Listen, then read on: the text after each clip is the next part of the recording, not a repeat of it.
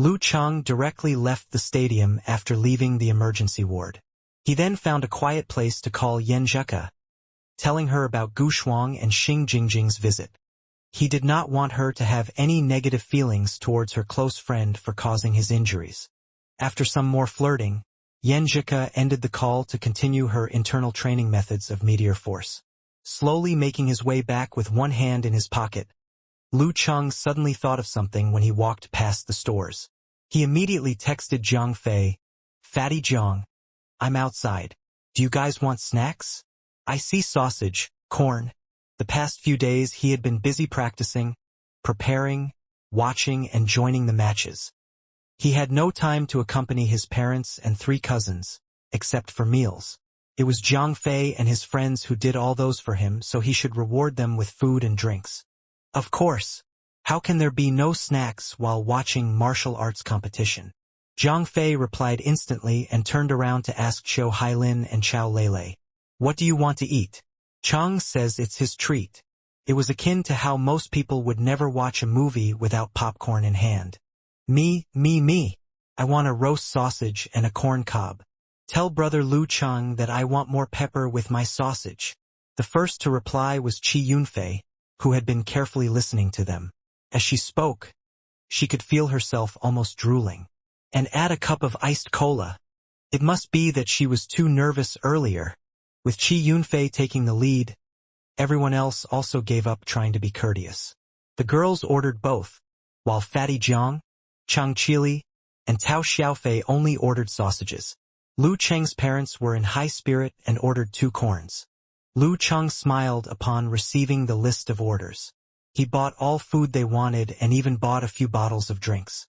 Lugging multiple bags, he returned to the stadium and walked to his group of families and friends through the aisle. "Here you go, your roast sausages and corns." He distributed the food from left to right. A warm smile etched on his face. His behavior gave them an odd, unbelievable feeling, as if they once again no longer recognized the Lu Chang who was in front of them. Even though he had come out of a battle bloodied and injured, he was now acting as if nothing had happened and was enjoying the tournament with everyone else like an ordinary person. Was he still the gifted warrior who fought like a lion the past few days? Was he still the rising star of Xing Province Martial Arts Circle who appeared on the television? His attitude towards family and friends was as usual, never once changing. In the meeting room of Xing Province TV station in the evening, a man who seemed to be the leader took out a cigarette without lighting it. He spoke in a local accent. "Since we've got our top 16 in the youth tournament, it's time to decide the shortlist of apotheosis of fighters. I want to nominate 18 fighters in total, adding 2 more who's particularly strong in some aspect. Do you have any opinions?" "No, director. What nicknames do we call them this time?" A woman wearing semi-rimless glasses asked. "I don't have any ideas at the moment. This meeting is for everyone to brainstorm. Come on, make your suggestions." The leader smiled while fiddling with his unlit cigarette. A young man with a messy hair thought for a while. "Nicknames like the 4 emperors, 6 kings, 8 immortals? 4 emperors, 6 kings, 8 immortals? What will those mighty ones with physical vulnerability who are already called kings think? Isn't it conceited for contestants of a youth tournament at the provincial level to have such nicknames?" A man addicted to web novels rejected the suggestion. "That's true." The woman with semi-rimless glasses thought for a while before making her suggestion. "What about 4 big dippers, 6 earth fiends, 8 little immortals? 4 stars and 6 comets don't rhyme, but 8 fairies is pretty good. We'll use that.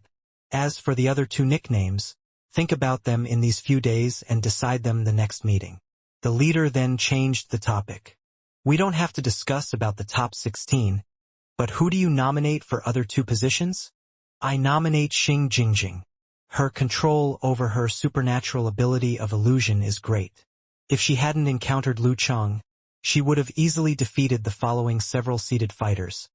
The woman with semi-rimless glasses answered without hesitation. "I'm also for Xing Jingjing." "I agree." The others also agreed. "Then Xing Jingjing will be among the 8 fairies," the leader said with interest. Since she creates magic-like illusion and is ranked in the 8 fairies, I have a nickname that suits her well. Which is? The messy-haired young man asked curiously. Little Devil Immortal. What do you think? The leader smiled proudly. The woman with semi-rimless glasses looked stunned and then replied with a blank face. If you think it's nice, then it must really be nice. That's settled then. Let's decide the next one. The leader thumped on the table in the manner of a swordsman, pleased with his talent for coming up nicknames. He will name top 16 athletes one by one. In the afternoon, Lu Cheng went to the stadium as usual. He watched every match, feeling as if he had gone back to the days of Little Warrior Sage Challenge tournament. Though he was almost a Dan stage warrior, he attached the same importance and showed the same respect to the competition as before. Anyone below 26 in the top 32 of the provincial level must not be an ordinary person. Watching them fight up close would more or less benefit him. Besides, the winner could be his opponent tomorrow night. Beginning from the top 16 competition, the matches were scheduled at the night prime time to attract the highest level of attention. This way, working adults could come to the stadium with their families or snuggle in their couches or beds to peacefully enjoy the tournament. Lu Cheng felt more relaxed the next morning as he had no matches scheduled. Besides practicing his still stance, move stance, and his own fighting style, most of his time was spent on practicing the Danchi state. When he was about to finish exercising, Lu Cheng dropped into a stance and closed his eyes. He recalled his body's subtle changes during the sextuple explosion and what he had visualized after the outbreak of Dan's stage. He once again tried to experiment with withdraw. When his will sank and stirred the situation, his chi, blood, and force fused together. It spun around and closed into each other with signs of integration. It sharpened Lu Cheng's perception of his surroundings. He can even sense the arrival of a mosquito with evil intentions. That delicate perception lasted for only the briefest moment before the balance was broken. Lu Cheng felt his chi, blood, and force began surging outwards, forcing him to open his eyes and ease the burden on his body. The outbreak of Dan's stage relied not only on one's energy and stamina, but also on his ability to withstand pressure. That was not something Lu Cheng was worried about. On one hand, he was making rapid progress through ultimate practice. On the other, he could reduce the pressure and exhaustion with the help of Jindan. After trying again and again, he gradually inched closer to the Dan stage. It's pretty efficient to practice through actual combat. Maybe I'll become a real mighty one of the Dan stage by the end of the youth tournament. Withdrawing his stance, Lu Cheng's thought was cheerful despite his exhaustion. It was 7:30 at night. Gaofen Martial Arts Gymnasium was brilliantly illuminated, with the central arena laid out as a temporary stage for fighters to draw lots. In front of the stage, there were chairs with names written on their backs. The seats were for special guests and the top 16 fighters. Other than the median dividers between zones, the stands around the arena were full under a blanket of shadow. People were eating popcorn, taking photos, and discussing the upcoming match. While some were real martial arts lovers, there were also those who came to enjoy the atmosphere with their families.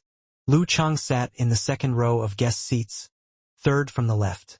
He live broadcasted the performance on stage to Yenjika, while patiently waiting for the lots drawing ceremony. Besides training and eating, he had been analyzing videos of other fighters with his girlfriend the whole day. That was just in case he was selected for the first match and had no time to study his opponent's videos. There were only 15 fighters left besides him.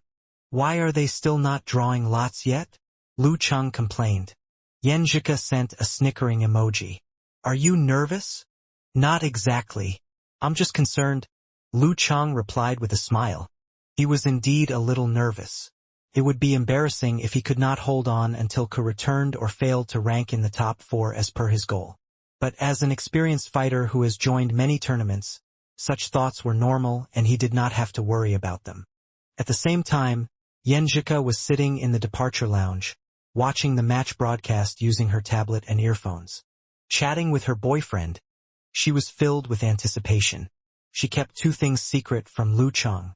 One was that she had crossed the threshold of the inner refining method and was given permission to graduate from her grandparents' lessons. The other one was that she had booked a 10.05 flight tonight and would be back after the top 16 competition. Gu Shuang would be picking her up from the airport. Hee. She can also give him a surprise. Shoshan. Lu Yanwei was lying on the couch with sagging spirits, watching his mom switch between channels consistently and listening to his grandparents discussing about trivial household affairs with Dad. After making comprehensive research, he found his initial plan to be unrealistic. So he had to give up creating unnecessary setbacks for himself temporarily and once again looked for a new way out. He inadvertently caught sight of a familiar figure in TV and blurted out, "Mom, which channel did you stop at just now?" Was there something wrong with his eyes? He seemed to see someone. Wang Lily gave her son a reproachful look. "Which one do you mean?" "Mom, switch the channel again." Lu Yanwei suddenly straightened himself, his eyebrows knitting. Wang Lily returned to the channel in confusion, nagging, "If you want to watch something, just say it outright." "Stop, stop, stop," shouted Lu Yanwei. As his eyes lit up, Wang Lily stopped at the Xian Province satellite TV station and carefully looked at the screen. Then she said in surprise, "Isn't that Cheng? First seed Zhang Zhutong will fight." One special guest drew a small ball. With fourth seeds Wezhen. A battle of powerful warriors. Sighing, Lu Cheng suddenly heard his name. Number 18 Lu Cheng. When the screen began to show a clip of his previous match, the guest reached into the box. "He'll battle the fifth seed Qiu Lin." The fifth seed Qiu Lin? Lu Cheng narrowed his eyes, feeling a little disappointed. But he was not afraid of Qiu Lin. Instead, he gradually became interested in their match. Qiu Lin was a genuine mighty one of 8th pin who had once joined the ranking event of 7th pin. Though she ultimately failed to get the rank, it showed her great confidence in her abilities. Besides, her ancestor was once a secular disciple of Daxing Temple, and she herself had the supernatural ability of metallizing parts of her body. The fifth seed? Is she more powerful than the 9th seed? Qi Fong, Lu Cheng's mum asked, nervous after hearing the drawing result.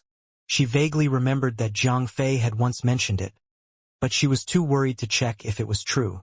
Yes. Zhang Fei's voice was soft. He himself felt a little hesitant. Though they did not pin high hopes on Lu Cheng to win the first or even the second prize, they sincerely hoped that their old classmate would fulfill his wish. After all, Lu Cheng himself said he was aiming for a spot in the top 4. Who knew he would meet the powerful 5th seed right at the beginning of the top 16 competition, putting his friends on the edge.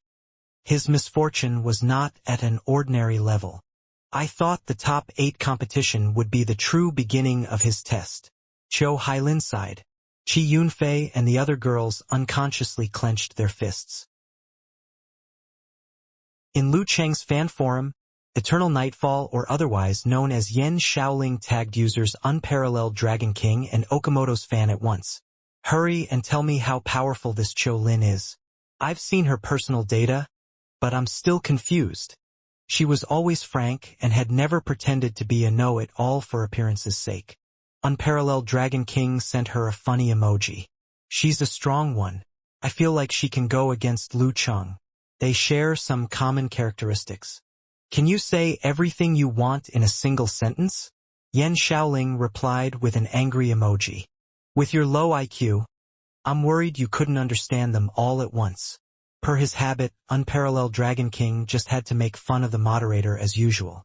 What she found most admirable was the little girl would never get angry no matter how they made fun of her.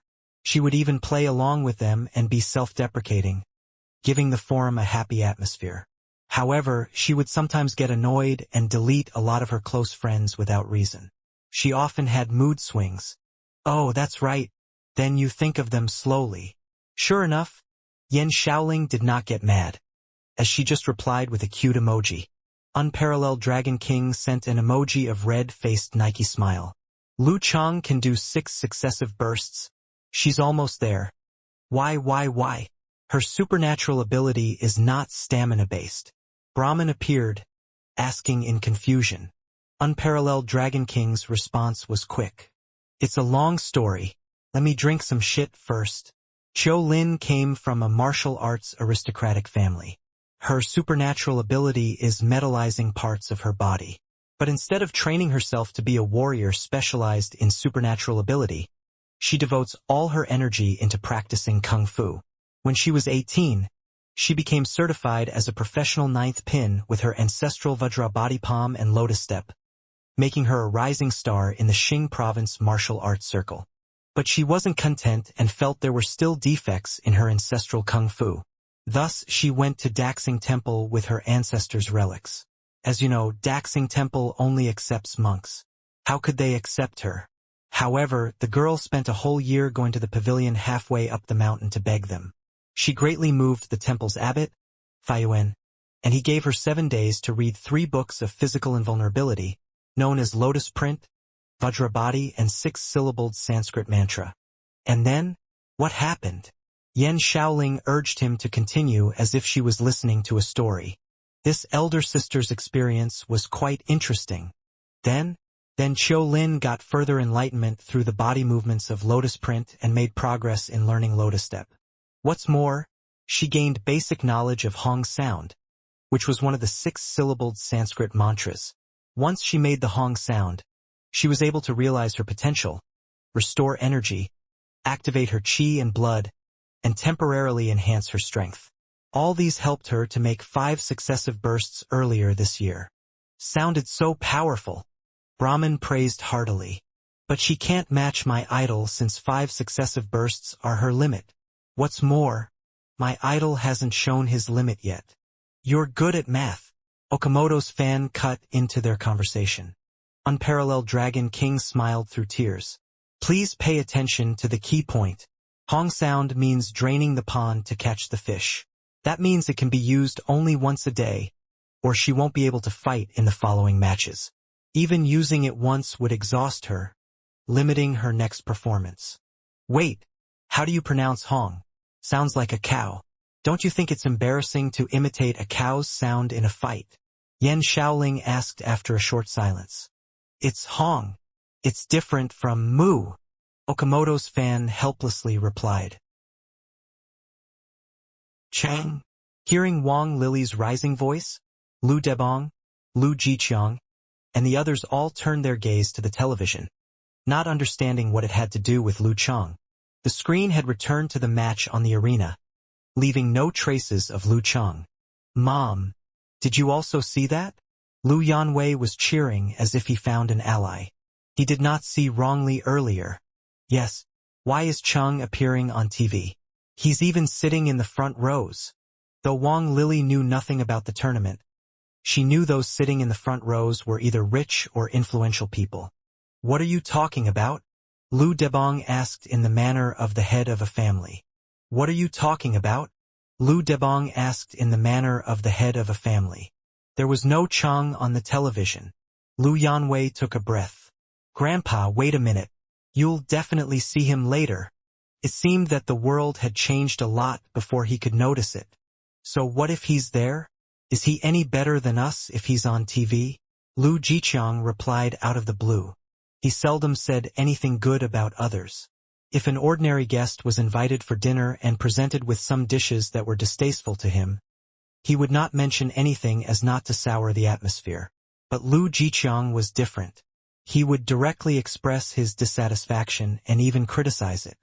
When someone sent him a gift, he would even find fault with it in front of the sender's face. Upon learning who his opponent was, Lu Chang stopped paying attention to the drawing and matches of other fighters. He lowered his head to discuss about Qiu Lin with Yan Zhika. In several of her previous matches, her opponents weren't strong enough and she didn't seem to use her full strength. Finally, Yan Zhika reminded him. Gu Shuang said last month Qiu Lin had mentioned several times in private parties that she aimed to be in the top 3 of this tournament. She wouldn't say that if she didn't have the confidence. In his mind, Lu Chang whined that he also said his goal was the top 4. He sent her a pitiful face and took advantage of the moment to ask for comfort. My opponent this time is so strong. Coach Yen, I need more cheering. Like shouting out the complete word, sweetie. Well, just wait. Yen Zheka rolled her eyes in embarrassment, scolding him in her heart that he was increasingly shameless in taking advantage of her. Why was she agreeing without hesitation? That made him nervous. Looking at the surprising text, he found it rather unsettling. Ko would not play a trick on him since his opponent was a tough master, would she? Not daring to probe further in case Yen Zheka explode in anger and go back on her words, Lu Chang swallowed his confusion and turned his attention back on his opponent. In the first round, first seed Zhang Zhutong had a fierce battle with fourth seed Suijin. Their fight lasted for 6 minutes. It was Zhang Zhutong who finally won after accumulating advantages and made it to the top 8 first. In the audience, Lu Chang saw up close the power of Zhang Zhutong's smelter force. After the interlude, the referee exchanged positions with the game supervisor to take a few minutes to recover his strength. The game supervisor went up to the arena. Stopping at the center of it, he raised his right hand. Second round of the top 16 competition. Lu Chang versus Qiu Lin. It's really Chang. In the Lu's living room, Lu Yanwei stood up while Lu Debong picked up his presbyopia glasses in disbelief. Wang Lily and her husband exchanged looks, feeling as if they were in a dream. Lu Chang took a deep breath, stood up from his seat, and sent his girlfriend a text. Coach Yen, it's my turn. Why hasn't your cheering come yet? Yen Zheka let out a soft humph and announced her surprise for him. Chang, I'm at the airport. Airport. Lu Chang was stunned momentarily before seeing the light. Are you coming back? He was overjoyed. This was what he had been looking forward to for the past few days. I'll be able to see you tomorrow. Yen Zheka sent a shyly smiling emoji. Are you satisfied with this kind of cheering? I'm very satisfied. Very satisfied. Lu Cheng's face was lit up with pleasure, his motivation rising. He must not lose this round. He must not welcome Coach Yen with failure. Putting the phone in his pocket, Lu Chang strode along the brilliant road under the full glare of the cameras and went up the arena with confidence. He then handed his belongings to the new game supervisor, who was the former referee. Qiu Lin went on the arena almost at the same time. She was wearing a pale yellow martial arts suit with black stripes over it. The front of her suit was embroidered with the words, "So I've heard." The big screen showed the words embroidered on her back. From heaven to earth, I'm the mightiest. Despite the seemingly arrogant words, what Lu Chang got was a sense of Buddhist Zen rhyme. Towering over Lu Chang by half a head, Qiu Lin was handsome and valiant with extremely short hair and neutral facial features. After the referee marked the beginning of communication time, she smiled. You're now the public enemy of the Gaofan Martial Arts Circle. Why do you say that? Lu Chang asked curiously. He did not remember provoking anyone from that circle. The corners of Qiu Lin's mouth turned upwards. You've only learned Kung Fu outside the province for a year, yet you easily defeat most of us. Doesn't that suggest that our province's martial arts circle is too weak? As a 21-year-old, she was good at all kinds of popular expressions. You all think too much. Lu Chang found the whole thing ridiculous. Just as there are no champions in the literature circles, there are no one who wants to come second in martial arts. It's normal for fighters to compare with one another. Qiu Lin replied cheerfully. Our consensus is that we'll stop you from reaching the final at any costs. That's why you're fighting me so early in the tournament. Believe me, if you win today's match, your opponent tomorrow will be either Han Zhifei or Zhang Zhutong. What? Was she kidding? Though stunned at first, Lu Chang soon realized Qiu Lin nearly trapped him. Was she trying to evoke his resentment and shake his peace of mind? To make it easier for her to restrain him with the Buddhist Zen method? Taking a deep breath, Lu Chang visualized the scene of freezing water into ice. He froze his distracting thoughts along with the water, turning his mind as clear and pure as a mirror again. No matter if she was telling the truth or who his opponent will be tomorrow, he should first do well in this match. Lu Chang stopped talking. He closed his eyes and began adjusting his body condition. The referee, who was the former game supervisor, glanced at the electronic clock and once again raised his right hand. Begin! Boom! A deafening clamor burst from the arena and a thunder cloud materialized from thin air. Qiulin's martial arts suit swelled with air as she closed in on Lu Chang in just one move. Lotus step, Buddha voice. Lu Chang was stunned that Qiulin had advanced her ancestral body movement to the level of Buddha voice. It was normal for a punch or a kick to produce a clear and crisp sound of sliced air. But body movements were different. Through the changes made from quick movements, swift changes in direction, and muscle adjustments along the spinning force, only a fighter who had mastered her movements to a certain degree could make the same explosion sound. In Taoism, it was called to tread dubhe and alcade. In Buddhism, it was Buddha voice is with you. Lotus step, thundercloud movement. In the Xing Province satellite TV studio, guest commentator Yu Hong gave Qiulin a word of praise. There were 8 Garjita in Buddhism. They were Vimaksa Garjita, emancipation voice. Anusrava Garjita, charity voice. Samhanda Garjita, roaring lion voice. Mahasamhanda Garjita, great roaring lion voice. Prajna Garjita, wisdom voice. Mahaprajna Garjita, great wisdom voice. Jaladhara Garjita, thunder cloud voice. And Mahajaladhara Garjita, great thunder cloud voice.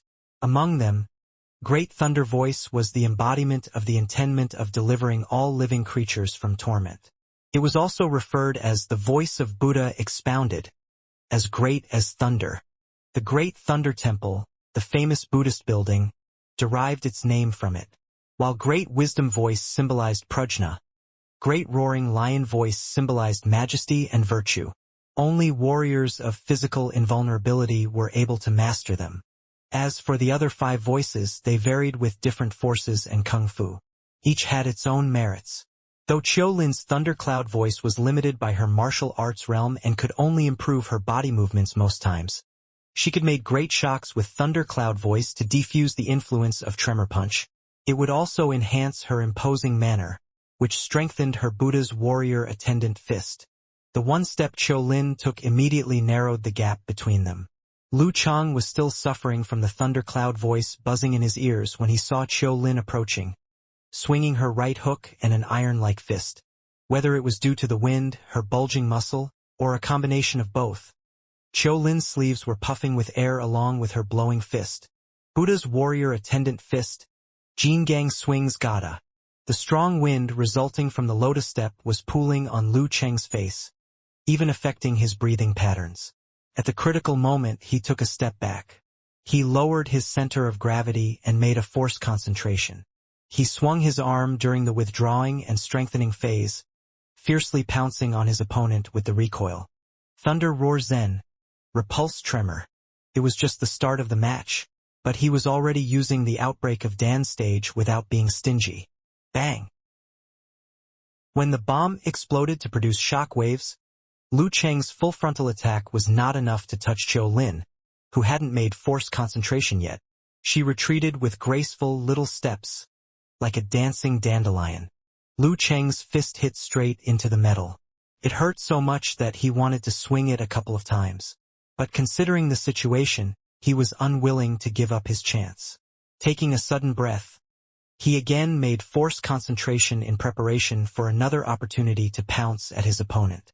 After recovering from the slight tremor, Qiulin began moving with lotus-like movements and graceful footwork. She made it hard for Lu Chang to distinguish the direction she was actually going. Bang! The thundercloud followed her changing movements, dragging the whole arena under the dark clouds, with endless echoes of thunder. In an instant, Lu Chang was unable to locate Qiulin. His contracted qi, blood, force, and spirit was about to burst out, but they no longer had a target. This time, his double bursts seemed to be in vain. This was exactly Qiulin's strategy to trick Lu Chang into making an outbreak of Dan stage, so she could approach and storm him before he could restore his energy. She did not believe that he could still make 10-fold, 20-fold, or even more explosion. Boom! When the thunder boomed, Qiulin took the opportunity to slide next to Lu Chang. What? In the studio, guest commentator Yu Hong blurted in surprise. He saw Lu Chang standing still with an empty body, for there was no change on his contracted qi, blood, and spirit. What seemed quite normal was completely abnormal in his eyes. For a warrior at Dan's stage, forced concentration meant setting his will as a core, collapsing and condensing all his chi, blood, force, and spirit around it. After contracting those elements, there must be mutually exclusive activities among them, which would cause an outbreak of force without fail. In other words, once force concentration was completed, there would definitely be an outbreak of force. There would not be a delay. That was unless the warrior was above the Dan stage. That was why Qiulin had tricked Lu Chang into making an outbreak of Dan stage with her lotus step. However, Lu Chang had retained his force concentration for more than a second. Teacher Yuhong frowned, wondering if this was some kind of talent or supernatural ability. Since Qiulin changed her position too often to stay a target, Lu Chang gave up launching another immediate attack and retained his force concentration. Instead, he waited for his opponent's next move.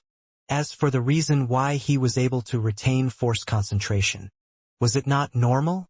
The Jin Dan within his body had not collapsed at all. He just imitated the operation rule of it to make a fake force concentration. It had always been capable of maintaining its balance through spinning, unless he made changes to the system. If not for the limited endurance of his other body parts, he would have retained it forever. Boom!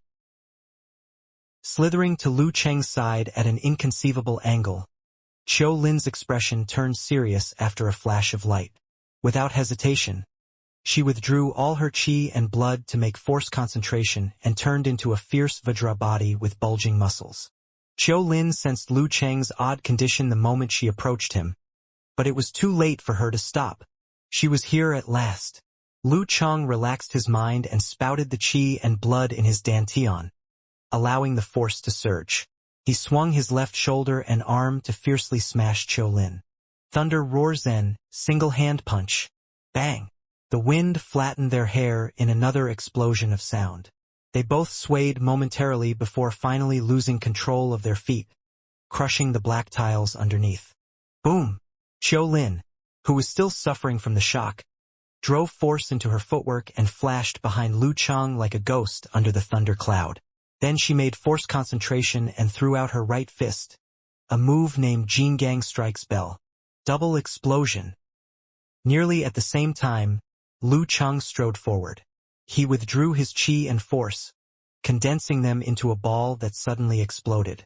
Taking this opportunity to lean to his side, Lu Cheng threw his right arm at Qiulin, who was behind him with a strong arc trajectory. Thunder roar zen. Sudden tremor. Bang! The moment they collided, Qiulin's bulging muscles shrank and condensed all her force to gather Lu Cheng's remaining force, her own chi, and blood in an instant and contract them into a point. Known as Wisdom King Guard's Temple in Buddha's warrior attendant fist, it was an advanced method for self-defense and borrowing strength, as still as the mountain rock.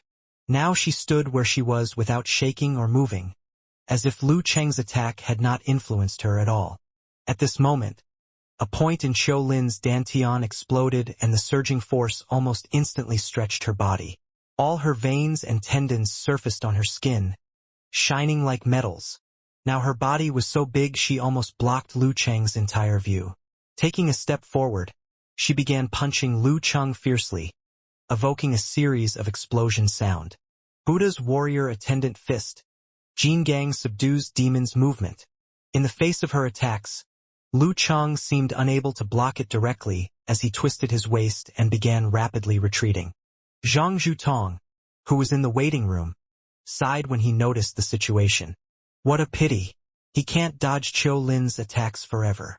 Confronting the strong with more strength was the only way to resist the combination of Jingang subdues demon's movement and lotus step. It seemed like it was no longer necessary for him to fear Lu Cheng's abnormal stamina. Since matches between high-ranked Dan stage warriors were too severe to be maintained for long, they could not be arranged in different days for broadcast needs. Thus, the semifinals and finals were scheduled in the same evening. Hum. Qiulin's tendons and bones suddenly made sounds along with her organs, her mouth spitting a solemn Zen sound. When the Zen sound echoed within her body, Qiu Lin's face became flushed as her qi and blood began to flourish. As if motivated, she immediately returned to her initial form with all her weakness eliminated. She will not give Lu Chang any opportunities. While she was still pulling her punches, Qiu Lin made another outbreak and narrowed the gap between her and Lu Chang with lotus steps, giving him no chance to dodge or use forced concentration. Even the ignorant ones in the audience knew who had the upper hand due to Qiu Lin's violent movements and ferocious attacks. Lu Chang came to an abrupt stop. He stormed heavily on the ground to swing his body and throw his fist at Qiu Lin without hesitation. It seemed so unbearably weak since he did not use forced concentration. In his mind, however, there was a red sun falling into a frozen river. For him, stepping back was not running away. It was his trick to numb Qiu Lin's sense of crisis and feed her arrogance. He would then get time to prepare for his knockout blow. Thunder roars Zen. Severe warning. Bang! When their fists collided with each other, Lu Chang flew backward like a kite with a broken string to defuse the horrible shock. The Buddha's warrior attendant subdues demon's movement, and Qiu Lin's metallized body brought. Otherwise, his bones would likely be cracked or even broken. She wins. Qiu Lin wins. Many in the audience began making the same assumption. In their eyes, success was within spitting distance for Qiu Lin, since she only needed to catch up with Lu Chang and deal her killing blow. Qiu Lin, however, was stunned on the arena with her face rapidly turning pale. Above her blue-black lips, her eyes were frozen without light in them. It seemed like she had suddenly understood some Buddhist symbolism and lost herself in that imaginary world. Both feet onto the ground, Lu Chang took 2 steps back and defused the influence of Qiu Lin's force. He poured all his strength into his Jindan, driving him back at Qiu Lin's side in a flash. During the movements, he stretched his right hand to catch Qiu Lin's throat. Only then did Qiu Lin metallize her neck to resist Lu Chang's attack, as if she had just awakened from a long, frozen period. But she did not expect Lu Chang's blow to be a deception made in a situation when she had not fully recovered and was unable to take swift absolute reaction. Swinging his center of gravity, Lu Chang flashed to the back of his opponent and clapped on both sides of her temples. The referee was momentarily stunned before raising his right hand and shouting, "Lu Chang wins." The whole stadium was quiet without any response. Lu Chang wins. When the referee's voice echoed in the arena, Lu Chang quietly inhaled and withdrew his hands. This match was much harder than he had expected. He had already mentally prepared himself the moment he knew his opponent was Qiu Lin. Besides being good at Buddha's warrior attendant fist and metallizing part of her body, Qiu Lin preferred fighting her opponents with brute strength after demotivating them. What was more, she did not know Lu Chang had mastered simplified movements of physical invulnerability. Considering all of this, it was not difficult to see that Qiu Lin ought to handle with a variant of severe warning. He would not need to worry about her dodging his attacks.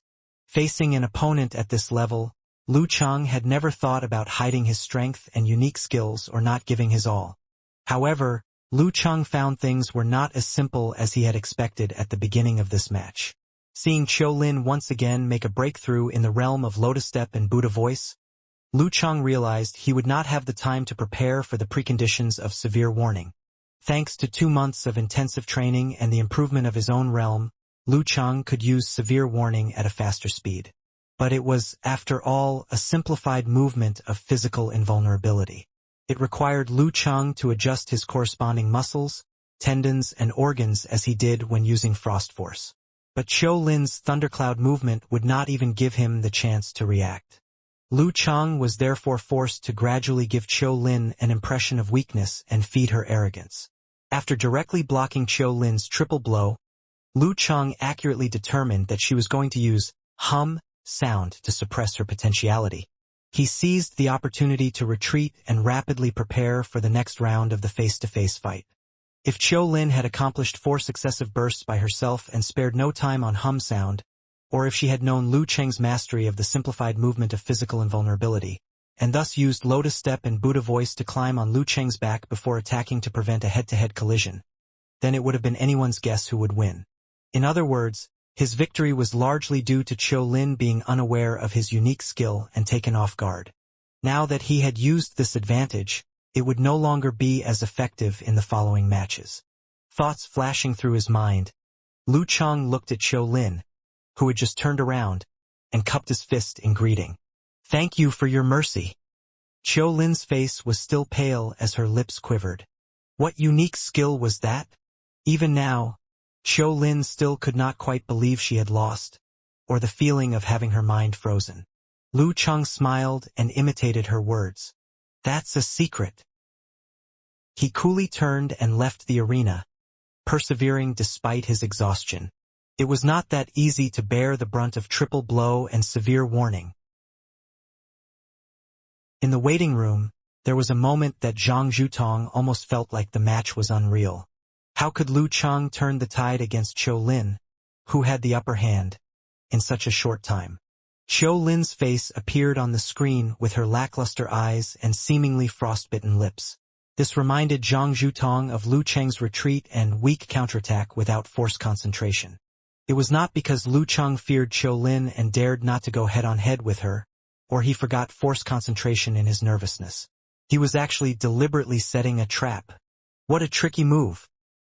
Considering Qiu Lin's strength and physique, added with the fact that she had flourished her blood with the hum sound, Lu Cheng could not have made her so visibly stiff purely with ice-sect force. A simple forced concentration could help her seize a winning chance. This movement was not simple. Zhang Zhutong's contracted pupils, some post-match fear rising in him. If it was not Qiu Lin, but him who first encountered Lu Cheng in the top 16 competition, the result would still be not cheerful when met with that move. Facing a fighter who could make in-time outbreak, cause great injury to his opponent, has firm control of himself and make the most of his abnormal stamina, who could defeat him. As a dance stage warrior, Zhang Zhutong soon got rid of his fear with a clear heart and firm will. He began analyzing Lu Cheng's performance. Why did he take a few steps back before making his move instead of using it directly? Did he need to prepare? Thinking about it, Zhang Zhutong gradually confirmed his suspicion and found a way to counter Lu Cheng's move. The host in the studio appeared on the screen then, consulting the special guest with a questioning look. "Teacher Yu Hong, I still can't understand the final collision." Lu Cheng was obviously the one who was blown away and lagging behind, but why was it Qiu Lin who was stunned into standing still? Thinking for a while, Yu Hong said, "If I didn't see it wrongly, it should be a simplified physical invulnerability move related to frost force." A simplified physical invulnerable move? The host gasped in shock. A simplified physical invulnerability move. Zhang Zhutong lifted his head in surprise. A simplified physical invulnerability move? In the waiting room beside Zhang Zhutong's, Han Zhifei was quiet for a long time. Han Ying, who had benefited from association with her elder brother, turned to Xiongyu blankly, only to find the boy as dazed as her. Xiongyu recalled his match with Lu Cheng. Back then, he still dreamed getting a winning chance if only he tried hard enough. With the benefit of hindsight, he felt a joke, like a frog in a well. Lu Cheng was like an iceberg in the ocean. What he had shown above the water was just a small part of his strength. That was why he would give Xiongyu a new impression after every match. How fearsome was he? What would happen if he utilized all his strength? Lu Cheng wins. Qi Yunfei rubbed her eyes, unable to believe what she had seen. No one answered her. Just a dozen of seconds ago, Qiu Lin was still as arrogant as a Vajrabhati, making most of the audience sure that she would soon win this round. However, she inexplicably failed without even able to resist any attacks after a brief encounter with Lu Cheng. Qi Yunfei quickly snapped back into focus. Seeing brother Lu Cheng coolly standing on the arena and recalling his curious attack that had turned the tide, Qi Yunfei immediately understood what enigmatic meant, as well as what it meant to handle complicated matters with ease. Her adoration for Lu Cheng turned into sprouting little stars. She was this close to being an actual brother-obsessed girl. Looking excitedly around her, she found Chen Xiaoxiao and the others had similar reactions. Brother Lu Cheng is so great. In the quiet stadium, she shouted in excitement with her sharp voice. Hearing Qi Yunfei congratulating Lu Cheng, she fell into an inexplicable silence. She recalled what her second elder brother had told her during Lunar New Year. He said once he had gained more confidence, broadened his horizon, and enriched his mind, he would regard all the monetary disputes in their family as trifles that he need not care about or fight for. She had been doubting him until she saw his performance today. Looking at her second elder brother, who had stunned the whole stadium, acting in an elegant and confident manner, she began to believe in what he had said for the first time. There was the same silence in the living room of Lu family. When Lu Cheng turned around to leave the arena, Lu Yanwei blurted out something. It was more like he was speaking to himself. Is it really Cheng? When did he become Superman?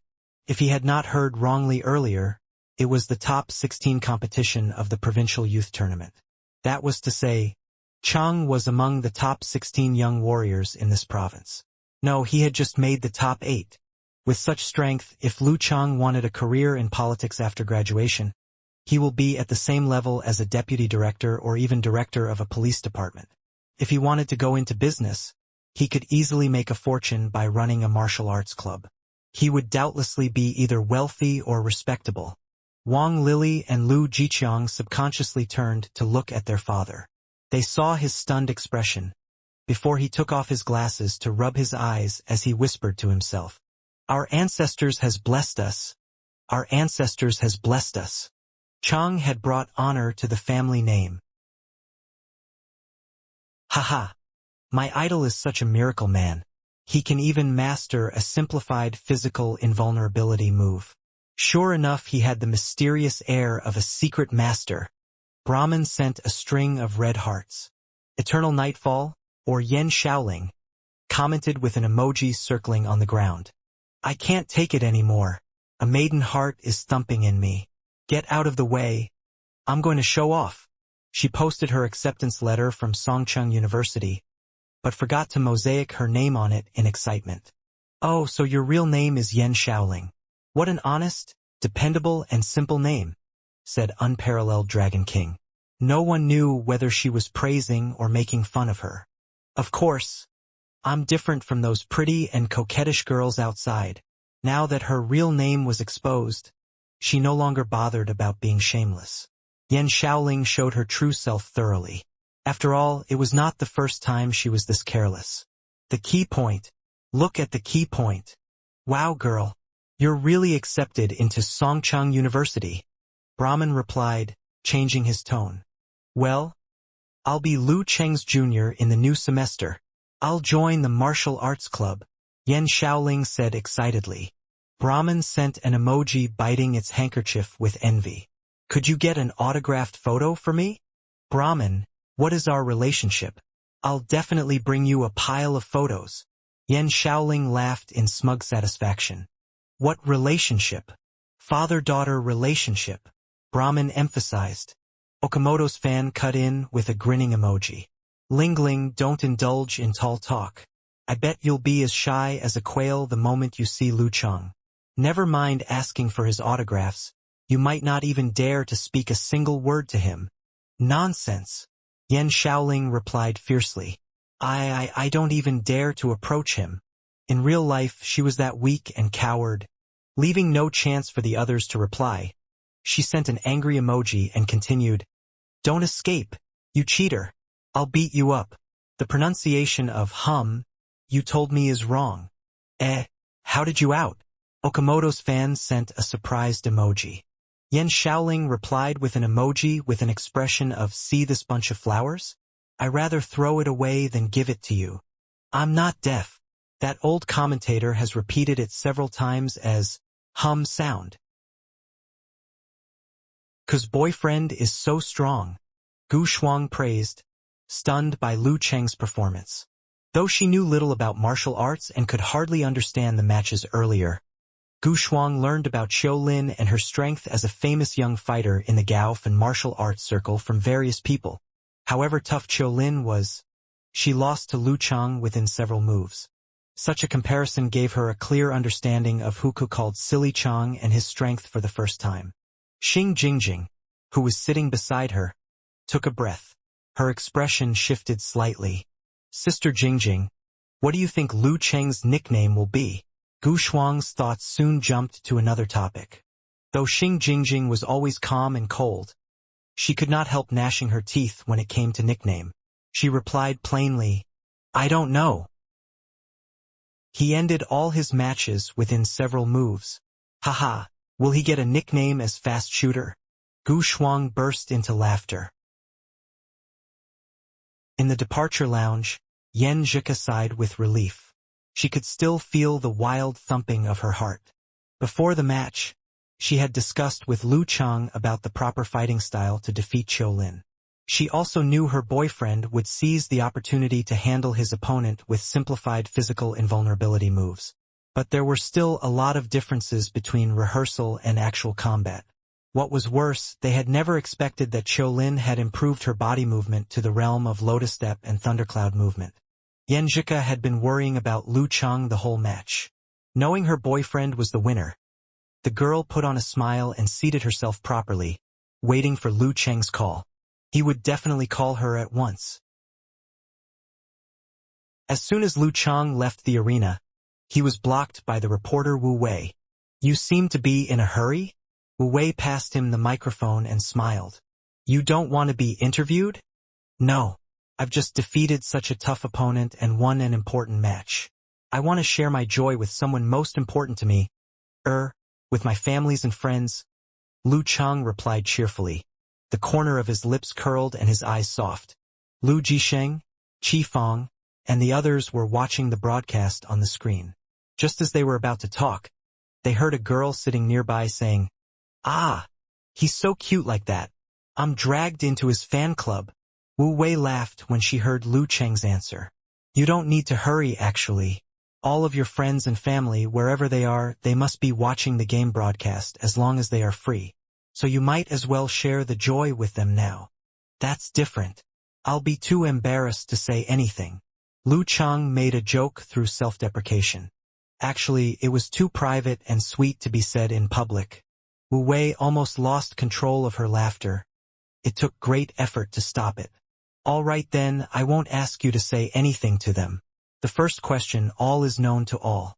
The force concentration will immediately rebound with an outbreak of force once it is completed unless the user himself has reached the physical invulnerability state. However, you were able to maintain the state of force concentration for 2 to 3 seconds, right? It's not in accord with common sense. So how did you do it?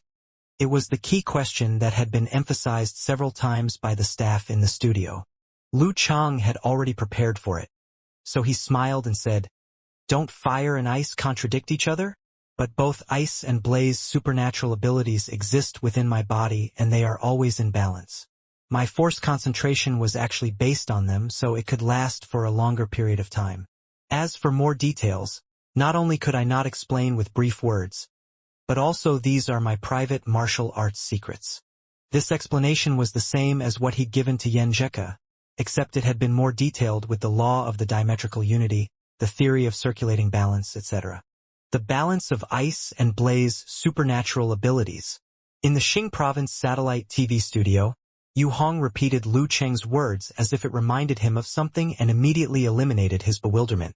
The balance of ice and blaze supernatural abilities. Geezer sure sat in front of the television and scoffed. It seemed that his scamp disciple had actually applied Longhu Immortal's method, forming a Tai Chi Bagua within one's body with ice and fire as yin and yang to balance his condensed Dan into the process of force concentration. This was something quite unique. So the brat did have some talent. Oh, so that's the way it is. Wu Wei acted as if he was suddenly seeing light.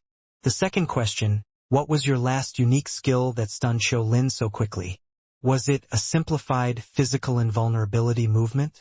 You hadn't taken any pre-actions and we were all taken by surprise. Because I haven't totally mastered it.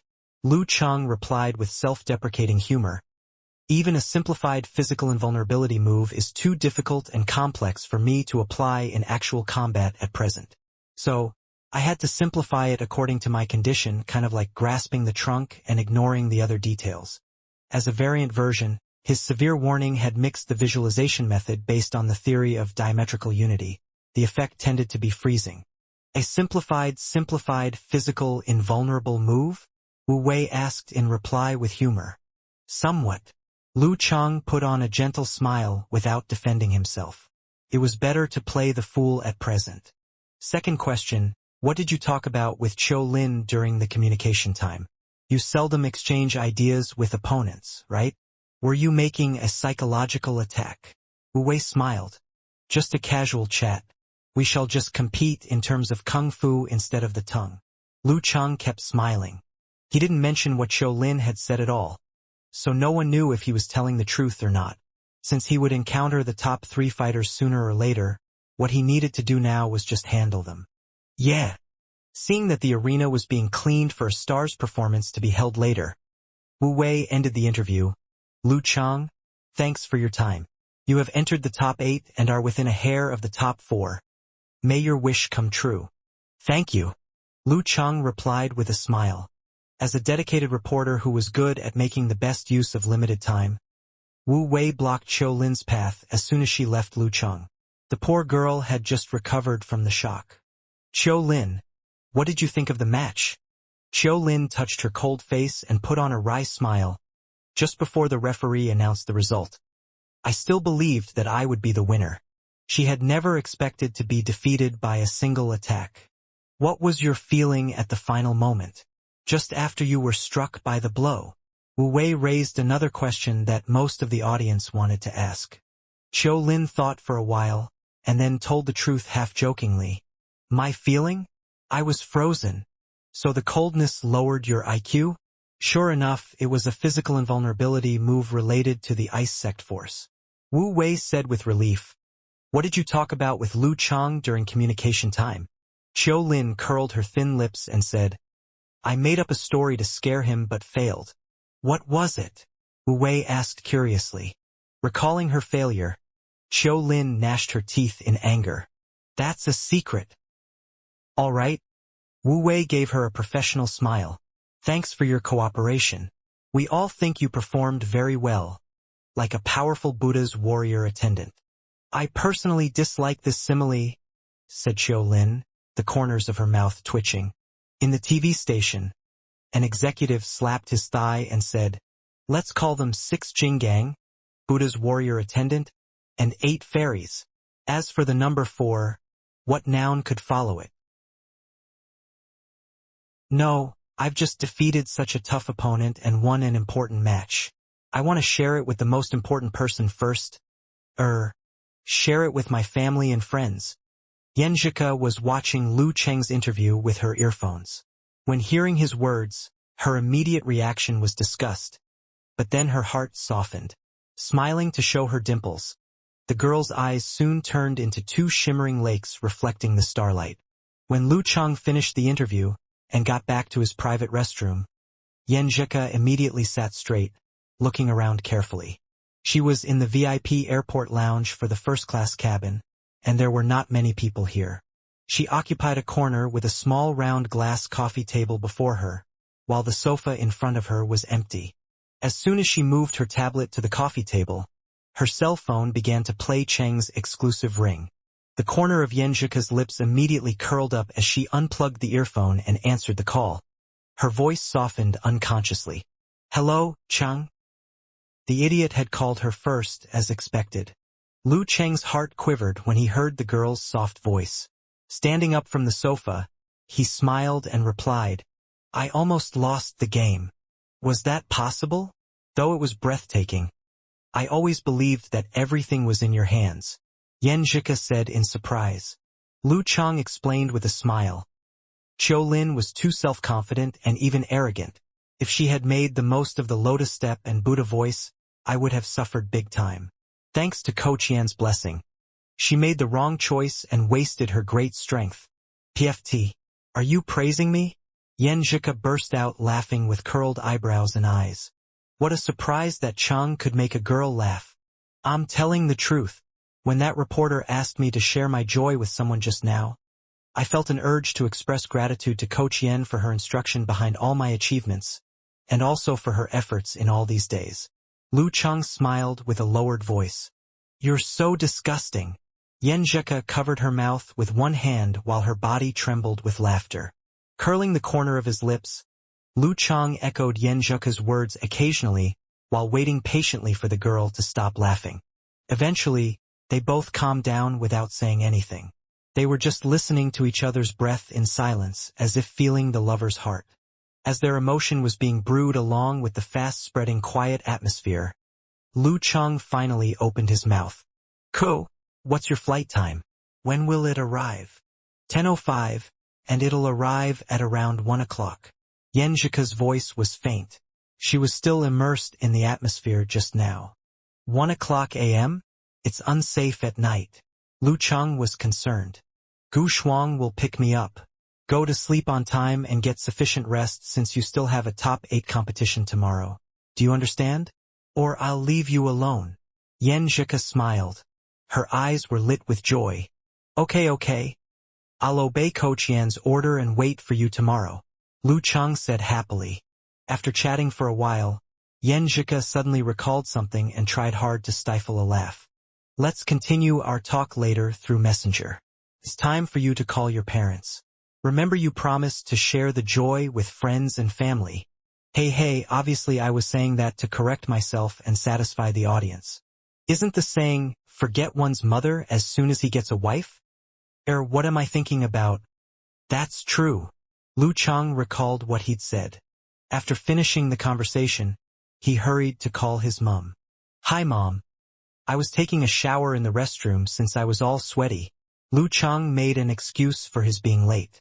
Not knowing what had happened in the restroom, Qifeng immediately set suspicions aside and replied with great joy. You're right. It was actually the time for you to take a shower. Chang, are you injured? That girl seemed to be too fierce. I'm fine and feeling good. We have professional physical therapists here to help me relax myself. Lu Cheng added, since his mom would definitely raise this question. Mom, I've entered the top 8 and will get at least a 100,000 bonus. I know. Have a good rest in the room. Don't come out. Qifeng laughed more happily. She had already known about the bonus from Zhang Fei and Chao Lele. While Lu Cheng was chatting with his mom, Yenjika signed into the forum and went through the posts, experiencing the excitement of Lu Cheng's fans. Her feelings were complicated. She knew that Eternal Nightfall, Yan Shaoling, had been accepted by Songchang University and was preparing to join the martial arts club. On the one hand, she felt happy and was quite interested in it since this junior sister was so cute. On the other hand, she still felt a little weird because of Yan Shaoling's admiration of Cheng. After going through the other fans' replies with a smile, she was about to log out when she noticed a new post. I'm a lip-reading expert. Let me translate the communication between Lu Cheng and Xiao Lin. Oops. She'd forgotten to ask him about it. Yenjika clicked open the post to read the Bull Demon King's words. You're now the public enemy of the Gaofan Martial Arts Circle. Reading line by line, Yenjika stopped when it came to the prediction of Lu Cheng's next opponent. Either Han Zhifei or Zhang Zhutong. Yenjika frowned in anger. Was it true or not? Was Qiu Lin making up lies to sting Lu Cheng or simply telling the truth? As thoughts flashed through her mind, Yenjika clicked open the dialog box and messaged Xing Jingjing. Sister Jingjing, could you please find me a reliable lip-reading expert? She knew many similar experts were cooperating with the police. Xing Jingjing was confused. Why do you want such an expert? Yenjika didn't conceal anything. I want a transcription of Chang and Qiu Lin's communication. Gu Shuang appeared. What's wrong with their communication? Did Qiu Lin flirt with your man? Yenjika had absolutely no doubt. Not in the least. Shuang, are you familiar with any reporters or public relations firms? I want to make the shady dealings public and attract more attention to it. Thus the whole martial arts circle of Gaofan would have to avoid arousing suspicion no matter whether they had done it or not. Gossip was a fearful thing. After the call with his mother, Lu Cheng walked into the bathroom to wash off the tiredness off his body. He leisurely walked back to the sofa, wiping his hair with a towel. When he picked up the phone, he found the message notifications on his phone almost full. So many? Lu Cheng opened it in surprise and scrolled down to read the messages one by one. Du Liu gave him a thumbs up and said, Cheng, you're awesome. You're the only one whom I appreciate in this class. Come on. Advance into the semifinals. Xing Chenggu sent a short message. Haha, Lu. Good. You made a good reputation for Shoshan. Keep up the good fight and fully exert yourself. His high school teacher, Old Wu, also left a text message. Very good, Lu Cheng. I hope you will develop more and more in the field of martial arts and go further and further. Lu Yanwei sent a surprising face eyes emoji. Cheng, when you come back and then we can talk more about it, our grandpa lets me tell you that you are the pride of our family. Wu Ting said, Lu sir, you were hot. You are totally gonna enter the top 4. Zhang Qiufan sent a smiling emoji and said, Lu sir is terrific. Wei Renjia said concisely, congratulations on entering the top 8. Surprised by all the congratulatory messages from his friends and family, Lu Cheng felt so much pride and joy. The primetime relay of Xing Province satellite television was really outstanding. It was no surprise that his high school homeroom teacher, Old Wu, had recognized him because he was a martial arts lover.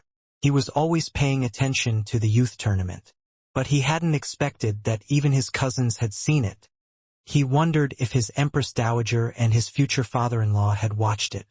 If they did, how had they judged his performance? Lu Cheng was happy to share this with Yan Zhika. He found his ointment and began to cure today's wounds. Fighting head-on with a metallized fist wasn't a laughing matter. It had been even more painful than punching a steel iron plate. Yan Zhika finalized the last thing. She felt so content and relieved. Don't bother Cheng with this kind of little thing. He always praises me. At this point, she heard the airport radio broadcasting a notice. Her flight would be delayed by an hour. A little bit of worried, she logged on the software to see the situation, and she found that due to weather, the flight couldn't land and the plane was about to land at the airport of the neighboring province. That is to say, it might be late for more than an hour, and the flight could even be cancelled. Oh, so outrageous, she muttered to herself. But still, she had to keep smiling and chat with Cheng. She couldn't let him find out that her flight had been cancelled. He might worry, and it would affect his rest. Yan Zhika took a deep breath and she was going to reply to Lu Cheng, but at that moment she received his new message. Kuko, your flight will be late for an hour? How do you know? Yan Zhika was shocked and confused. Jiang Nanfei Xing Province. 10:05 p.m. With these two pieces of information, I would be an idiot if I couldn't find the flight number. When I checked it online, there was an app that sends updates on this flight, so I downloaded it. Watching him ramble to boast himself, Yan Zhika was very touched. She started to smile again gradually. Her bad mood seemed to have dissipated a lot.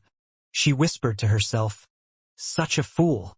Lu Cheng said, you are going to arrive at 2 o'clock in the morning? Won't you be too tired? Yan Zhika said, it's fine. It's normal for the plane to be very late. In the past, she would have been reluctant to wait all night for the flight.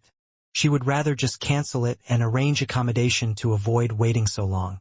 But this time she wanted to wait. She didn't want to postpone for another day. I can't let her feel so bored waiting. With this idea in mind, Lu Cheng chatted with the girl until almost 11 p.m. Unfortunately, the flight was then delayed again until 12:30 p.m. Painfully, Lu Cheng said, maybe your cousin can pick you up, and then come back tomorrow? Even if he did not have flight experience, he could see that his girlfriend wouldn't be able to take the flight until 1 a.m.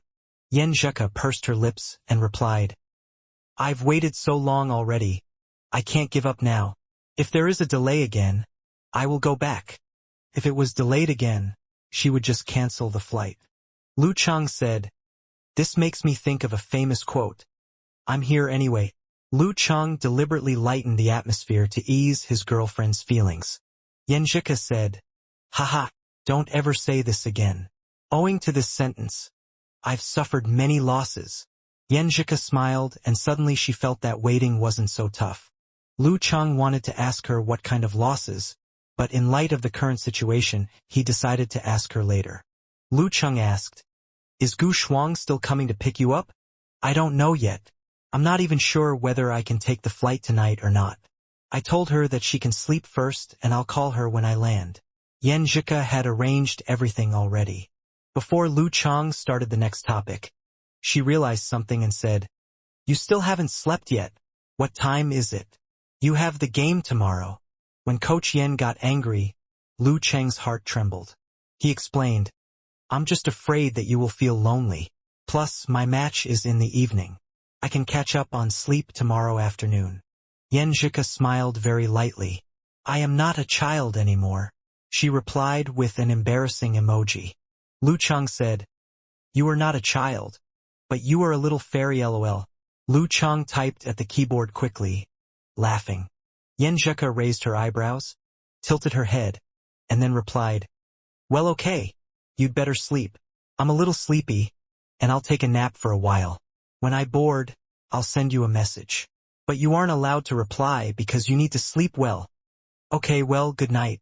Don't catch cold while sleeping," Lu Cheng exhorted again. Cuckoo had told him that the airport's air conditioning was very strong. He put down the phone and turned on the mode of concealment of spirit and chi. Lu Cheng fell into sleep rapidly. But he didn't sleep very well. He was concerned about someone, waiting for a message. Ding!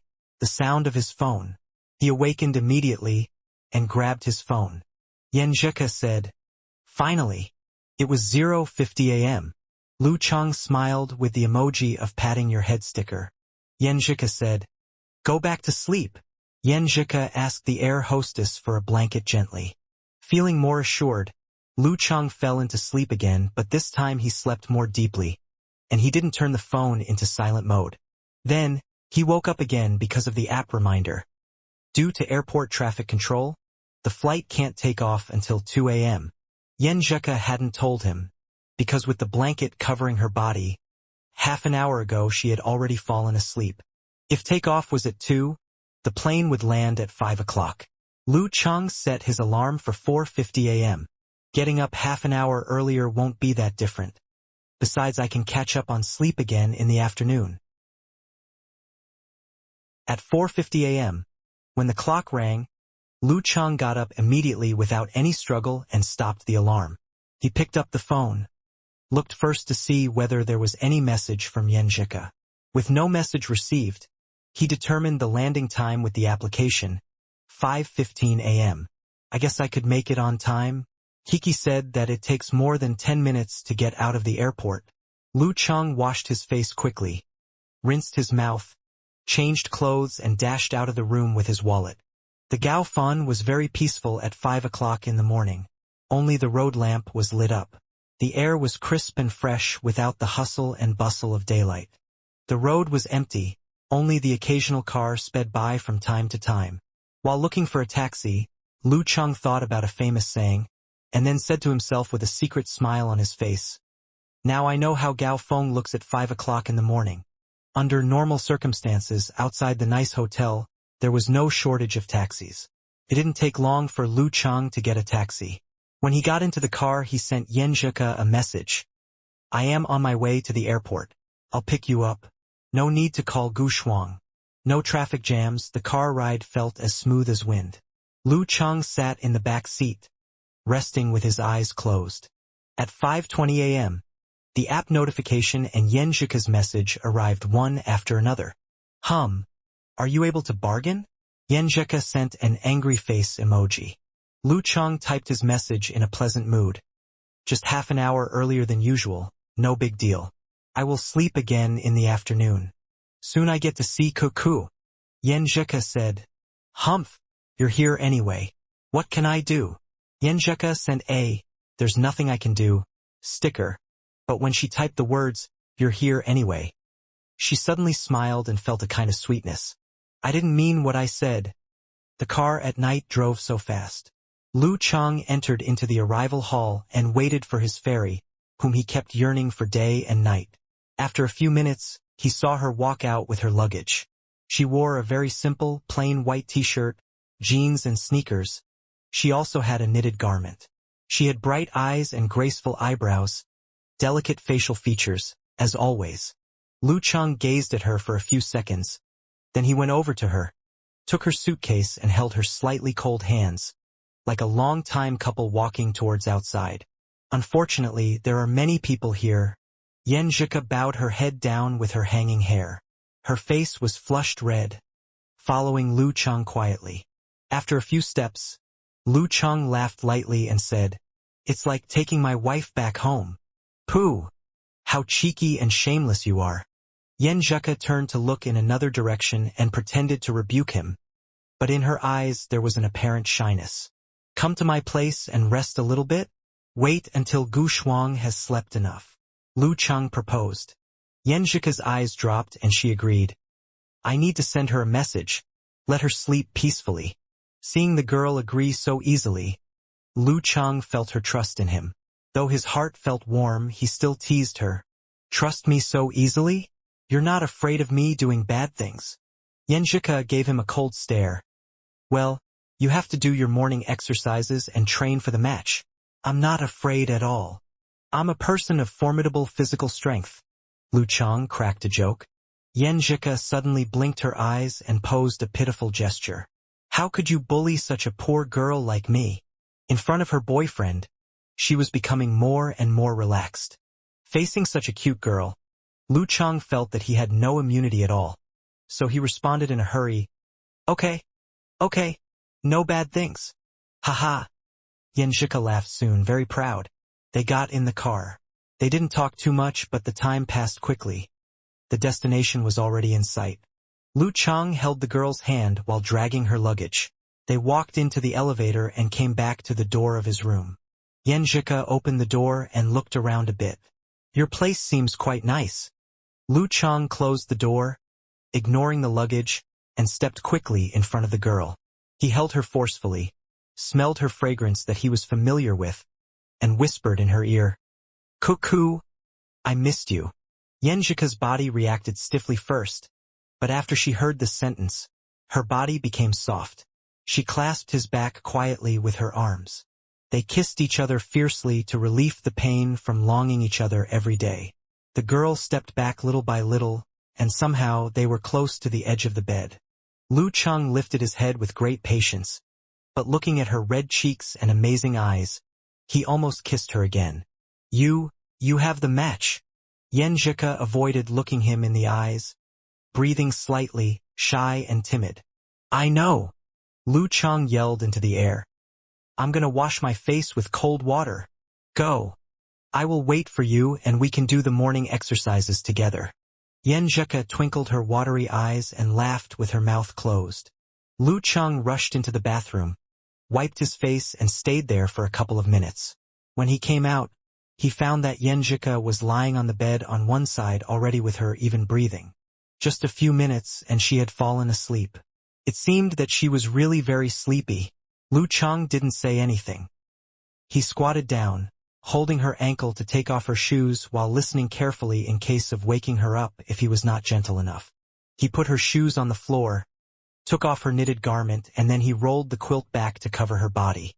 Finishing all this, he watched Yan Zhika's beautiful and quiet face in sleep. He smiled, leaned over and pecked at her pink lips. He whispered, "Little fairy, good morning." When he raised his head, the rising sun shone a few rays of light on the bed, which dyed the bed a little brighter. It made the girl look like a painting, peaceful and quiet. Seeing this scene, Lu Cheng felt so quiet in his heart. This is the meaning of being a guardian knight. He closed his eyes, recalling what had happened in the past. Then, naturally, he made a close attempt. Blood restrained, strength withdrawn, and spiritual force embraced. When they spun to a certain extent, they interlinked together naturally. At once, Lu Cheng perceived a sense of gratification and satisfaction gained from the infinite universe, and all the energy of the cosmos dropped into his heart. When water flows, a channel is formed. The body can be transformed into one big dam. At this moment, Lu Cheng felt the blood was flowing all through his body. Blood was qi, qi was energy, and energy was the base of spirit. He felt so fresh and pure, as if he could light up his whole surroundings and there was no obstacle in his way anymore. The soft and delicate breathing of the girl came into his ears, linking his pulse. A wave of light swung in his heart, echoing the dawn light outside the window. Human body Big Dan, circular and bright. Lu Chang sensed a wonderful feeling. He closed his eyes and held his breath with ears dropped. He tried to be isolated from his own senses, but deep down in his heart and in his mind, he was outlining the scenes outside. The dark brown carpet, the curtains with no shade cloth, the bed with the white quilt, the girl who was sleeping with her body huddling up on one side. Her mouth was shining with the crystal light of dribble. Outside the house, there were birds flying over, an old man jogging, and brilliant sunlight. This picture wasn't totally static. It kept developing and changing. For example, an ant was climbing next to the window trying to come in, but it couldn't penetrate the smooth glass. This wonderful sentiment faded quickly. Lu Chang opened his eyes, and the forced concentration was off. Looking to the window, he was stunned to see an ant climbing in the sunlight, an ant that wasn't there before. What is happening? Lu Chang felt inexplicable surprise. He wanted to try again but could not grasp the same kind of wonderful feeling. Was it because when he transformed the body into a Big Dan, the initial blend of the spirit, chi, and blood and other things stimulated the Gene Dan, which activated its feature similar to ice mirror, or blended other forces? Lu Chang was curious. He intended to explore this in daily training little by little. He moved his body a little, feeling the real change from when he'd entered into the Dan stage. Since the breakthrough was just a process, not an essential point, he guessed he had improved himself enough. As for now, he didn't have a thorough improvement. His improvement of the force concentration and the power exploding more strongly was just because of the initial blend of spirit, chi, and blood. Using as the arm moves the finger was a strange way to describe it, but it indeed expressed better his subtle feeling when he arranged his forces and controlled his body. In this respect, since he could do the explosion many times, the simplified version of physical invulnerability, it seemed that he was qualified enough to get the job certificate of 7th pin. Of course, there was still a big difference between him and the real 7th or 8th pin. Starting from Dan's stage, he could refine his physical body, improve his physical strength, and exceed the limit of a human body. Force and speed, they were among the keys needed for him to make the most important breakthrough in the future.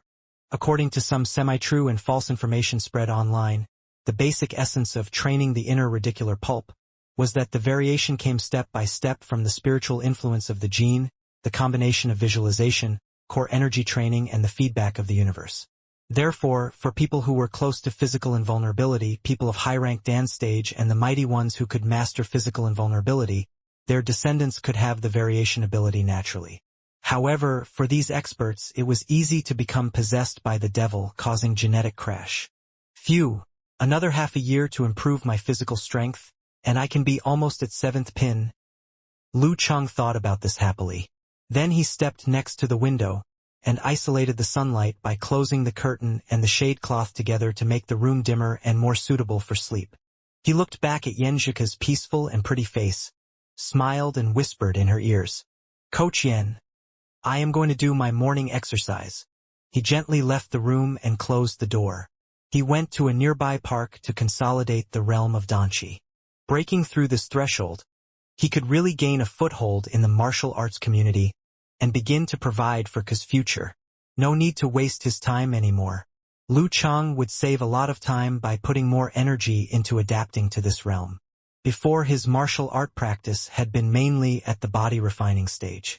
Even if he was now at Dan's stage, he could still use the old moves, but it had to combine with the current features not to be used indiscriminately. And fighting with someone like Qiu Lin, a strong Dan fighter, had made him learn and experience a lot, especially the Wisdom King Guard's temple, which gave him some ideas and new directions that he wanted to try. His bulging muscles caused friction sounds, which was offset by the blasting boom of rubbing his fists and kicking his legs. Lu Chang started to make his moves. The more he practiced, the more it became silent, like the roaring waves hidden in the turbulent. In a sunny restaurant, full of light, Yu Hong was sitting in the parent position. He squinted his eyes and smiled. The sun in the summer comes out really early. It gets hot too early. He picked up the stack of newspapers next to his hand, casually browsing through it, and waited for his wife to cook him some breakfast. Now only stubborn old men like you still read the newspaper. We all learned to go on the internet. His wife nagged him, carrying a dish from the kitchen. It's just my habit. Yu Hong took the plate with a laugh. Eating quietly for a moment, the grandchild who had come over to spend his summer break with them suddenly spoke. Grandpa, Grandpa, look at this news and these posts from Weibo. What news? Puzzled, Yu Hong took the phone. He fixed his eyes on it and was shocked at the headline. Shady deal. Xing Province Youth Tournament Committee deliberately suppressed genius. Scrolling down the screen, Yu Hong read quickly to the end. He couldn't help but proclaim, absurd. Was there no professional ethics for the journalists these days? This kind of thing could be made into news? Something said in a casual conversation should be treated seriously? The grandchild looked at him with fear and whispered, it's quite a hot debate online right now. Really? Let me see. Yu Hong said with his gloomy seriousness. His face gradually turned to a frown as he read all the information on the internet. There were two groups of people arguing online. One group advocated that it was just something said in casual conversation and shouldn't be taken seriously. It was very schematic to make a big deal out of it. This suited Yu Hong's taste. But another group thought it was impossible that wind had come from the hollow cave, so there must be something behind this. Because reputation was very important in the field of martial arts, it wasn't surprising that something like this was happening. With all the quarreling, the debate was getting more and more attention by not only the people who were usually concerned about the youth tournament but also some ordinary people. They rolled up their sleeves and picked their side to quarrel.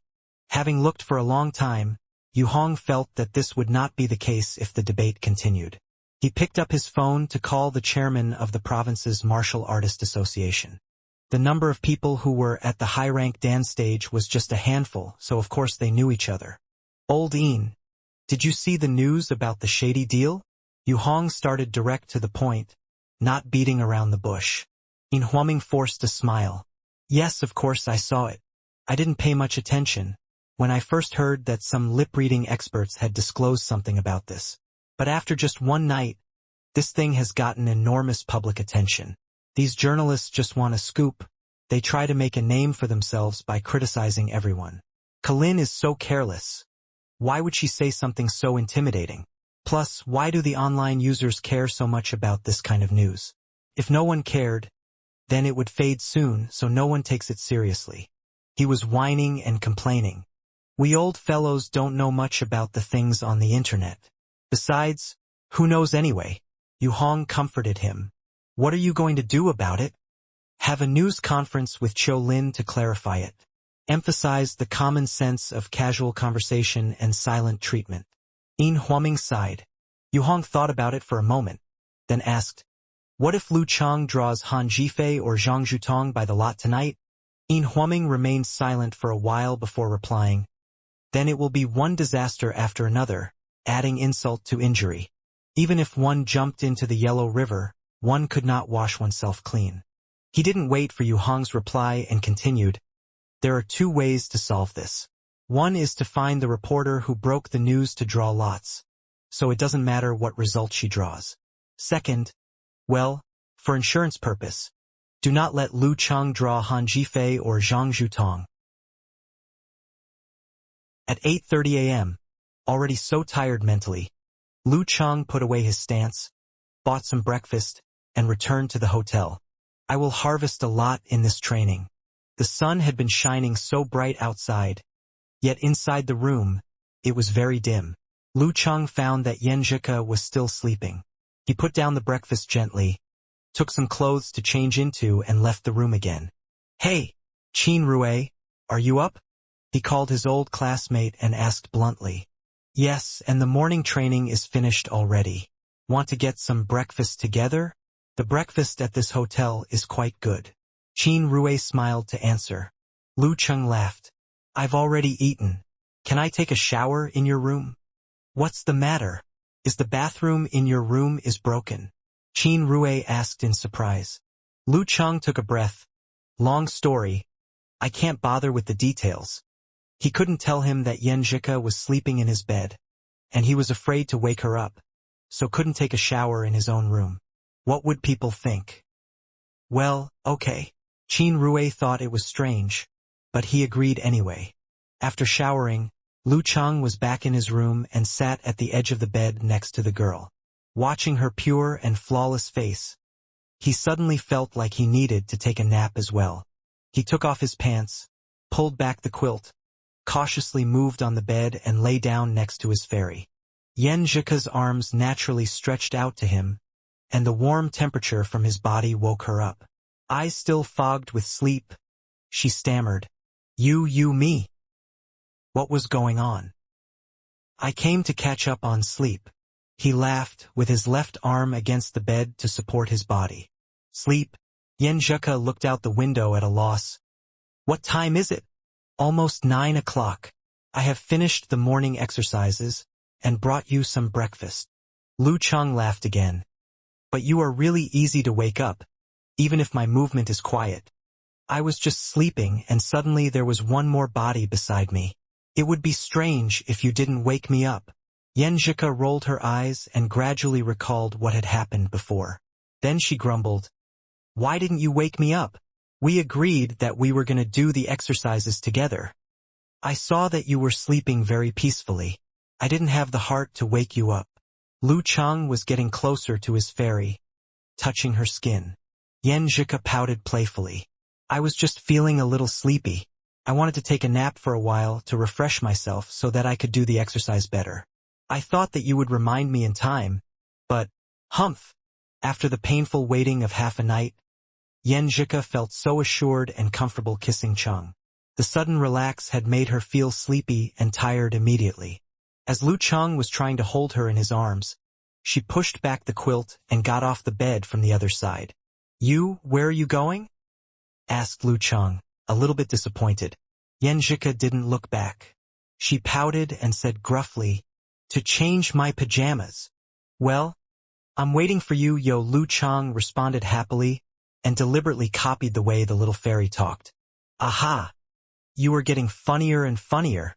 Yan Zhika was squatting next to her trolley case and then she laughed so hard that she couldn't even stand straight. Her blush had deepened when she'd said, change my pajamas. And now it was returning to normal. She went to brush her teeth and put cotton pajamas on. She closed her eyes and worked up the courage to get back into the bed. Then she put her foot on Lu Cheng's lap and chuckled. Hairy legs! The familiar body temperature, familiar smell and familiar feeling, made her dizzy. Thinking about the half-naked picture that Lu Cheng had sent to her, she couldn't help but giggle. What? Lu Cheng asked, feeling her skin. Nothing. Just feel like laughing. Yan Zhika lied on one side and curiously put her hand on his abdomen. The room was dim and their bodies were very close. Some secret fragrance was floating between their noses, and Lu Cheng's breathing had become very heavy. His heartbeat sped up and his body became excited. Yan Zhika was also a fighter and had good listening skills, so she sensed it immediately. She patted Lu Cheng, blushing. Sleep tight. What was she thinking about? It's hard not to have a reaction when I see you, he replied helplessly. But I also need to sleep well. Yan Zhika adjusted her body, well-behaved, and secretly snickered. Okay. Sleep. Lu turned around and hugged her, forcing himself to freeze into ice. A day of ear to ear and temple to temple. Yan Zhika went to find Gu Shuang and did her exercises. Meanwhile, Lu Cheng accompanied his family and friends for dinner.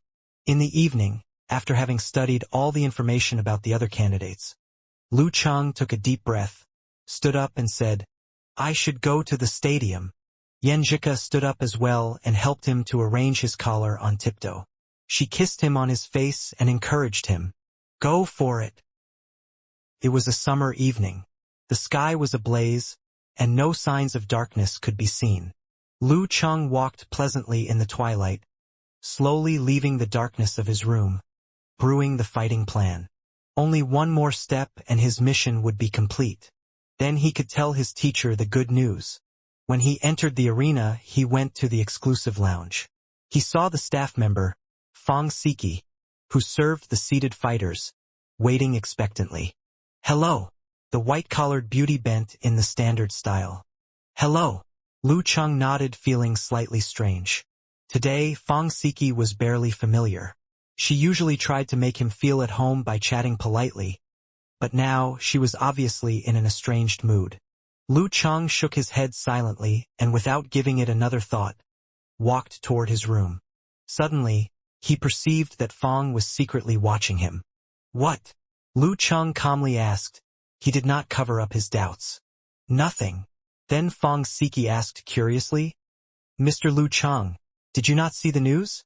"What news?" Lu Cheng asked in surprise. Was there any special news?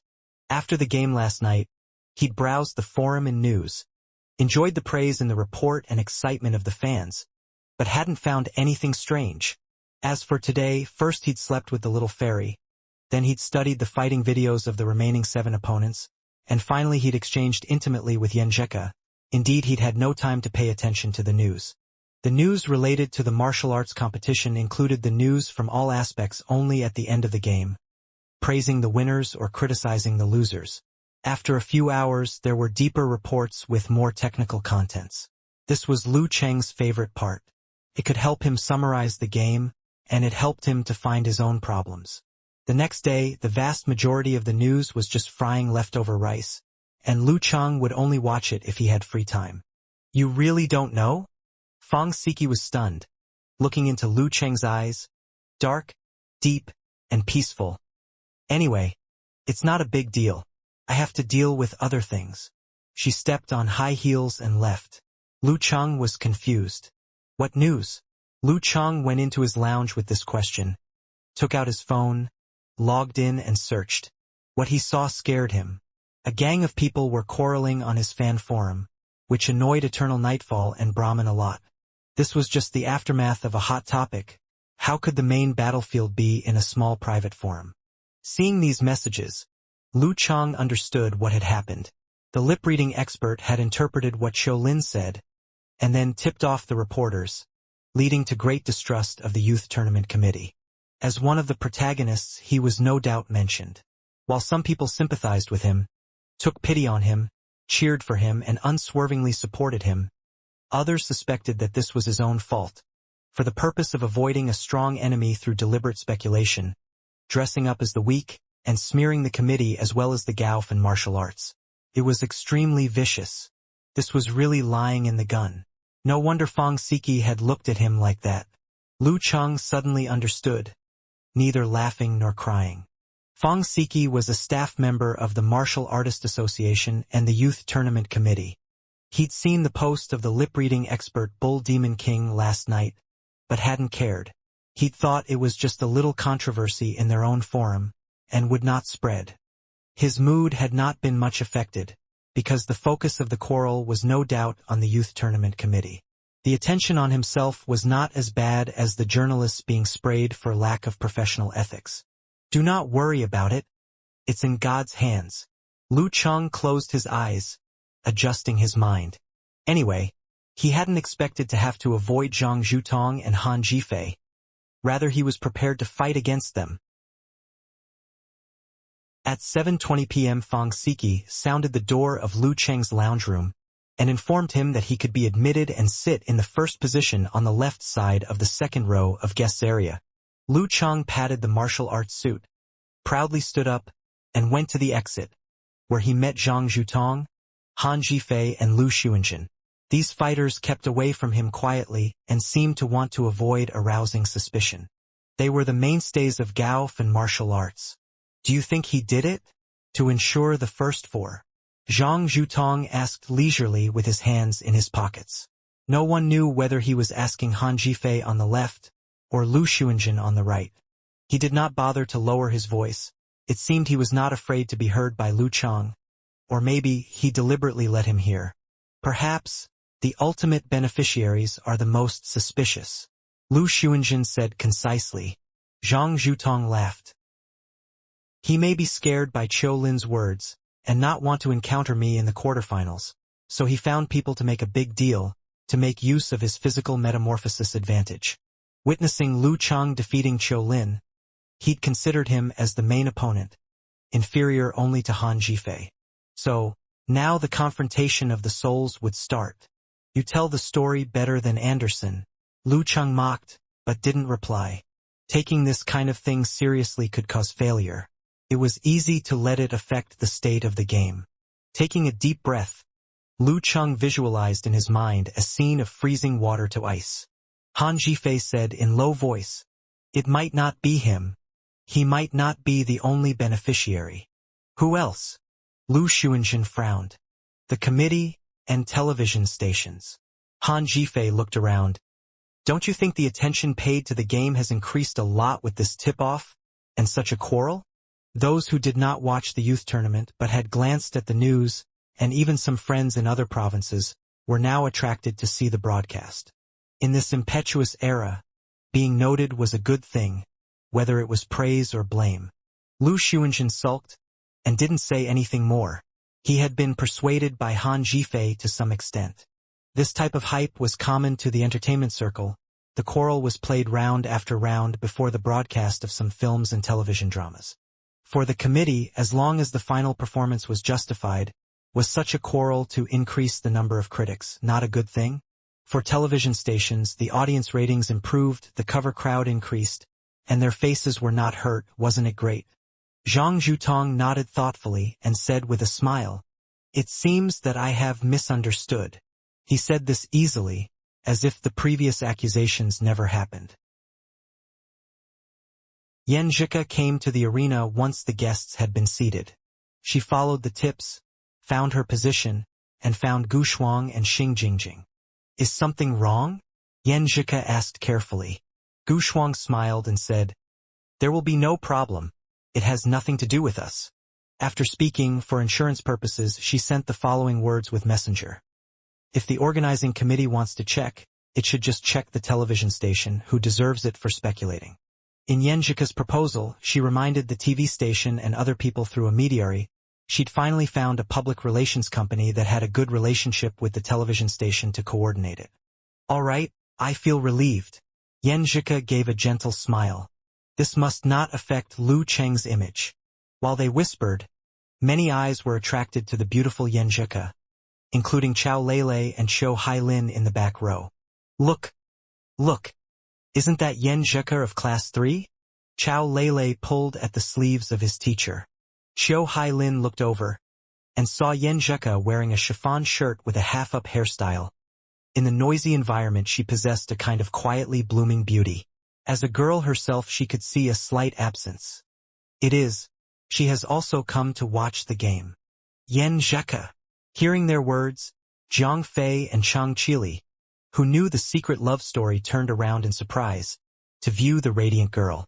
This was the second time they'd seen Yan Zhika, and after more than a year, they felt she was more beautiful than a goddess. She was more self-confident and graceful than she'd been in high school from what they could remember. They could see she really was charming. Being looked at by others this way, Yan Zhika, with a small achievement in meditation, certainly had the subtle induction. She glanced over subconsciously and saw a few strange, but slightly familiar men and women. Zhang Fei. She first recognized Zhang Fei because Lu Chang had shown her their group photo on his phone. She suddenly understood that this was Lu Cheng's group of friends and relatives. The one wearing black half-rim glasses with acne should be old Chongqing Chili. The guy with a wine-colored face was most likely Tao Xiaofei. The one with the large bald forehead was the Class 4 leader Qiu Hailin. The pretty little girl was Chao Lele, Lu Cheng's old deskmate. The man wearing gold-rimmed glasses, was that Lu Cheng's father? Was the woman next to him Lu Cheng's mother? She did not know why, but Yan Zhika suddenly felt inexplicably shy. Her face flushed as she said hello to Zhang Fei and the others shyly. Zhang Fei knew about the relationship between her and Lu Chang. She could not be without courtesy. In front of her were his mother and father. She could not be without courtesy. After greeting them, she immediately turned to sit down, clutching her hot face, and complained to Gu Shuang, "Why did you pick this spot? What's the matter with it? Gu Shuang looked up foolishly.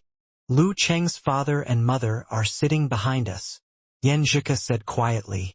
Gu Shuang was surprised at first. Then she laughed. Coincidental. Completely coincidental. The ugly daughter-in-law will have to see her mother-in-law. Pooh! Yan Zhika was shy. Yan Zhika knows us? To give us a greeting. Tao Xiaofei was stunned. Chao Lele was also confused. Maybe she knew me, said Qiu Hailin, not confidently. As the leader of Class 4, she had contacted Yan Zhika several times. Zhang Fei tightly closed his mouth, for fear that he would accidentally expose his secret.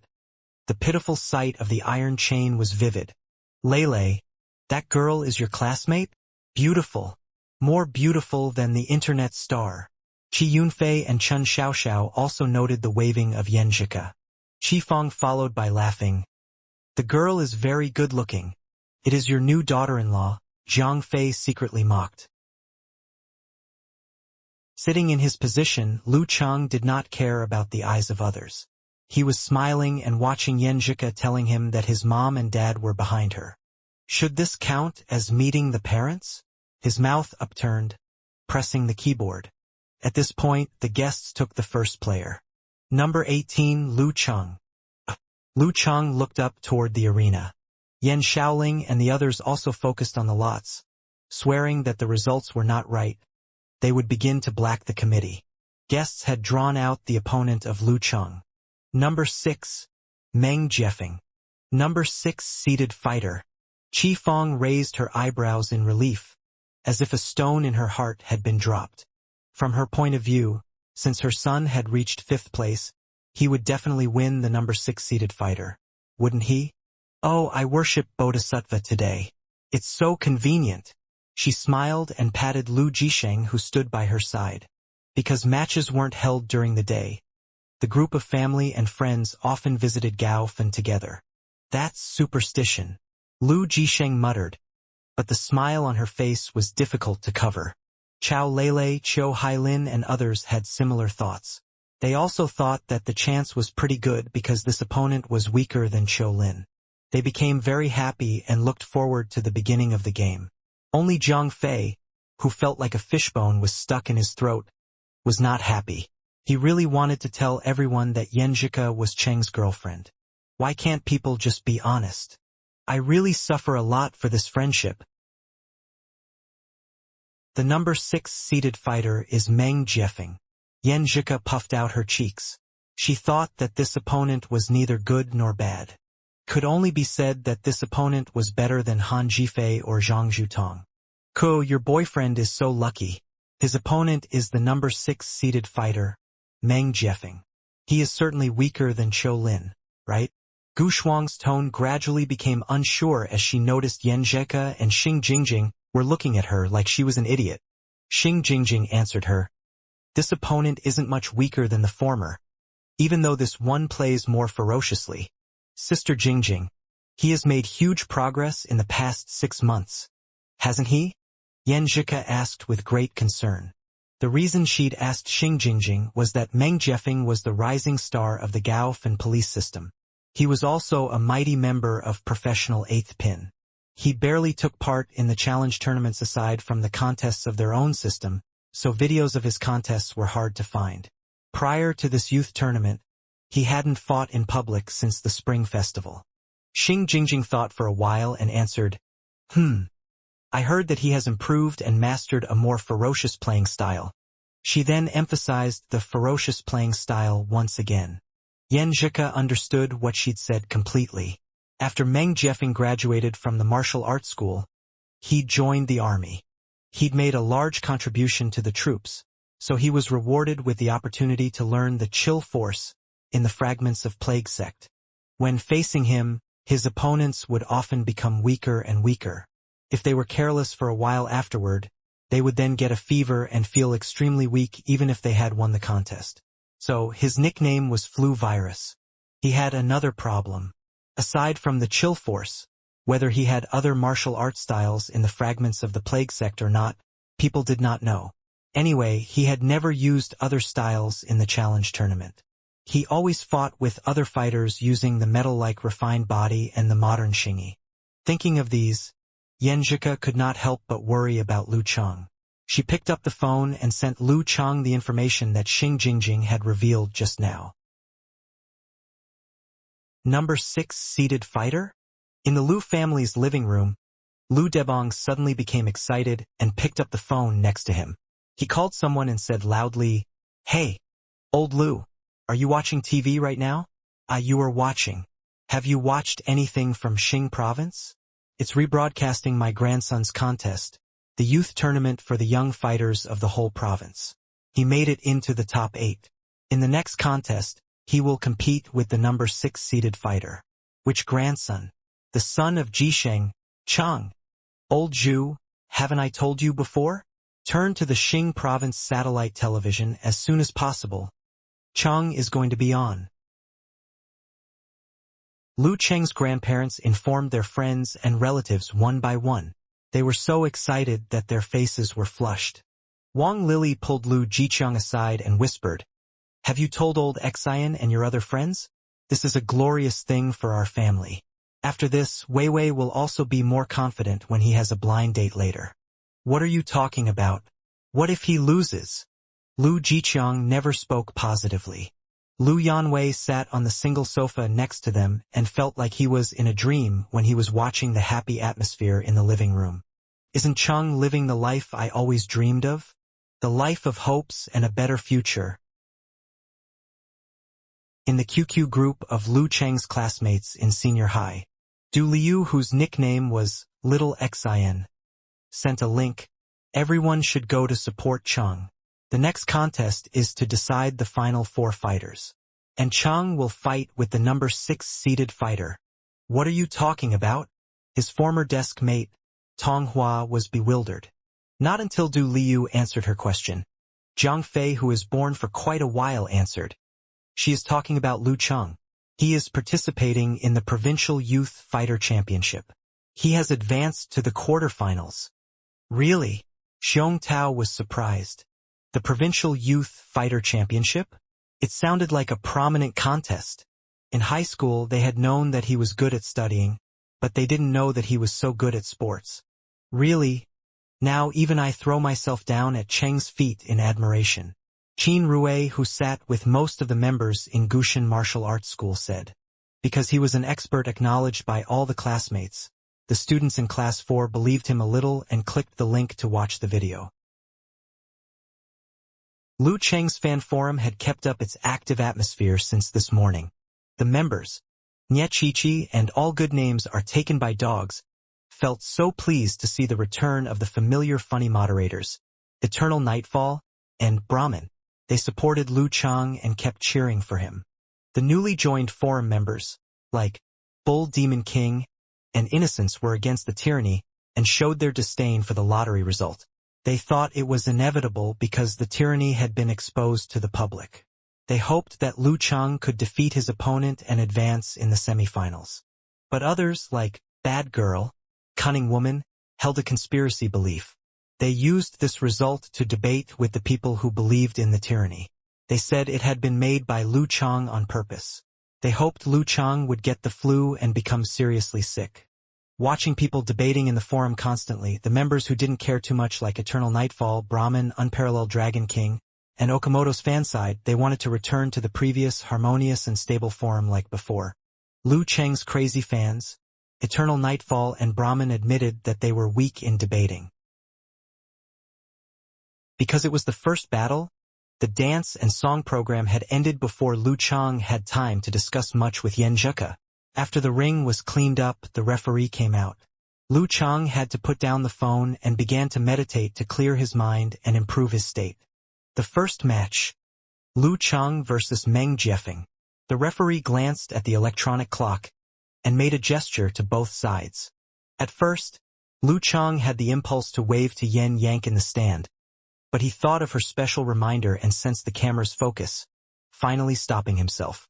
He couldn't show off their relationship in front of the audience, or his father-in-law would bring a knife from Gao Fon to kill him tonight. Recalling the scene when Yen Zheka had offered to kiss him and cheer for him later, he took a breath and walked along the brilliant road under the brightness of floodlight towards the stone stage. He was like a new car. Every step he took was like every trip the car ran. His physical state gradually mixed in his mental state. His momentum slowly rose until he set foot on the ring. Then a series of crisp, low bombing sounds appeared in his body, and his muscles and bones made a rising sound. Seeing such strong momentum, the audience held their breath and felt the number 18 fighter, Lu Cheng, become much taller. Meng Jiefeng was neither tall nor short, with inch-long hair. He had sharp eyes and wore a dark blue martial arts suit which made him slightly charming. He stepped onto the ring almost at the same time as Lu Cheng. He stood on the ground casually and introverted his momentum, introverted so that not to fight against Cheng directly. The referee raised his right hand and announced, 3-minute talk time. Meng Jiefeng said with a smile, "You must feel a lot of pressure?" "It's normal," Lu Cheng answered with a humble attitude. "No, you are lying." Meng Jiefeng's eyes became sharp as if he was interrogating a criminal. "You are afraid of the influence of my cold force, which would make you sick after this battle. So you will lose the battle next day and never have the chance to advance in the semifinals. Then your competence won't be testified, and everybody will believe that you advanced in the semifinals by some other tricks. You will end up dying like a normal person and be criticized by everyone. They will charge you as a villain." He wanted to bury the seed of hesitation in the heart of his opponents so that his opponent would make mistakes and be unable to decide which way to go when judging something. "I have a clear conscience. Whatever others say won't influence me at all," Lu Cheng said honestly. "If I have an opponent, I will challenge him in the right way. If there are some discredits, I will also challenge him in the right way. To answer the doubt by the victories I've obtained is my martial arts belief. Maybe it sounds a little immature, but it's my real position. When I set foot in the ring, I only consider the opponent in front of me in my heart and to defeat him with my power. This is the significant respect I have to give him. As for the next battles or the final impact, I don't care about them so much." Because of the disturbance before this battle, he had reflected a little. With this conversation, he again summarized his thoughts. In the actual combat, whatever you feared would happen to you more easily, so you had to keep a firm mind. Meng Jiefeng shrank his eyes slightly and laughed. "I hope you can remember what you said just now." He did not say anything more, for he knew the standard and was afraid of having a bad effect. After a while, the referee checked the time. He once again raised his right hand and suddenly waved, "Begin." Meng Jiefeng's muscles and fascia suddenly bulged, causing his martial arts suit to look very tight. And people could see that every piece of his tendons and vessels extruded from his exposed body parts. They all looked dark blue like iron, so that the skin was as hard and cold as steel. Metal-like refined body was the euphemism for it. Meng Jiefeng used his back as the axis as he moved one step forward. He twitched the fascia on his side and stretched his right arm. Crack! His neck suddenly thickened and rubbed the air to make a bombing sound. The pieces of dark blue tendon and vessel seemed to outline many frightening flower patterns on his body. Pia! The crisp sound rang constantly. His right fist punched out at high running speed. Lu Cheng's heart lake was as clear and quiet as ice. In a flash, his center of gravity moved backward. He bounced his spine and ran backward. After entering Dan's stage, his condensation stance seemed to have improved because of the wonderful feeling he had. It didn't mean that he had predictions or the absolute reaction to dangers, but it could help him have a clearer mind, a more intuitive vision, and make a more accurate judgment. Seeing that his opponent was moving back, Meng Jiefeng stepped on the ground hard. He ran forwards with the power coming from the precise rebound. But just at the moment that his body leaned forward slightly, Lu Cheng suddenly stopped. His center of gravity sank. He then exerted force into his feet and turned back to fight against his opponent within a split second. He tightened the muscles on his back and punched out his right fist. This was a ferocious counterattack. He played this attack so properly just as Meng Jiefeng finished his punch that he didn't have the time to strike a new attack. It was an embarrassing situation for Meng Jiefeng. His Meng Jiefeng took a breath and slightly withdrew his force. He followed with a release that made his right fist come back strangely. His left arm extended and slashed out to the other side. The dark blue flower pattern on his neck became clearer. This was the result of all the forces in his body uniting as a whole. Seeing his arm was about to be struck by the opponent's fist, Lu Cheng suddenly changed the center of gravity and dragged his arm, which he actually flailed out abruptly, to the other side. He disappeared from Meng Jiefeng and flashed behind him. During this abrupt process, the force of Lu Cheng changed and rounded transparently and fluently so that his twisted movements looked very smooth and natural. Dan's stage. In the TV broadcasting room, the guest host, Yu Hong, said in a praising and emotional tone, "Dan's stage." Zhang Zhutong did not return to the restroom. He stood by the ring and exhaled a breath. What he was unwilling to face had still happened. After so many battles, Lu Cheng had kept improving himself and shortened his practicing time to become a real mighty fighter of Dan's stage. The moment that Lu Cheng arrived behind his back, he tried his best to bounce his back so that he can exert new force into his right fist. With tight muscles and thunderclouds in his mind, he chopped Meng Jiefeng's spine. Pia! The fist was so ferocious that Meng Jiefeng's hair prickled and made him feel slightly bitter. But he did not look panicked at all, he even began to laugh. "So great, you're behind me now." Within his mind, there suddenly appeared a big vicious bell, covered in floral motifs. Hum!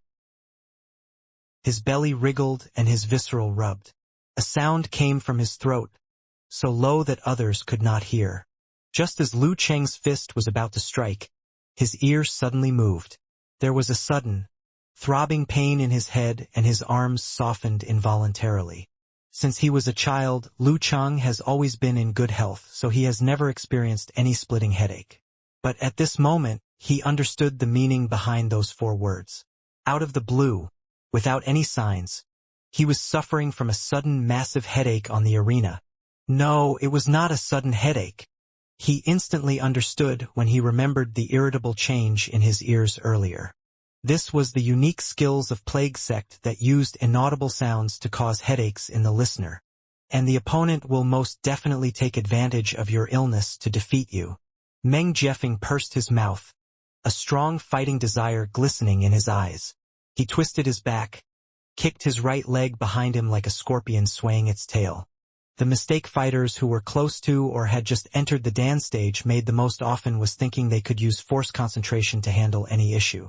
Although the headache ululating could be reduced by shrinking the chi and blood, using force concentration blindly at such a limited distance was akin to serving oneself as a human sandbag for the opponent.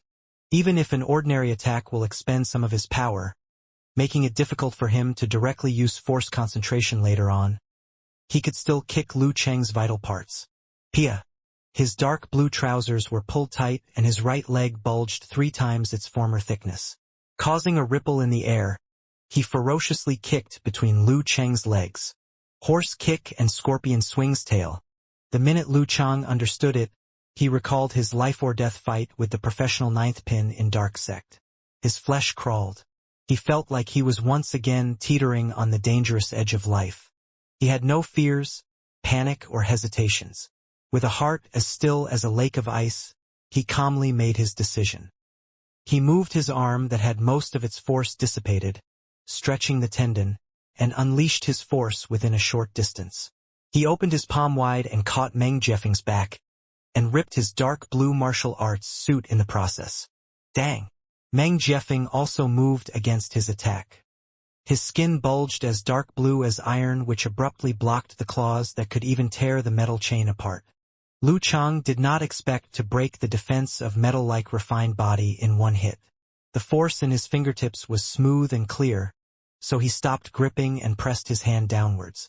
Meng Jiefeng's center of gravity sank under Lu Cheng's pressure, and the right leg that he had extended lost all its strength halfway to his kick.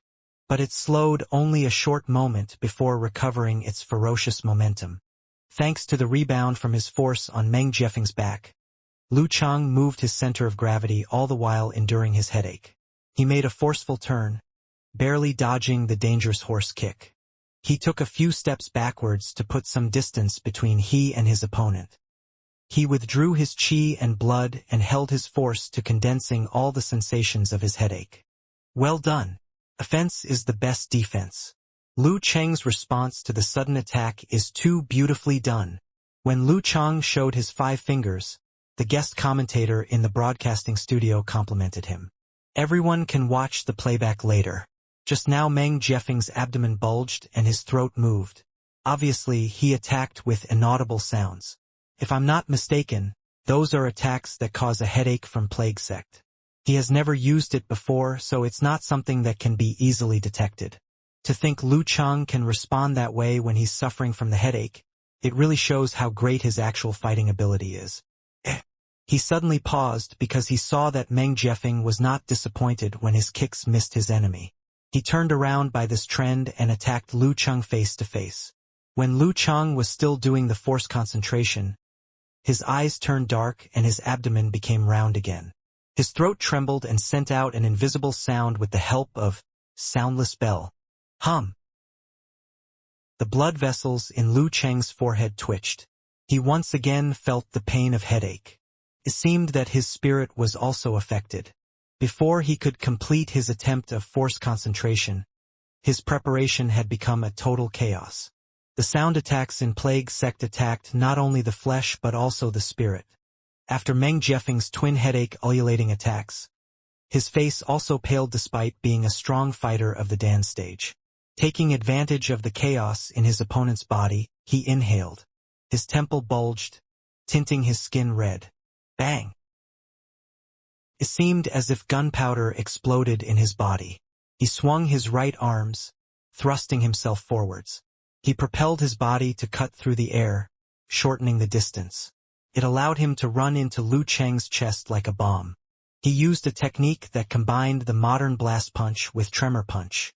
He had entered this youth tournament with the unpopular idea of advancing into the top 4, he thought.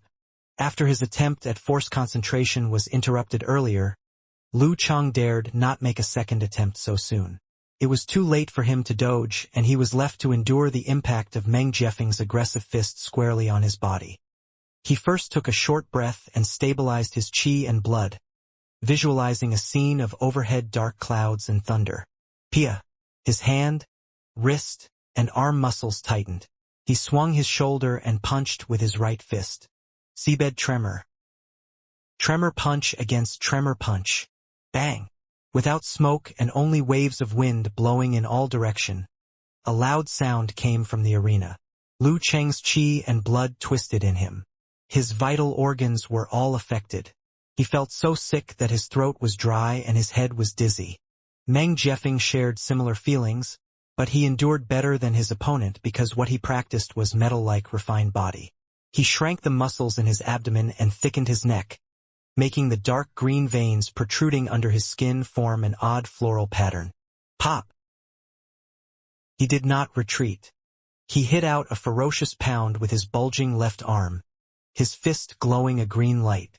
Lu Cheng was afraid his opponent's unique skills would once again affect him. He did not dare use force concentration in his current state. He could only control his organs through inner practice, compressing his muscles to make a reverse wave to offset his attack. His back muscles made a brief appearance and his hands were crossed in front of his body to block Meng Jiefeng's fist. Phew! The sound of whistles rang everywhere. Lu Cheng felt his opponent's fist turning hot and cold, giving him an empty feeling like he was being hurt by the dark wind. He could not help shuddering. He had a feeling he was about to fall ill. The chill frost? He thought of an idea and visualized the scene of a red sun falling into an icy river without hesitation. He did not have time to prepare severe warning, but that was not his goal anyway. Based on the pre-match discussions, he visualized the collision between ice and fire, leading to the explosion of his supernatural ability and dispersion of the weird force invading his body. Kill the person with ice and fire. Bang! Lu Cheng's face sometimes turned red, sometimes green. The cold currents mixed with the hot waves surged to eliminate the feeling of emptiness and exhaustion. However, it was impossible for Meng Jiefeng to wait for him to recover. He continued to use killer moves on Lu Cheng without stopping. With the use of chill force, Lu Chang had gotten rid of the continuous negativity of headache ululating.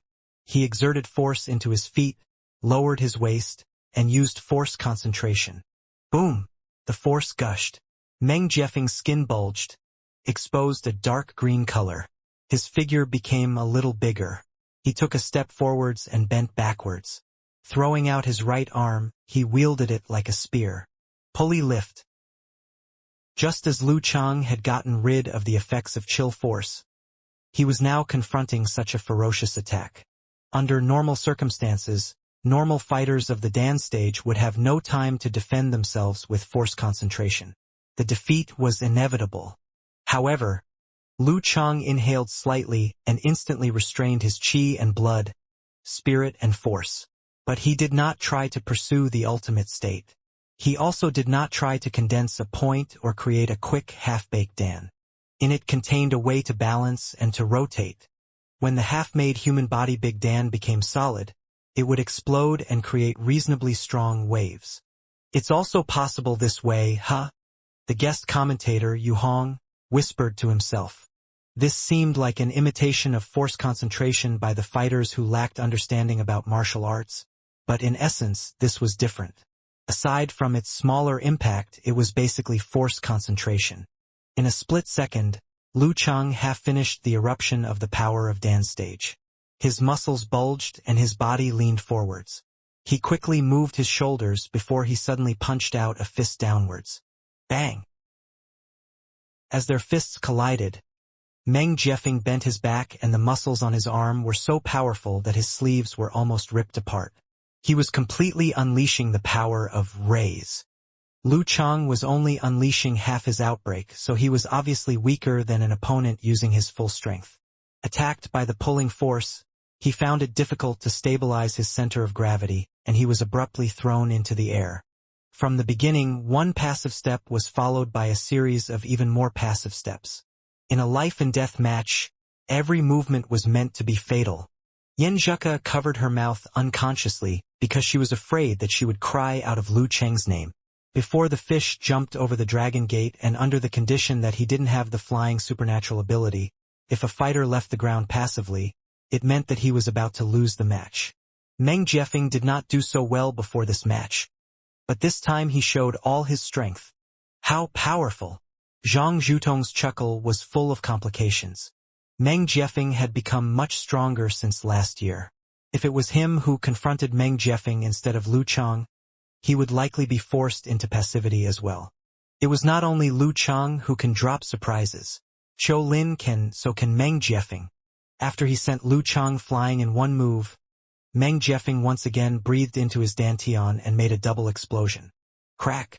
With the broken sound, he rushed at Lu Chang with a bullet-like speed.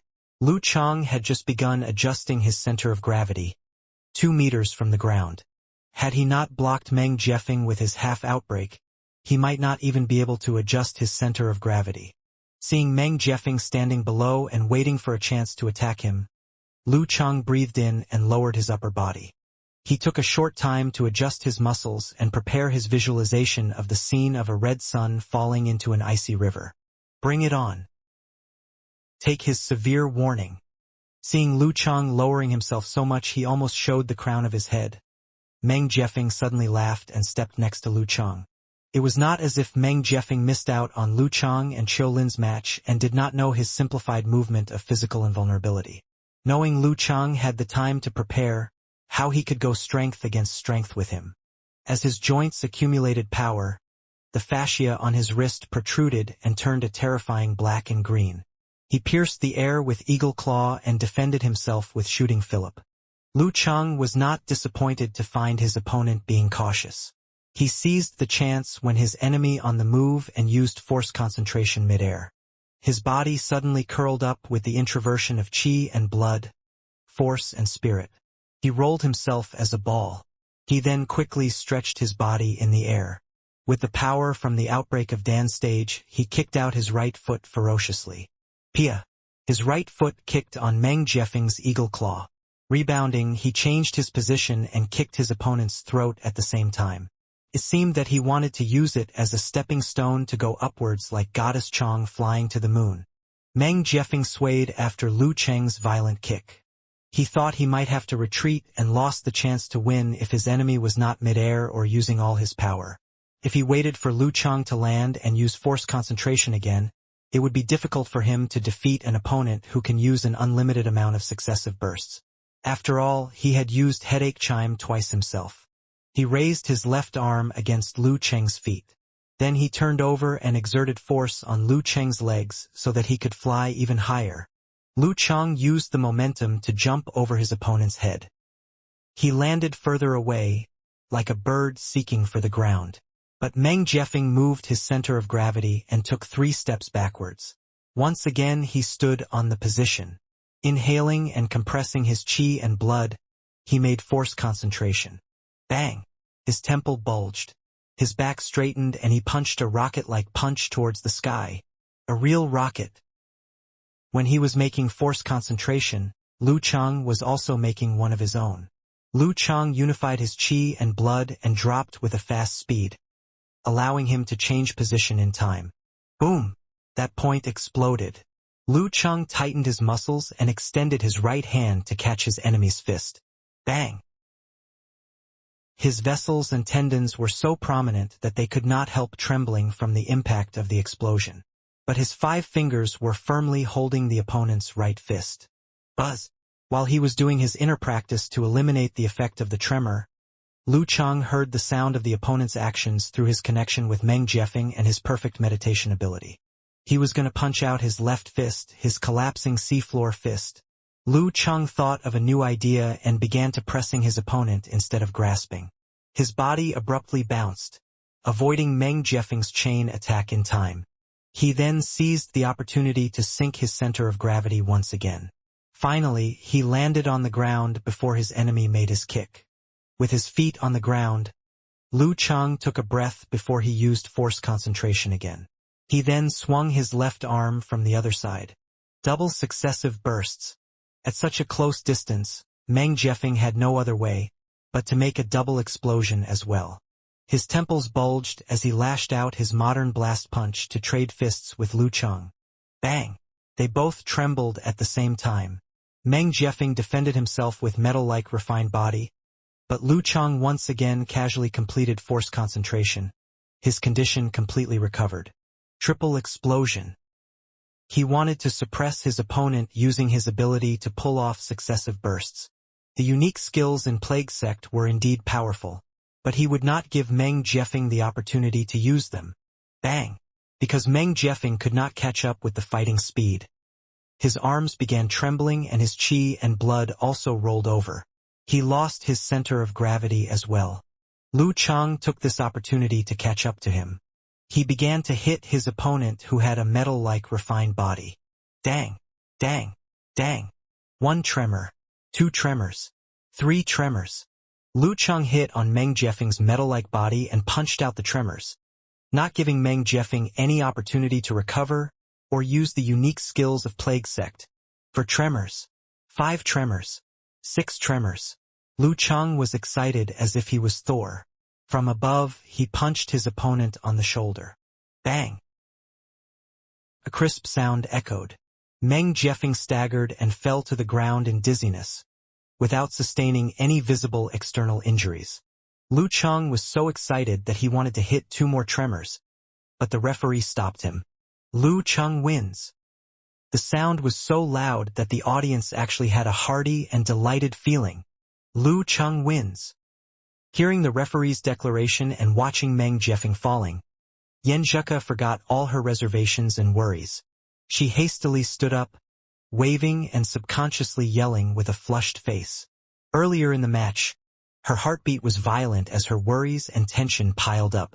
She felt as if her boyfriend was being forced to walk along a dangerous edge, possibly failing with every move he made.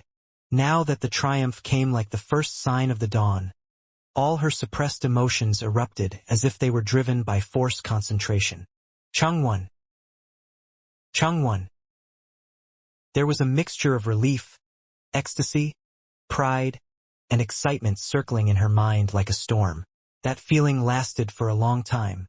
After the first outbreak of emotion, Yanzhika calmed down and came to her senses. She subconsciously turned towards Lu Cheng's family and friends, worried that they noticed her lapse in behavior and found out about her relationship with Lu Cheng. He won. Though she did not quite understand martial arts competitions, Qi Feng relished in the breathtaking atmosphere earlier and noticed the silence and depression of Zhang Fei and the rest. Now that her heartbeat had slowed to a normal pace, a rare excitement burst in her. No one paid attention to her abnormal manner since they were all overjoyed. As expected, Chao Lele and Qi Yunfei were yelling to vent their emotions. But even Lu Jisheng was waving his fist with the others, his wire-rimmed glasses askew. He wins. He wins. Cheng, brother Lu Cheng wins. When Yan Zheka saw the reactions of Lu Cheng's cheerleaders and the cameras that were still focused on the arena, she sighed with relief knowing her excitement had gone unnoticed. She found a nearby Gu Shuang joining the Mexican wave, yelling, "Lu Cheng! Lu Cheng!" Gu Shuang only noticed the eyes of her two close friends on her after a long while. She shrugged and stuck her tongue out in embarrassment. The fight was so tense, breathtaking. I'm also excited.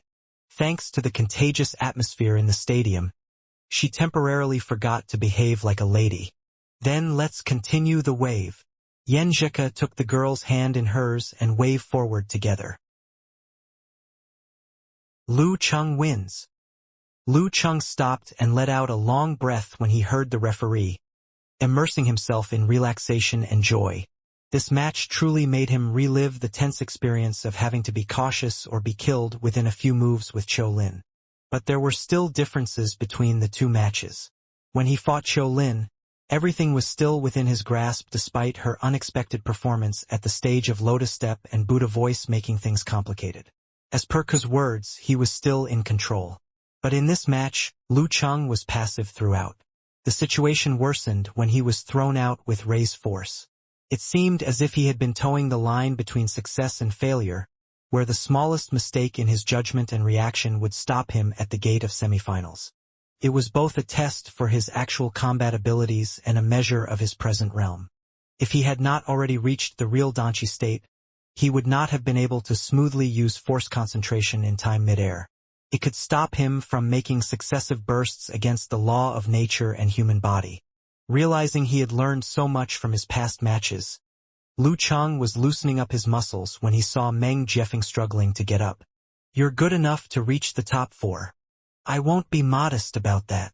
Meng Jiefeng gasped, a trace of dizziness still in his eyes. He held back his urge to vomit with difficulty. Too bad I met an abnormal guy like you. If Lu Cheng's stamina was a little weaker, thus leaving him a brief respite in the last wave of Tremor Punch, Meng Jiefeng would have used all his remaining strength to make another headache sound. He unfortunately had not seen any trace of exhaustion from Lu Cheng until now. If only he had reached the level of 7th pin, he would have been able to make another headache sound as soon as he began falling. If that happened, the outcome would have been different. Lu Cheng could not read minds, nor could he hear the what-ifs in Meng Jiefeng's mind. He could only follow up on their conversation. Everybody has their strengths. Though my stamina is superior and I can make an endless amount of successive bursts, haven't you mastered the sonic attack skill of Plague Sect? If I learned that, you wouldn't stand a chance at all. Perhaps it was his excitement and joy after a difficult battle. Lu Cheng did not leave after just exchanging few words as usual. He had become a talker this time. That's right, that's right. Shaking the what-ifs out of his mind, Meng Jiefeng kneaded his temples. Cold wind force isn't as simple as you think. Take a hot bath when you go back. Remember not to sleep with the air conditioner on. Don't blame me if you catch a cold tomorrow out of carelessness. No wonder it was called flu virus. The unique skills of Plague Sect were really disgusting. Lu Cheng cupped his fist in greeting. Thank you. They turned around and left the arena in different directions. He won.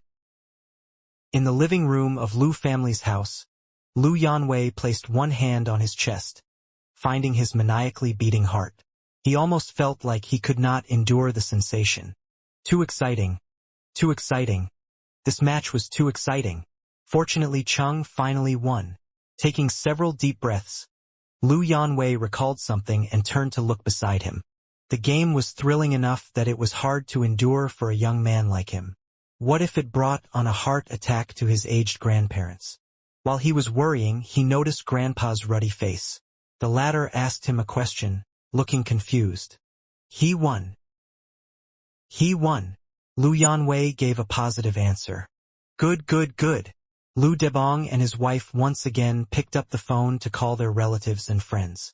They soon basked in praise as Lu Cheng's achievement spread through the telephone line. Wang Lili cast a complaining glance at Lu Jiqiang.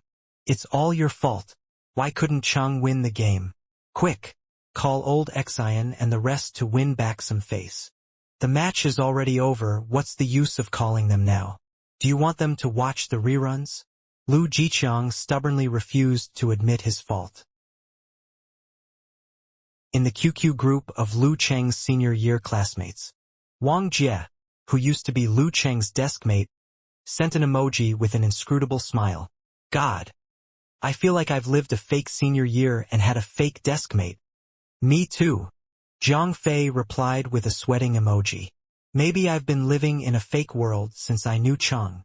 Tong Hua, Du Liu's ex-deskmate, sent an emoji snapping its fingers. I remember now. In our class reunion before the New Year festival, Lu Cheng said he made progress in martial arts and was already a young swordsman, right? So it's actually true. Oh yeah, he also said he quit drinking and smoking for kung fu, even arguing with Saudi Arabian over that. I didn't really believe in him then, but now it's proven to be true. Stop talking about me. We never argued. Tao Xiaofei replied with an emoji throwing itself at Tong Hua's feet. I'm now wholeheartedly serving Brother Lu. I feel so much pride. Students who had been quiet lurkers appeared one after another to excitedly discuss Lu Cheng's match. A classmate of theirs had become a celebrity just 1 year after senior year. What an awesome person. I was almost frightened to death, Wu Ting said in a panicked voice, holding Zhang Qiufan's hand after venting her excitement. Zhang Qiufan raised her head proudly. I wasn't frightened at all. I always believed Sir Lu would win. Your knowledge of martial arts is shallow and you haven't broadened your horizons yet. I've already experienced a lot, including all kinds of shocks and dreadful things, but I'm still in favor of Sir Lu. See the gap between our realms. Wu Ting delivered a speech that stunned both Zhang Qiufan and Yao Ruiwei, as if she was actually telling the truth. Secretly glancing at her dad Wu Qinggui and Uncle Wei Renjia, Wu Ting found them in an indescribable silence, where they were at loss of words. The greatest shock was usually quiet. Stepping down the stone steps, Lu Cheng turned his gaze to the stands and pretended to wave to his parents. He was actually looking at Yan Zhika, who sat in the front row. Lu Cheng, we meet again. Wu Wei blocked his path. Congratulations. You've made it to the top 4 and achieved your goal. Thank you, Lu Cheng responded politely, withdrawing his gaze. Wu Wei smiled. Do you have a new goal for tomorrow's match? She was trapping him with her words. Nothing specific. I'll fight in each match with all my might and apply all that I've learned. I'll see what works. If it works, I'll see what's its advantage. If it doesn't, then I'll find out why it doesn't. Lu Cheng was still stuck in his talker state. There was nothing worth reporting. Complaining to herself, Wu Wei smiled and asked, we all noticed that you became stiff twice in the battle with a painful expression. Was it because of Meng Jiefeng's unique skills of Plague Sect? What did you feel then? That's right. It should be the inaudible sonic attack skill of Plague Sect. As for my feelings, I experienced a head-splitting headache, said Lu Cheng, reviewing the battle. After questioning several details of the match, Wu Wei raised her eyebrows and smiled. Lu Cheng, have you heard about the scoop? About your in-match communication with Qiu Lin? Yes, I have. Lu Cheng knew the reporters would not let go of this. What do you think? Many are saying it's unfair. Wu Wei raised a skillful question. The unfairness may refer to the committees suppressing Lu Cheng or Lu Cheng not drawing Zhang Zhutong or Han Jifei for this round, making it unfair for other fighters. Lu Cheng thought for a moment before answering. I believe in the fairness of the committee's drawing process. Always. He did not say much this time. He felt it would easier for people to criticize him the more he said. Was this the struggle of fame? On the other side, Yenjika was now seated and listening to her boyfriend's interview, as if she was experiencing his feelings. Frowning, she took out her phone and browsed Lu Cheng's fan forum, where many people were quarreling. On one side were Eternal Nightfall, Brahmin, and Unparalleled Dragon King venting their joy and excitement using all the means, like sending cute emojis, behaving crazily, analyzing and congratulating Lu Cheng for successfully making it to the top 4. On the other side, many were still cursing with increasingly poisonous attitudes. Look, he reached the top 4 with unacknowledged kung fu. If he hadn't drawn that Meng Jiefeng as opponent, that Lu nobody wouldn't have made the top 4. He even said he believed in the committee's drawing result. What a hypocrite. He's even worse than a crook. Damn it. Nice guys finish last. Bad guys always win. Eternal Nightfall could no longer contain her anger after the quarrel. She replied, Can't you use your eyes or ears? That grandpa guest said Meng Jiefeng had mastered the sonic attack skill of Plague Sect, and was at the level of top 4. Though she was baring her fangs and brandishing her claws, she still lacked experience in attacking other people's weaknesses, thus making her seem weak. So what? They're just saying that. Seeing those on her side struggling to counterattack even as Brahmin and the rest joined in, Yenjika clenched her teeth, feeling a sudden urge to do something for Lu Cheng. Cheng should not be shouldering these things. In the following matches, Zhang Zhutong defeated a non-seeded player, while Han Zifei defeated the 2nd seed and Lu Xuanjin defeated a 8th seed. As the audience began leaving the stadium, Yenjika arrived at a nearby parking lot with Gu Shuang and Xing Jingjing with a worried expression. She raised her head, as if she had made up her mind. Shuang, send me to Cheng. What? Gu Shuang felt so confused. Isn't he fighting in the semi-finals tomorrow? What on earth are you thinking? Yenjika chewed her lower lip, both amused and vexed. There's something I want to tell him. Can't you use QQ or call him? Gu Shuang frowned in confusion. Yenjika shook her head. I want to tell him face to face. All right. Gu Shuang gave in since she knew Ku was too stubborn for her to change her mind. Returning to his hotel room, Lu Cheng turned off the air conditioner and was about to go to bed when he saw Ku's text. I'm outside the door. Outside. Lu Cheng was baffled into speechlessness. Ku was supposed to be resting in Gu Shuang's home. Why was she here? Could it be? Lu Cheng could not help thinking something was off. An idea occupied his mind and caused his throat to dry. He still has the semi-finals and finals tomorrow. Oh, forget the competitions. This competition was not the only challenge tournament around. Running towards the door, he felt something was weird this time. Ku's usual brisk tone was missing in her text earlier. Was she here for something else? Still confused, he opened the door. His girlfriend was wearing a chiffon shirt, making her look elegant in the dim light. He stepped aside and let her in. Closing the door, Lu Cheng was about to say something when Yenjika spoke first as she looked down at her toes. Cheng, do you know the scoop? Have you seen the quarrels in your forum? Yeah, why? Lu Cheng asked, looking puzzled. Yenjika took a deep breath and lightly bit her lips. I was the one who got someone to publish the scoop. I was worried that they're really suppressing you. She exhaled as if she freed herself from something heavy. Since it had come to this, she did not want to conceal anything from Cheng. What? Lu Cheng froze. He recalled his conversation with Meng Jiefeng, in which he claimed with a clear conscience that he had nothing to do with the scoop and hype. So it was the committee who deliberately prevented him from drawing Zhang Zhutong or Han Zifei to prevent suspicion. That was so unfair to the other fighters. He knew Ku had done all this purely for him and it did move him. But he could not help having some other feelings about it. Yenjika cast a glance at him. What's wrong, Cheng? Seeing his girlfriend ask the question timidly, Lu Cheng hastened to reply. No. Casanova's instructions came to his mind. Communication with a girl required good attitude. For starters, a compliment. Pausing to choose his words carefully, Lu Chang continued. Actually, I'm very moved. You've done so much for me, and I know you have the best of intentions. But what?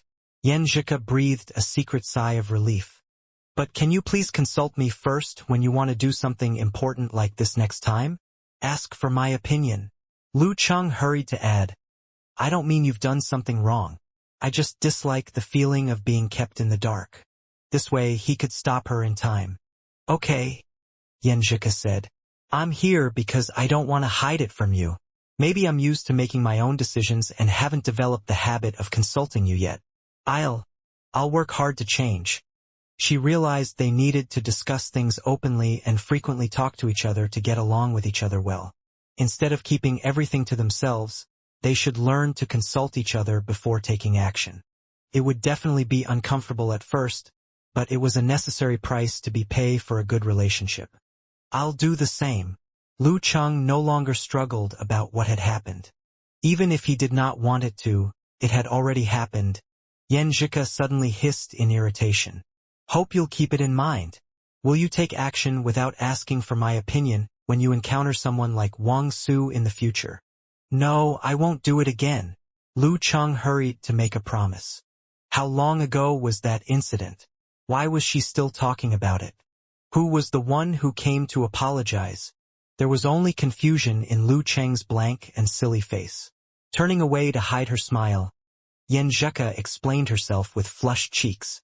I was just beginning to feel an attachment to you back then.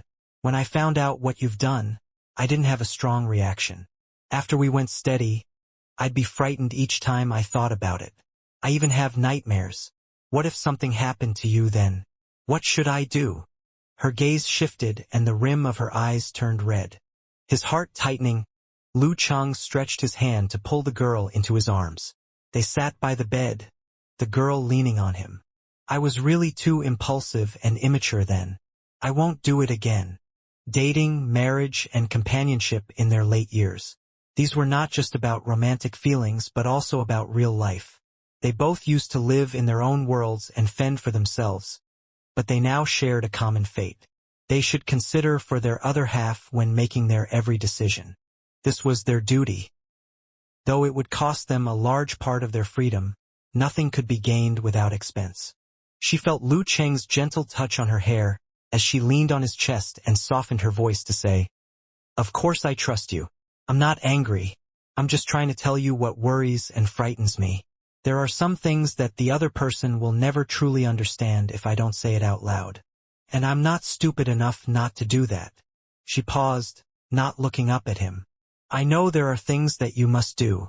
My grandpa often told me that all of us, men or women, have responsibilities that we must undertake, sometimes even at the risk of our lives. But you can't be impulsive. You must weigh them carefully before acting. It's no big deal to react based on impulse. Even a street hooligan can do that. Thinking thrice before making your decision is what makes you a true hero. If you re-encounter such situation and have things you simply must do, I won't stop you again. I just want you to tell me and let me go through it with you. Grandpa really speaks wisely. A chord was struck in Lu Cheng's heart. Sure enough, Ku was better at communicating than him, for he was likely to be illogical and would be unable to highlight the key points. I'll think thrice and consult you before acting from now on. He smiled and said, I really want to meet Grandpa. Who's your grandpa? Yan Zheka looked at him reproachfully, but couldn't help asking in curiosity, Why do you want to meet him? I want to know how great the elder is to turn you into such a good girl with such a perfect worldview, values, and life philosophy. Lu Cheng laughed. Bah, you're so disgusting. Could you stop racking your brains to praise me?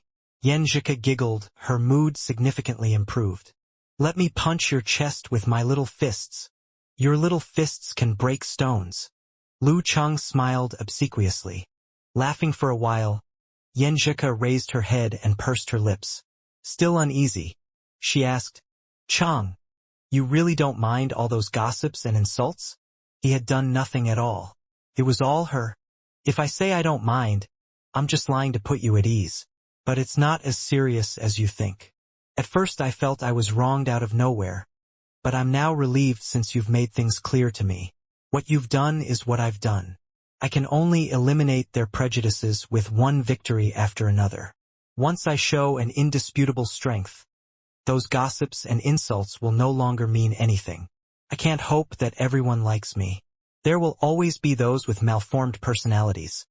Lu Cheng explained his feelings with a smile. Yan Zhika gnashed her teeth as she listened to him. With great concern, she asked, "Will it bring you a lot of pressure? To eliminate people's prejudices with one victory after another? Was he planning to win 2 matches tomorrow? That will bring him great mental pressure." Lu Cheng was stunned before he burst into laughter. "Ku, were you infected with my silliness? I don't mean just this youth tournament. There's no such thing as a 100% winning rate when you're similar to or weaker than your opponent in a martial arts competition."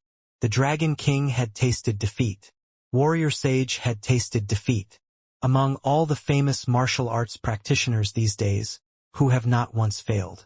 What I mean is that as long as I push on, I'm sure to gain more victories even if I lose the match tomorrow. He deeply inhaled the girl's fragrance. "Humph. So you know your stupidity is contagious."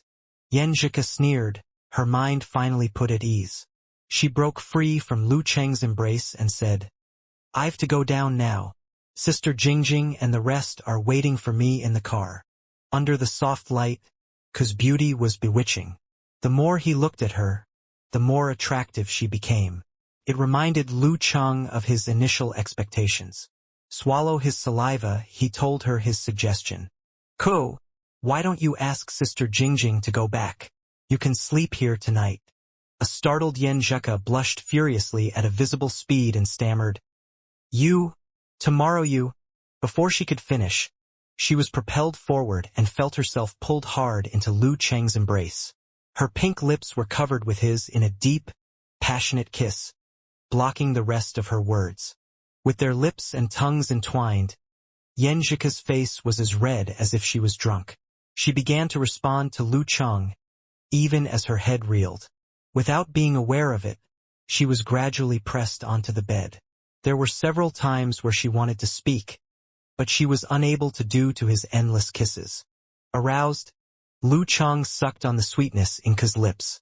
With one arm around her, he could not help caressing her body with the other. Sliding his hand along the curve of her body, he stopped at the back of her waist and began tugging at her chiffon shirt. Her exposed skin was smooth, delicate, and cool. Lu Cheng breathed heavily and continued to explore upwards, slowly and cautiously. She stiffened and trembled lightly. A faint groan came from the back of her throat. She weakly pushed Lu Cheng away, but her hands were grasping his shirt as if she was resigned to fate.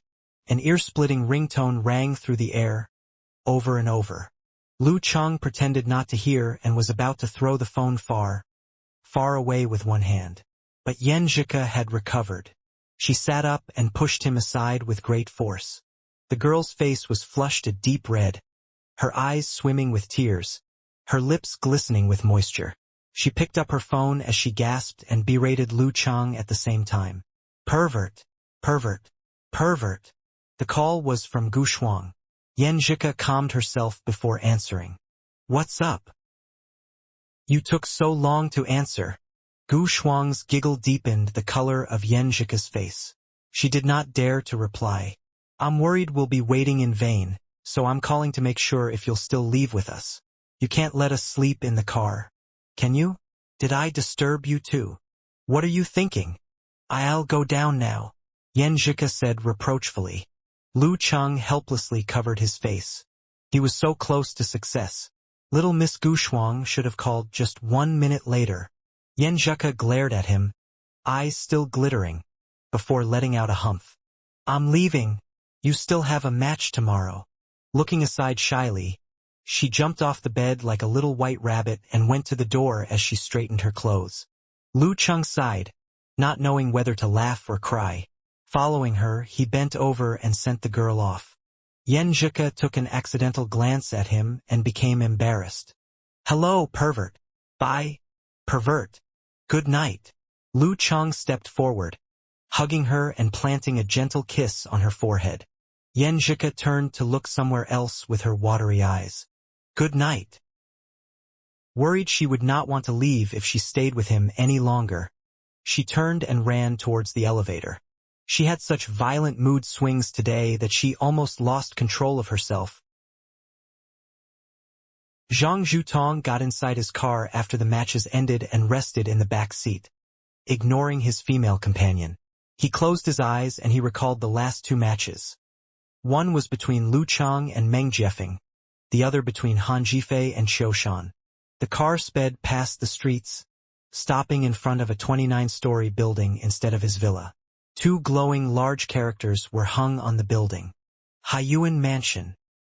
Taking a deep breath, Zhang Zhutong entered the building from a side entrance with his female companion. When they took the lift to the 11th floor, they saw a sign hanging outside the door. Shenhua Club. You're here. A man wearing a lab coat walked towards them, smiling. It was nearly 10 at night. No one was on this floor except for them. I have 2 matches tomorrow. I need to recover. Zhang Zhutong smiled as a way of greeting. The man in the lab coat laughed heartily. It's not like you've never tried the ultra-low temperature cryotherapy system. Most of your exhaustion will be eliminated with the assistance of acupuncture, moxibustion, and red pellets. You'll return near to your peak form soon. As they conversed, they went through a series of doors before finally entering a room that belonged in a sci-fi movie. The room looked it was designed to be a space capsule. The ultra-low temperature cryotherapy system used liquid nitrogen to create an environment with the temperature of -110 to 140 degrees. When a human was subjected to extreme cold in a short time, the stress protective mechanism in the body would be activated and gain control of the relevant hormone secretion. This would immediately accelerate blood circulation to protect all the organs and tissues and maintain body temperature. These reactions help the body get rid of impurities and reduce the production of metabolic wastes, easing muscular aches and accelerate the recovery from exhaustion.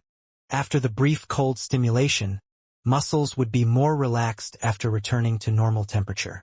The enhanced blood circulation would carry more energy to the body and help it recover as soon as possible. Taking off his clothes as he did many times before, Zhang Zhutong wore a device to prevent his respiratory system from being damaged by the cold air. He opened the door and walked in. Almost instantly, they could see from the observation window how the white air filled the room and surrounded Zhang Zhutong's naked body. The temperature inside was recorded on a LCD screen.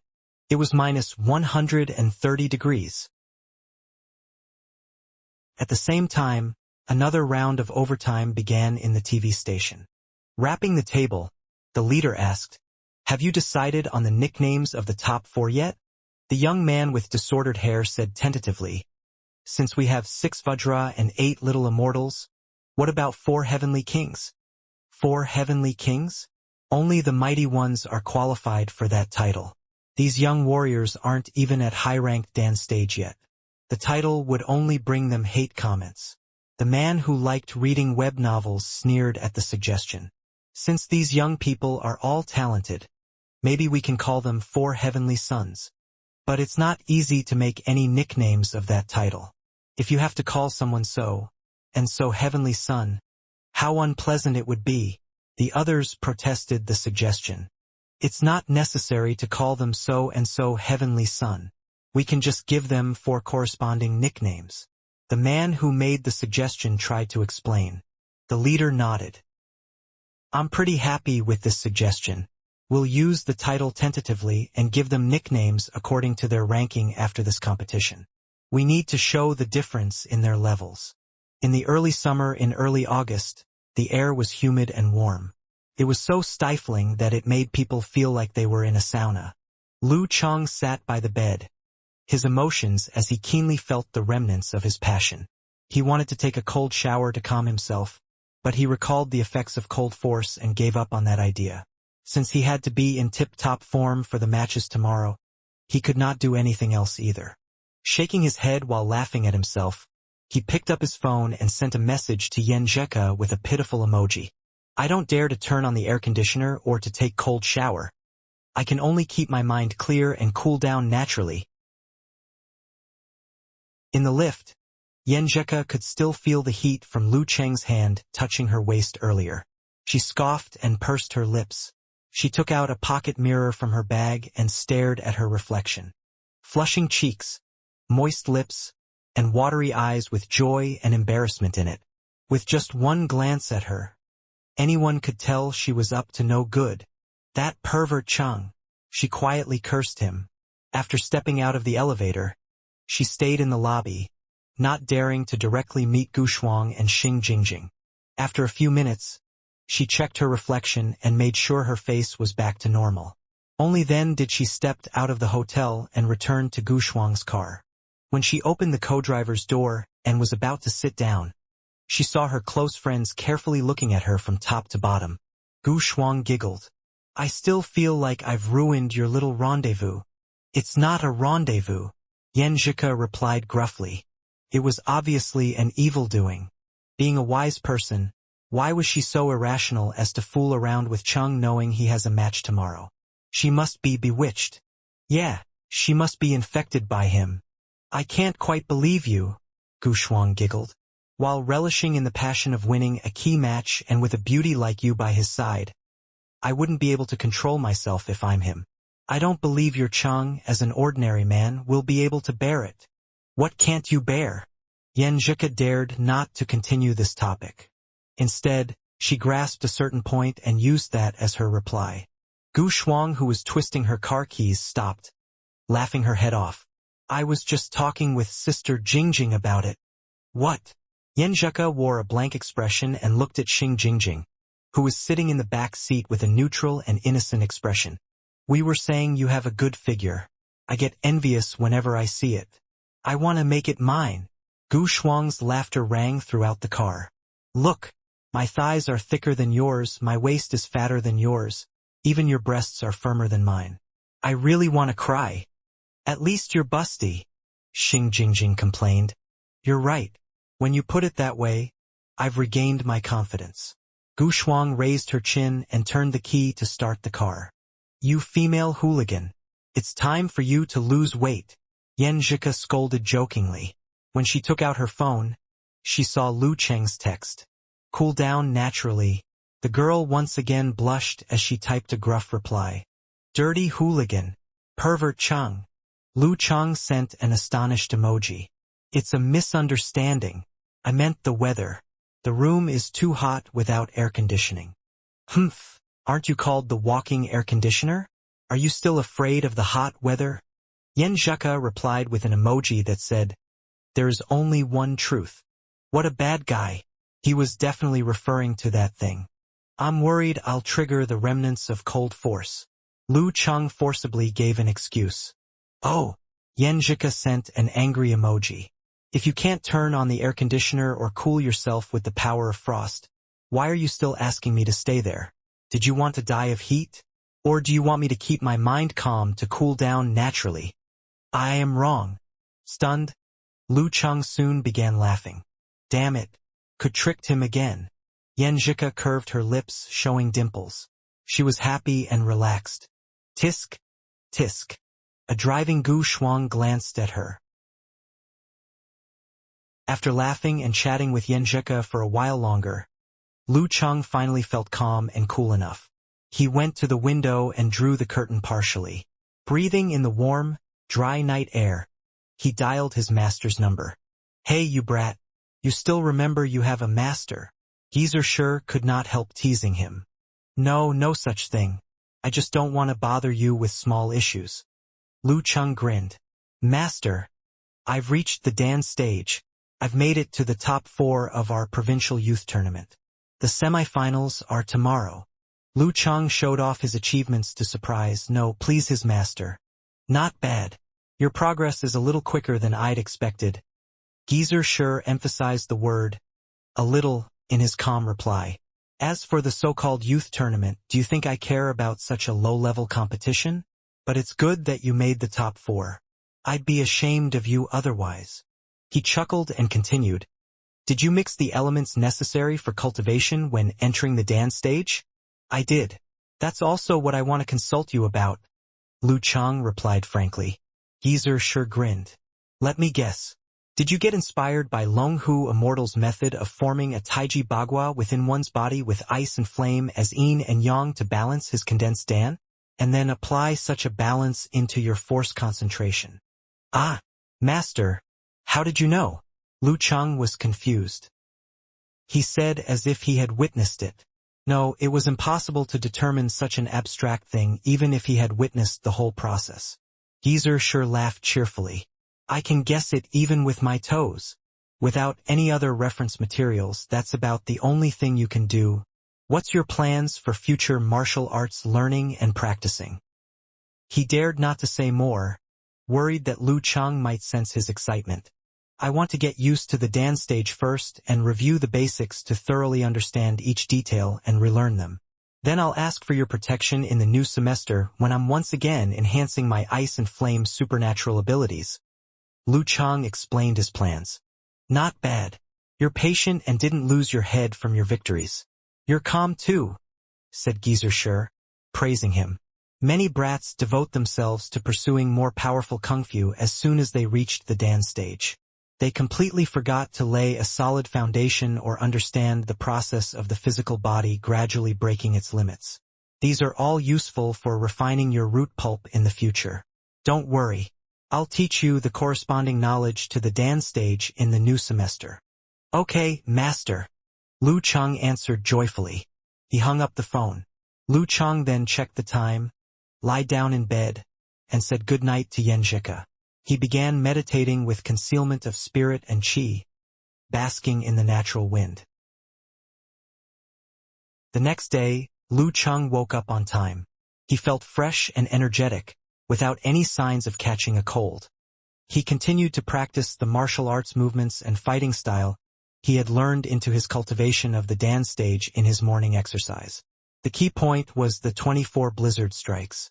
For the whole day, Yenjika worried that Lu Cheng's little outbreak of passion would ruin his tip-top condition. Thus she refused Cheng's invitation to come to his hotel room and chose to use video calling for their discussion instead. In the end, Lu Chang had to bury himself in videos of Zhang Zhutong, Han Jifei, and Lu Xuanzhen's matches to familiarize himself with their fighting styles and come up with countermeasures. He would occasionally stand up to rehearse those moves. Though there were many obstructive items in the room, he never knocked down or stumbled over anything no matter how he stepped back and forth, throw his fists and kick his legs. Cupping her face with one hand, Yenjika could see nothing in the screen but Lu Cheng's figure. Lu Chang turned off the laptop when evening came.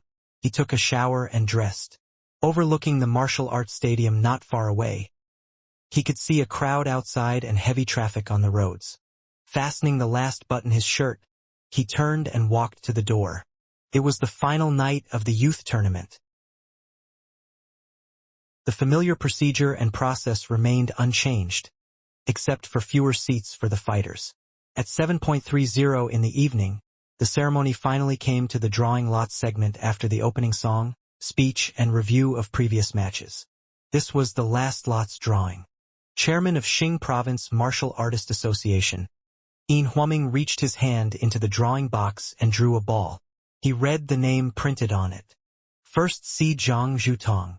Cheers burst from the audience in the stands and pushed the atmosphere to an exciting climax. They soon calmed down and held their breaths in anticipation for the birth of the first match.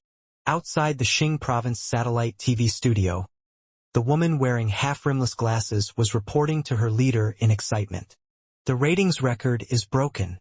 The record is broken. Despite his excitement, he only smiled gently. Not bad. Everyone did well. First they published a major scoop and sensationalized the issue. Then they paid for headlines on major news channels. If the ratings did not skyrocket, then that would be a huge problem. Yanling. Coming home after her additional evening training, Yi Yaoting took a shower and lied on her bed. She began browsing Weibo out of habit. After watching Zhou Jingxuan's match against Lu Chang and Lin Ke, she was deeply shocked. She immediately went home and trained for the Yanling Division playoffs. Washing away her worries, she overcame the effects of her innate superhuman strength and finally reached the withdrawing 3 days ago. If she made progress step by step, She will be a master of the dance stage in a few months. Buoyed by joy with her thoughts, she noticed a post with a familiar name in it. Who will be the number one of Xing Province? The youth tournament of Xing Province is in full swing and will reach its climax tonight. We're going crown the winner. Zhang Zhutong, Han Zhifei, Lu Chang and Lu Xuanjin. Who will be the number one young warrior in the Xing Province? Lu Chang? Number one of the Xing Province? Yi Yaoting subconsciously clicked into the post and saw photos of the fighters, confirming it was indeed the Lu Chang that she knew. She read his brief introduction. 8th pin warrior at Dan's stage. 8th pin? Yi Yaoting went blank as she looked at herself. This guy was really inhuman. Under the watchful eyes of the audience, Yin Huaming drew the second ball from the box. He took a look at the ball and smiled. Number 18 Lu Chang. The first round of the semifinals. First seed Zhang Zhutong versus number 18 Lu Chang. Zhang Zhutong. Lu Chang closed his eyes. He was neither surprised nor disappointed. There were only 3 fighters left as his opponents. It was the same no matter who it was. Coming from a martial arts club background, Zhang Zhutong had mastered a unique martial arts method named Wind Flame Disaster along with Furnace Force. He was now a member of the Gaofan Shenhua Martial Arts Club, currently busy joining the North-South Division tournament. He became a 9th pin fighter at the age of 18, 8th pin at 20, and 7th pin at 22. He made the top 8 of the last youth tournament as a new 8th pin 3 years ago, but was defeated by the champion Gao Zhan, who was now a 6th pin fighter. Since his Furnace Force was not too powerful and only caused minimal burden to his body, he could use it as a normal move. But its effects could be stacked and activated gradually. It was that fearsome. In other words, it would be more dangerous for Lu Chang the longer he fought Zhang Zhutong. Information about the first seed flashed through Lu Chang's mind and he instantly developed a direct impression of Zhang Zhutong. No wonder he was the first seed. Number 1 seeded fighter? Is he the most powerful one? Lu Chang's mom asked, her voice trailing off. Zhang Fei still heard her question due to the temporary silence in the stadium. He nodded, even though he was unwilling to admit it. In theory, he is. Then isn't Cheng in danger now? Qi Fang hissed. As a cultured man who cared about his son, Lu Jisheng had already studied the seeded fighters. He comforted his wife upon hearing her worries. What are you worrying about? Cheng has already made into the semifinals. He has achieved his goal, so it doesn't matter if he loses now. To borrow the words of the news anchor, what's important is enjoying the match and giving his best performance. So what if it's the number 1 seeded fighter? Lu Jisheng was not a heavy internet user, so he was not aware of the derogatory comments and quarrels involving his son online. What's wrong with me caring about our son? If you're not concerned about the result, then why are you still here? Qi Fang stubbornly retorted. Musing to herself, she said, the top 4 will be awarded 200,000 renminbi each. That's good enough. Zhang Fei and Qiu Hailin exchanged looks of worry. If Cheng ended up losing to Zhang Zhutong, God knows what those antis will post online, and there was a high probability that Lu Cheng would lose. As the number 1 seeded fighter, Zhang Zhutong had been under the spotlight the past few days. His match naturally attracted the most spectators. After watching one of his matches while trying to kill time, Tao Xiaofei and Chao Lele became deeply impressed with the powerful figure known as the number 1 youth fighter in the Xing province. I didn't expect Brother Cheng's next opponent would be him, Qi Yunfei murmured. She recalled when Brother Cheng and Zhang Zhutong met at the side entrance of Mingqi International Hotel. No one knew or cared about Brother Cheng then. He was not invited to that dinner party before the tournament. His opponent did not even get a chance to look at him. On the other hand, Zhang Zhutong was the center of the attention and the favorite to win the tournament. He was surrounded by numerous cameras and fans. Who would expect these two, whose circumstances were so sharply different, to meet in the semifinals? Brother Cheng must win. Qi Yunfei, Chen Xiaoxiao, and Maxi all prayed silently. In the living room of Lu's family house, Lu Yanwei subconsciously looked at his grandpa after the draw. afraid that he will be calling friends and relatives again. It was not a good time to brag. Lu Cheng might lose. See, I told you so. There's no need to call old Xian. Lu Jiqiang straightened his back and took this rare opportunity to make his retort. He may not be well educated, but he still knew that the number 1 seeded fighter would be much stronger than 5th or 6th seeded fighter. Wang Lily glared at him, not opening her mouth to reply. The phone rang. Lu Debong picked up the phone. Lu Debong, this match is pretty risky for your grandson. My eldest son told me the opponent is a huge shot, the strongest young man in our province. The voice from the other side of the phone was energetic and animated. Lu Debong laughed. He's in the top 4, the top 4 among all the youngsters in our province. We're pretty satisfied. If the match will be dangerous, then so be it. We're not asking him to be the champion. There can only be one champion. Sometimes that takes luck and blessings. Lu Cheng's grandparents repeated their words again and again as one call came after another. It wore them down quickly. After all, it was different from bragging. In the QQ group of Lu Cheng's senior year classmates. Damn it! Why did they draw Zhang Zhutong? I wanted Cheng's opponent to be Lu Xuanxin. When he makes the finals, he can use his indefinite strength to exhaust the guy. Tao Xiaofei sent a frustrated-looking emoji smashing the table.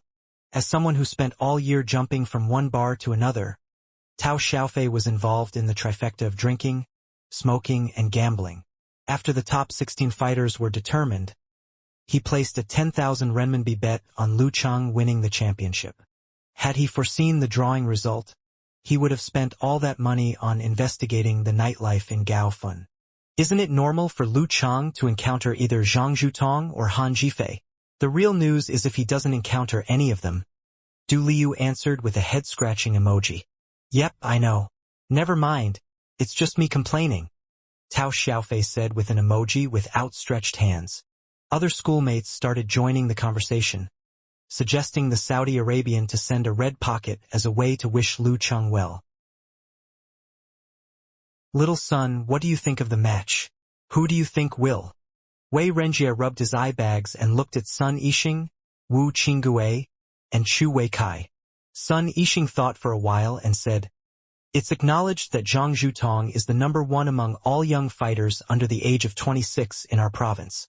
Han Jifei recognized this himself, but he just thinks his chances against Zhang Zhutong are 6:4. A rather big probability. He threw some English in his words. After all, he did take a relative course in language in the martial arts school. If Lu Cheng can defeat Zhang Zhutong, he'll be number 1 in our province regardless if he wins the final. He's indeed impressive, but I think he's still at least a year or a half away from that title, Sun Yixing said, sharing his opinion. In consideration of the television broadcast, the semifinals and finals were packed so closely together that the fighters only have an hour and a half to rest. In other words, the physical strength of the fighter and his opponent in the semifinals and the intensity of their match will all affect the final match. The loser may not necessarily be weaker and the winner may not necessarily be stronger. Sir Lu doesn't care about being number 1.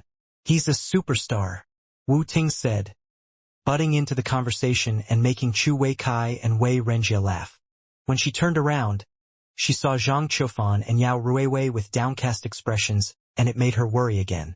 She subconsciously furrowed her eyebrows. Sir Lu will be meeting the real devil this time. Ha ha ha ha. Look, this hypocrite who reached the top 4 with unacknowledged kung fu is gonna get his ass kicked.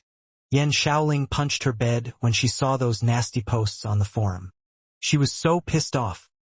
She wanted to argue with the antis, but she did not have enough knowledge to back her up. What she could do was stare at the screen, looking for some support from that grandfatherly guest on live. Teacher Yu Hong, can you analyze the probability of the outcome for us? The host asked. Yu Hong gave his answer with a smile. Let me put it in this way. Let's disregard his strength, power, and speed. How many successive bursts can he pull off? Has he achieved the crushing force? Or has he even mastered the moves of physical invulnerability? Lu Cheng is a real fighter of 7th pin in the Dan stage and a good one. But if we look at him as a whole, his foundation is still lacking. At most, we can treat him as a weak seventh pin. Plus, he had only stepped into the dance stage a couple of days ago, and he's learning withdraw for less than 2 months. His fighting experience and techniques in dance stage are far inferior to Zhang Zhutong. Meanwhile, Zhang Zhutong's record is 7 successive bursts, and he has even completed Furnace Force. What's left for him is simplifying the moves of physical invulnerability. Going by this analysis, I think the probability should be 7:3. Zhang Zhutong's winning rate is 70% and Lu Chang 30%. It's not that he doesn't have a chance at all. He had even pulled off several miracles in the past. The guest's words depressed Yan Shaoling even further. She secretly prayed.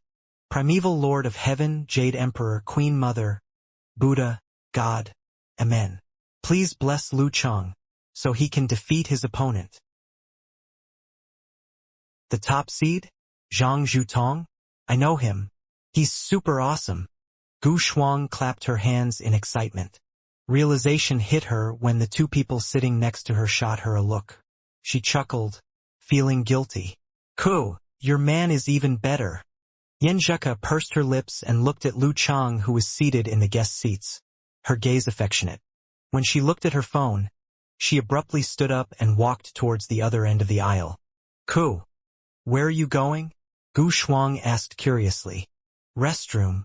Yan Zheka's answer was simple. Why aren't you asking me to go with you?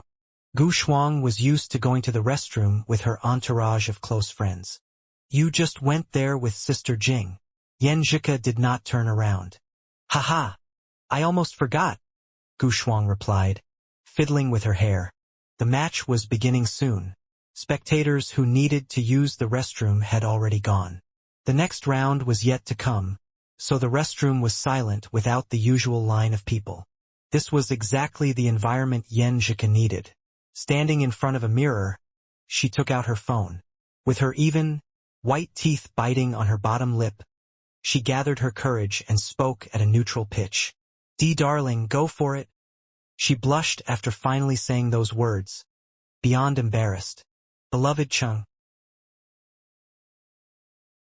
Darling, go for it. Lu Chang never thought he would receive this voice message, as he did not have time to request this of Coach Yen. The corners of his mouth lifted and a wide smile appeared on his face. Lu Chang listened to her voice over and over again, and carefully added this voice message to his favorites inbox. Ko, your cheering is such a surprise that I don't have much reaction. I just listened to that voice message for like 38 times. Lu Chang expressed his excitement and happiness in an amusing way.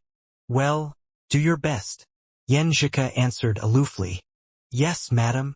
Lu Chang put down his phone with a big smile and took advantage of the remaining time to adjust his mental and physical state. Yin Huaming, the chairman of Martial Artist Association in the Xing province, stepped into the arena 5 minutes later. He was the referee for the match. The arrangement showed how much importance the martial arts circle placed on these young fighters. The first round, Zhang Zhutong versus Lu Chang. His voice was neither loud nor soft, but it echoed throughout the stadium and set off the cheers from audience. The whole stadium was now echoed with cheers and jeers. Lu Chang walked to the arena with all the spotlights blazing his path. It may surprise people, but it was indeed his first time fighting in the semifinals. The stone staircase was like a road to glory. Lu Chang was the first to step into the arena. He watched as Zhang Zhutong walked towards him, slowly and proudly, the same way he did that night. Zhang Zhutong wore a cyan and red martial arts suit with phoenix stripes, looking tall and handsome. His pupils were extremely dark. Talk time starts, announced the referee. Zhang Zhutong gave a gentle smile. Lu Chang, have you checked the internet? People are saying you made the top 4 with unacknowledged kung fu. Are you saying Meng Jiefeng isn't that powerful? Lu Cheng's reply was indirect, as he did not want to fall for Zhang Zhutong's trap and affect his mood. Besides, his reply was already incisive. Meng Jiefeng and Zhang Zhutong were both mainstays in the Gaofen and martial arts circle. Meng Jiefeng just happened to be in the police system. If Zhang Zhutong thought he was not strong enough and was unqualified to be in the top 4, Then Zhang Zhutong and Meng Jiefeng's relationship in the future would be very interesting. These kinds of conversations were not all lies. Otherwise, who would be tricked? Nope, I'm just musing. When you participate in a tournament, it's not only your strength that matters. There's also your luck, said Zhang Zhutong. I competed in the last challenge tournament as well, you know. I was so confident that I had what it took to make the top 4 even though I just stepped into the dance stage then. In the end, I met Caption Gao early and only made into the top 8. His eyes turned terrifying sharp. Let me judge if you're qualified to be in the top 4. His muscles abruptly bulged, bursting with strong belligerence. A soft storm rose around them. In the studio of the Xing Province TV station, the host asked his final question in a hurry. Teacher Yu Hong, you seem to have missed an important point. You failed to mention Lu Cheng's gift in strength. The youth tournament lasts too long and each match exhausts the fighters, except for Lu Cheng. Now it's the semi-finals. I think he has infinite strength as his advantage, so why didn't you mention this in your analysis? Yu Hong smiled. Because I'm only analyzing this match. Zhang Zhutong won't have any problems with his strength because Xinhua Club has just introduced a new cryogenic system for cold therapy right before the new year. I guess you're all unaware of it. The system stimulates the body through extremely low temperature, ranging from -110 degrees to 150 degrees. It helps in recovering from fatigue or injuries. As for its result, let me put it in this way. This system costs Xinhua Club a fortune, but they get what they pay for. This system is already popular in foreign top professional events. Fighters with physical invulnerability benefit from this system as well, but they have to further lower the temperature for it to work. Zhang Zhutong is arrogant, but not thoughtless. He definitely used the system last night. With the addition of acupuncture and medicine, any fatigue leftover is at its minimum. That man standing there is at his best. If Lu Cheng's strength is at 100%, then Zhang Zhutong's strength won't be lower than 90%. Technology has changed martial arts remarkably. No wonder you think Zhang Zhutong's winning rate is above 70%.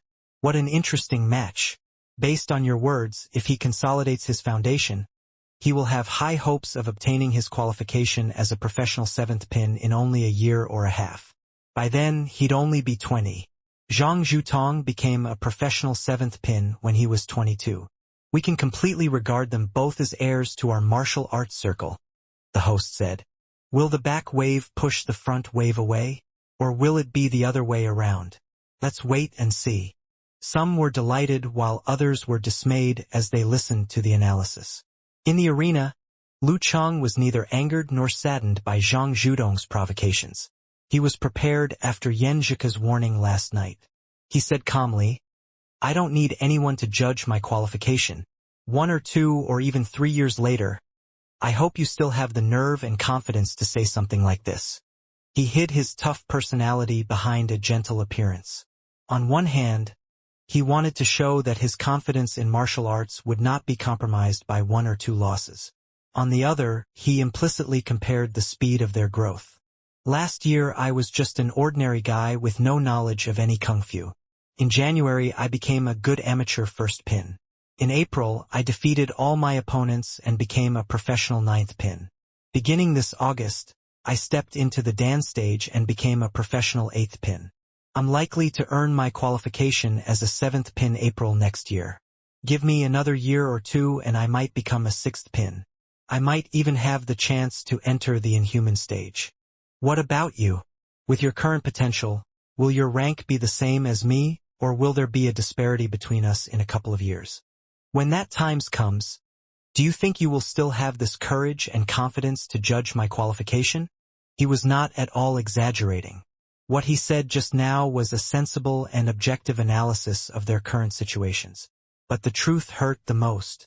Zhuang Zhutong was an experienced fighter who had participated in numerous tournaments and had these conversations for hundreds of times. Yet upon hearing Lu Cheng speak, his breath became haggard and his expression changed. His response was stiff. Who knows the future? At least for now, I'm stronger than you and strong enough to hamper your growth. Lu Cheng shook his hand with a smile, but did not talk again. He was aloof, as if nothing mattered to him. That upset Zhang Zhutong even more. After so many tournaments, Lu Chang was no longer that awkward guy who wasted valuable talk time. He looked down and his heart lake was so cold it could freeze water. Countless thoughts flashed in his mind. The talk Zhang Zhutong had with Lu Chang was like using a clenched fist hit the cotton. His strength was wasted for nothing, and he was even stung by its thorn. Worse yet, he had no idea how to retort. His vigor at that moment was somehow weakened. This guy was so young. But why did he have such a good attitude? Just as he was about to recapture his momentum and influence Lu Cheng's mind and spirit again, the referee in Huaming lifted and waved his right arm downwards. Start! The first semi-final of the third youth tournament in Xing province had begun.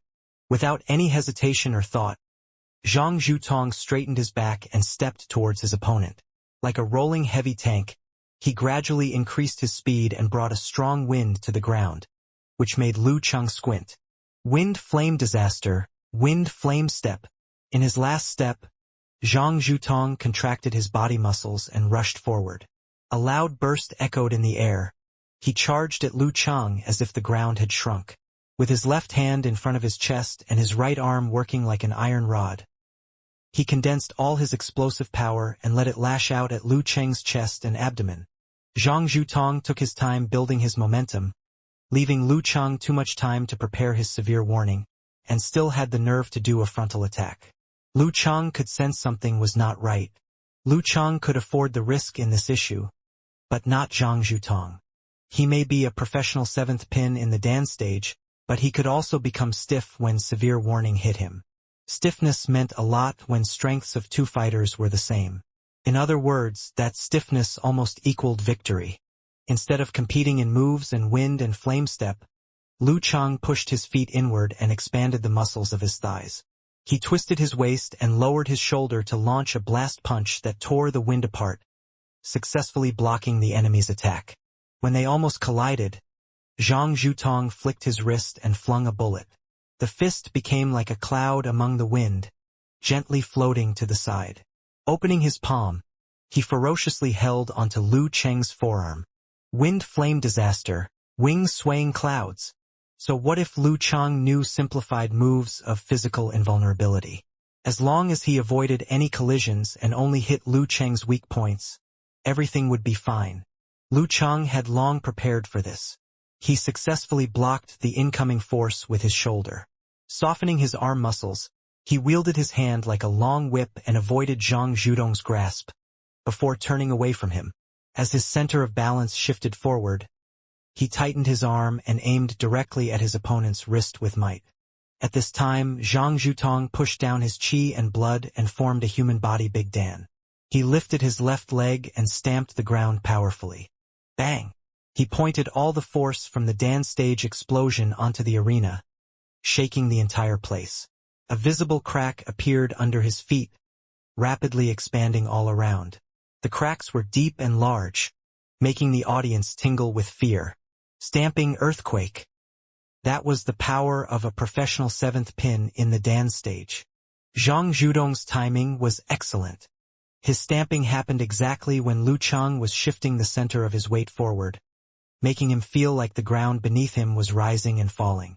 He was about to topple over. Crap! Lu Chang adjusted the muscles and forcibly pulled himself back to the balance in mercurial form. Thanks to the rebound force of his stamping, Zhang Zhutong's body was hurled forward like a whirlwind. He entered Lu Cheng's defensive circle and stopped by his side. He thrust the left arm on his chest was akin to a big gun, aiming at Lu Cheng's throat. This move was so quick and ferocious that it looked like a prairie fire blazing. Wind flame disaster, the wind fueling the flame, a one-hit killer move. Zhang Zhutong's plan was out of everyone's expectations. He did prolong the match to make the most of his furnace force. Instead, he actively created opportunities to launch killing moves from the very beginning. This series of attacks demonstrated vividly his experience, techniques, and ability to grasp opportunities as a professional seventh pin in the Dan stage. In such a short distance, in face of such flame, one might not have time for force concentration, let alone avoiding the attacks. If Lu Chang had been affected by their talk, he might have lost his vigor, resulting in him making slightly off judgments. With the slightest hint of hesitation, Lu Chang would have lost this match immediately. Luckily, his heart lake was so frozen that he was able to make his judgment in a split second. By sinking his lower half and shrinking his neck, he barely managed to avoid the attack that went straight to his throat in a semi-fowler position. However, Zhang Zhudong's killing move would not be that simple. When his left arm punch failed, muscles around his belly bulged and tugged at the surrounding tendons. He drew his vertebra and shoulder, allowing his body to collapse to the side and forcibly dragging his arms to change his direction. He then smashed his fist downwards. From the way he retracted his body and punched, it showed his masterful and exquisite control of Zhang Zhutong over his force. The strong wind was assaulting Lu Cheng's face, its crisp sound ringing in his ears. It gave him a terrible headache. There was no time for him to think too much. He could only rely on his experience and consciousness. He abruptly leaned backward to do the good iron bridge move. Yet something was different this time. His leg caved in, forcibly sticking his right foot into the cracks on the arena. That allowed him to keep his balance. He thrust his tightened left thigh out and kicked between Zhang Zhudong's legs at a close range. Zhang Zhutong did not panic. He squatted down and grabbed Lu Cheng's leg with his right hand. Strange noises came from the joint tendon of his left arm. Depending on his short changes, he made a second successive burst, one after another, aiming at Lu Cheng's chest. Lu's right foot sank deeper and he managed to lift both hands to block the punch. Bang! When he defended himself, his enemy's right hand reached for his leg. But Zhang Zhutong could not feel the sensation of flesh where he had caught Lu Cheng's leg. The movements in Lu Cheng's muscles, paired with force concentration, successfully borrowed strength from Zhang Zhutong. Now Lu Cheng's qi, blood, strength, and spirit were condensed into one single point. Borrowed. Qiu Lin's technique, Wisdom King guards temple? As the thought occurred to him, Zhang Zhutong noticed the explosion in his opponent's dantian. Lu Cheng's legs became swollen and ended up abruptly throwing off his hand. That lad is pretty creative. The guest commentator could not help praising Lu Cheng upon seeing this scene. Through perfect meditation, he imitated all the techniques of Qiu Lin's Wisdom King guards temple. Most professional 8th pin in the Dan stage could not accomplish perfect meditation. Neither could professional 7th pin in the Dan stage. Lu Cheng retracted his leg and stood upright with a flip. He resumed his position. As he blocked his opponent's arm, he turned sideways using the Dan stage outbreaks and struck ferociously with his elbow. This was the product of Lu Cheng's difficult few days of training. Referencing Qiu Lin's Wisdom King guards temple, he developed it using listening skill in perfect meditation as the foundation. He also fused it with the borrowing strength of 24 blizzard strikes and force concentration, pushing the method to the Dan stage. Come on. He will show him what the real blowing blizzard strikes looked like. The blizzard grew larger and faster as their battle grew more and more violent. Zhang Zhudong's ground-shaking stamp stunned Shi Yunfei, Chao Lele, and the other spectators who hadn't watched many martial arts fights before, and held Yan Zheka in suspense, covering her mouth with one hand unconsciously while watching his subsequent killer moves as her boyfriend dodged on a razor's edge. She dared not breathe until Lu Cheng found an opportunity to make a comeback with 24 blizzard strikes imitating the Wisdom King guarding temple. She felt relieved, listening to her own heartbeat. He is worthy of his reputation as a capable professional 7th pin fighter. This is going to be a tough battle. Good luck, Cheng. Strengthened by the Dan stage explosion, Lu Cheng's side elbow hit gave off a sharp shriek, sending a shiver down Zhang Zhudong's spine and a warning. Close at hand, Zhang Zhutong, instead of stepping back as his instinct urged, reached a decision calmly. His back sank, gathering the human body Big Dan at his lower stomach. His arms expanded as the strength grew. He lifted them up in front of his chest. Recorded in many martial arts classics, a punch bites like a tiger, and an elbow hit devours like a dragon. The former was comprised of numerous tiny bones, while the latter was one solid piece. The difference in intensity could be easily imagined. Facing Lu Cheng's elbow hit with the Dan stage explosion, Zhang Zhutong couldn't block it with one hand or meet force with force. His left hand pushed upwards and right hand moved sideways, together neutralizing and countering the strike. His counterattack managed to push Lu Cheng's elbow away, saving himself from a potential series of dense body blows. Considering Zhang Zhutong's physique and his superior Dan stage explosion, he should have been able to get a tie in this exchange, even though he lost the preemptive opportunity. However, his body swayed backwards, distancing himself further from his opponent. Lu Cheng's 24 blizzard strikes was known for being steady and continuous, especially when he used force concentration. All the strength within him became one. Without pulling strength from his feet, the muscles of his upper body tightening was enough to launch a fatal strike, which allowed his 24 blizzard strikes to flow without a break, like Zhou Zhengquan's fly-fall punch. As his left elbow hit was blocked, his muscles wiggled to borrow more force, which was then fused with his qi and blood into a Big Dan. Boom! The Big Dan exploded like a volcanic eruption, sending Lu Cheng to the right. His waist lifted and his right arm swelled as if it was a terrifying iron whip. He threw his arm backwards at his opponent's neck. This single kick parted the air, creating a gust to each side. The skin around Zhang Zhutong's neck pulsated and his pores shut tightly. Biting chill double explosion. Zhang Zhutong didn't dare to disregard this move.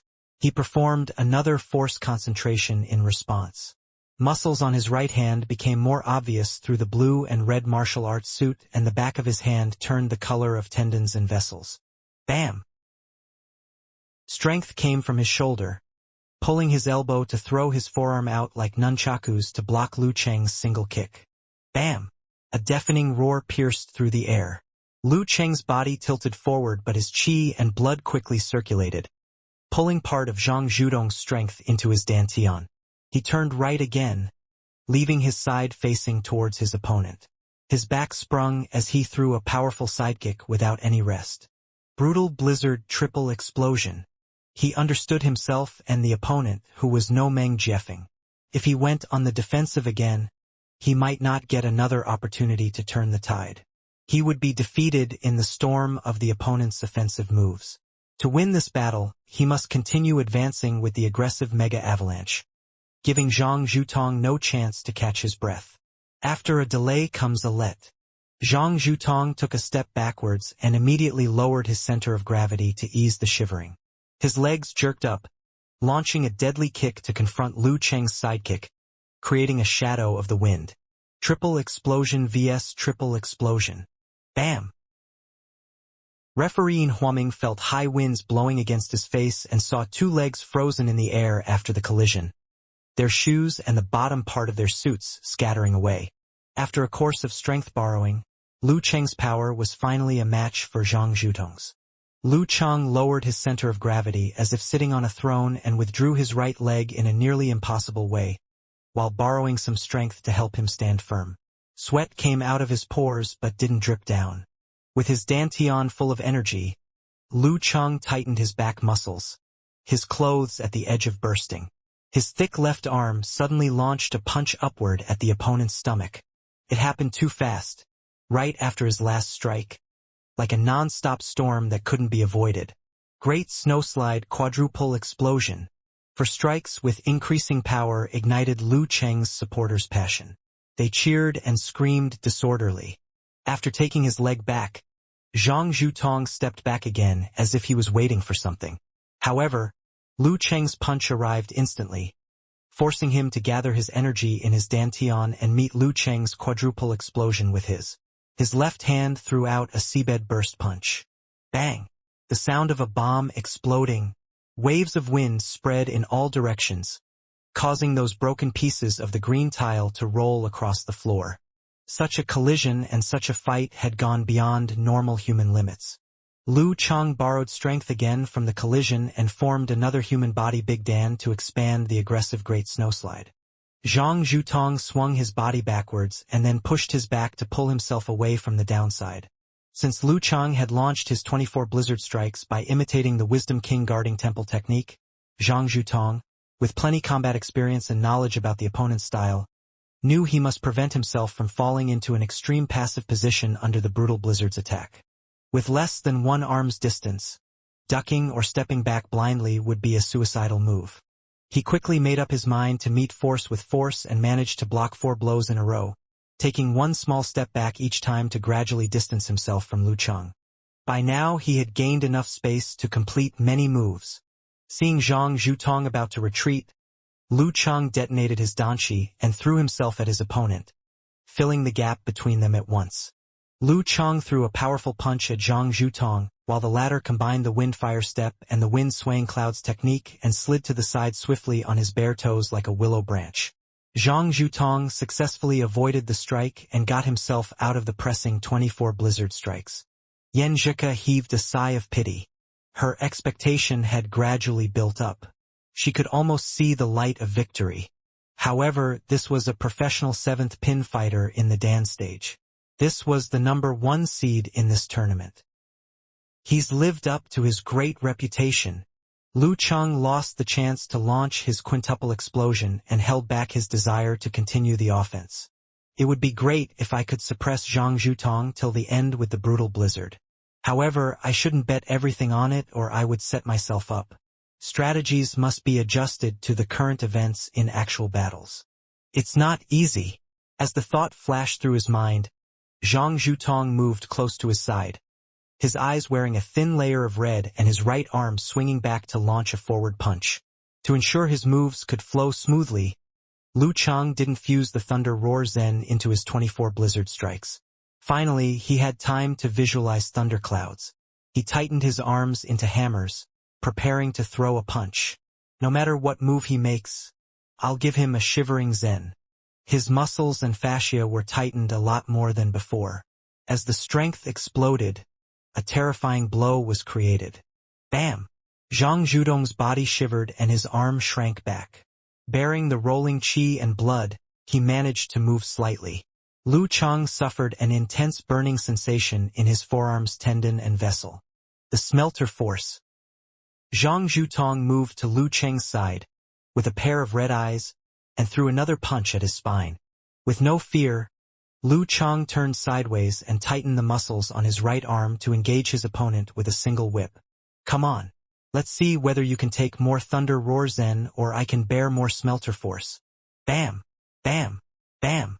Zhang Zhutong resumed his usual style, moving about and throwing the smelter force at Lu Cheng over and over again. Whenever Lu Cheng attempted to concentrate his force, he would notice it and withdraw to dodge with the wind-swaying clouds technique. With no other options, Lu Cheng mixed the Thunder Roar Zen and the Frost Force to confront his opponent. The burning sensation and discomfort became sharper and sharper. Yan Zhika's heart was in suspense again. Zhang Zhutong is playing in his field. Once he ignites the accumulating smelter force in Lu Cheng's body, he will win. I don't know if Cheng's killer move will work. Zhang Zhutong thought it was time. He dissolved the shiver with his internal training methods and waited for an opportunity to launch his final smelter force to light up the accumulated force inside Lu Cheng. At this very moment, Lu Cheng visualized the red sun falling down, crashing into an icebound river. He was not performing severe warning. He was going to make his supernatural abilities of fire and ice collide to stir up a storm and drive off the remaining enemy force within his body. Just like in the last fight. Boom! A cold current hit a fire wave. A storm swept through his meridians, moving towards his hands. The accumulated smelt force was digested, becoming part of the storm. Bam! 2 fists collided head-on. Zhang Zhutong was astonished by the cold and hot streams coming in through his hand. He could feel the familiar smelter force blended in the streams. His eyes narrowed as he realized his opponent had not ignited at all. Lu Cheng dissolved my smelter force? He can still perform the 24 blizzard strikes and concentrate his force to suppress me? And his physical strength hasn't run low. How can I win this battle? As Zhang Zhutong's mind was terribly disturbed, Lu Cheng felt pretty awful himself. There was a terrible pain knifing his tendons and vessels and weariness striking his head. However, he pretended to be perfectly fine and full of energy. His body straightened as he roared, "Again! I'm not done yet. Again!"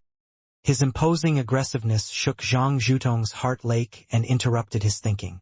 Once again, Lu Chang gathered his energy at his dantian and lifted his right hand like the thunder god. His arm cut down with the sound of wind. With no room to duck, Zhang Zhutong concentrated his force and expanded his arm, which raised up to meet the incoming attack. Bam! Zhang Zhutong's body wobbled as if hit in the head by a bomb. Lu Chang absorbed strength from his opponent to refill his body, while squatting into a pose like he was sitting on a throne. He launched the mega avalanche double explosion. His body leaned forward and his left hand formed an iron hammer, smashing down fiercely. Zhang Zhutong was forced into a double explosion to meet the iron fist with a powerful punch. Triple explosion and quadruple explosion. Lu Chang gritted his teeth and put up with the mental weariness and physical pain, leading a frenzied attack like a brutal blizzard. Pushed by Lu Chang, Zhang Zhutong relied on his combat experience to resist with a quadruple explosion. At this moment, the pair were both fading away. However, Zhang Zhutong didn't know Lu Chang's condition since he appeared imposing and vigorous. No longer confident in winning this match, he took this opportunity to step back. But Lu Chang strode forward, grinding his teeth together. They continued to engage, circling around the ring, perturbing and brutal. Spectators, including Yan Zhika, forgot to breathe. 2 minutes later, a blast of emptiness flashed inside Zhang Zhutong, slowing him down, which gave Lu Chang an opportunity to shorten the distance between them. Extremely exhausted mentally, Lu Chang still had plenty of physical strength left thanks to the restorative Jindan. He glared into Zhang Zhutong's face like an invincible warrior, his imposing manner stunning the latter. Lu Chang sent strength to his feet, scooping up a broken rock and shooting it at Zhang Zhutong's face. He gritted his teeth, wiggled his muscles, fascia, and organs, and visualized a scene of the red sun breaking the locked ice. Zhang Zhutong blocked the rock with his hand by instinct and then noticed the fatal punch. "I have to block it. I have to fence it. Severe warning." Bam! A brief rattling noise sent Zhang Zhutong back to the low-temperature therapy room from last night. His train of thought was frozen. Lu Cheng's head was also in a chaotic state, but he bumped sideways into his enemy. Instinctively, Zhang Zhutong flew out of the ring. Bang! Zhang Zhutong fell outside of the ring. Yin Huaming's face changed and raised his right hand without hesitation. He shouted out loud, "Lu Chang won." Zhang Zhutong, the number 1 seed in this youth tournament, lost. Near the point of collapse, Lu Chang straightened his body and shouted, with the last stream of qi in his body, upon hearing the referee's announcement, "I won." After the shout, he bent over, steadying himself with his hands on his knees and breathing heavily. The audience finally saw his weariness. The Superman also had his limit. This was a difficult match. Watching Zhang Zhutong knocked out of the ring and after hearing the referee's announcement about the result, the entire stadium fell silent with no cheers or cries for victory. They probably wanted to, but their hearts were still strained and shocked, after feeling the intensity and tension from the previous fight. At the end of the match, no matter who they had come here to support, the first feeling they had was relief, followed by mentally and physically exhaustion. When Lu Chang finally stood upright and shouted with his arms high in the air, the audience's excitement exploded and thundering voices filled the hall. "Lu Chang! Lu Chang! Victory! Victory!" Screams and shouts echoed in the arena, raising the roof with their cheers. But soon they fell into silence as Lu Chang, while still in the ring, bent his body and rested his hands on his knees for support while gasping hard for breath. On the big screen, his sweat dripped down onto the broken green tiles and splashed into countless tiny drops. His eyes were glazed and unfocused like a blind man peering in the dark. He also feels tired? Can he also be exhausted? His exceptional physical strength also has a limit? The audience finally realized that this young fighter who just had a tough battle was not Superman but made of real flesh and bones like everyone else. The seemingly insurmountable distance between them was gone, and they felt that they could touch him if they stretched out their arms. He had given his everything to defeat his rival of a higher class and to claim victory. Their already good impression of him became even better. Yen Zhuka kept her hand over her mouth. Her mind was weary, but she felt so excited and alive.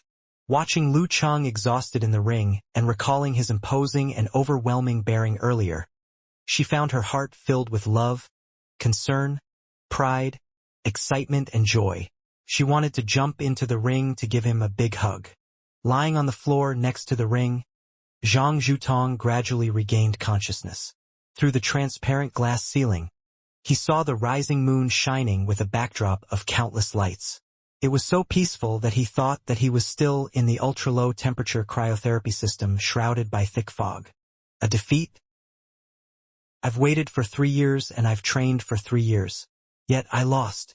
Although winning or losing a battle is a common occurrence, I won't have another chance to fight in the youth tournament and take the championship to prove myself, as I'll be 26 years old in 3 years.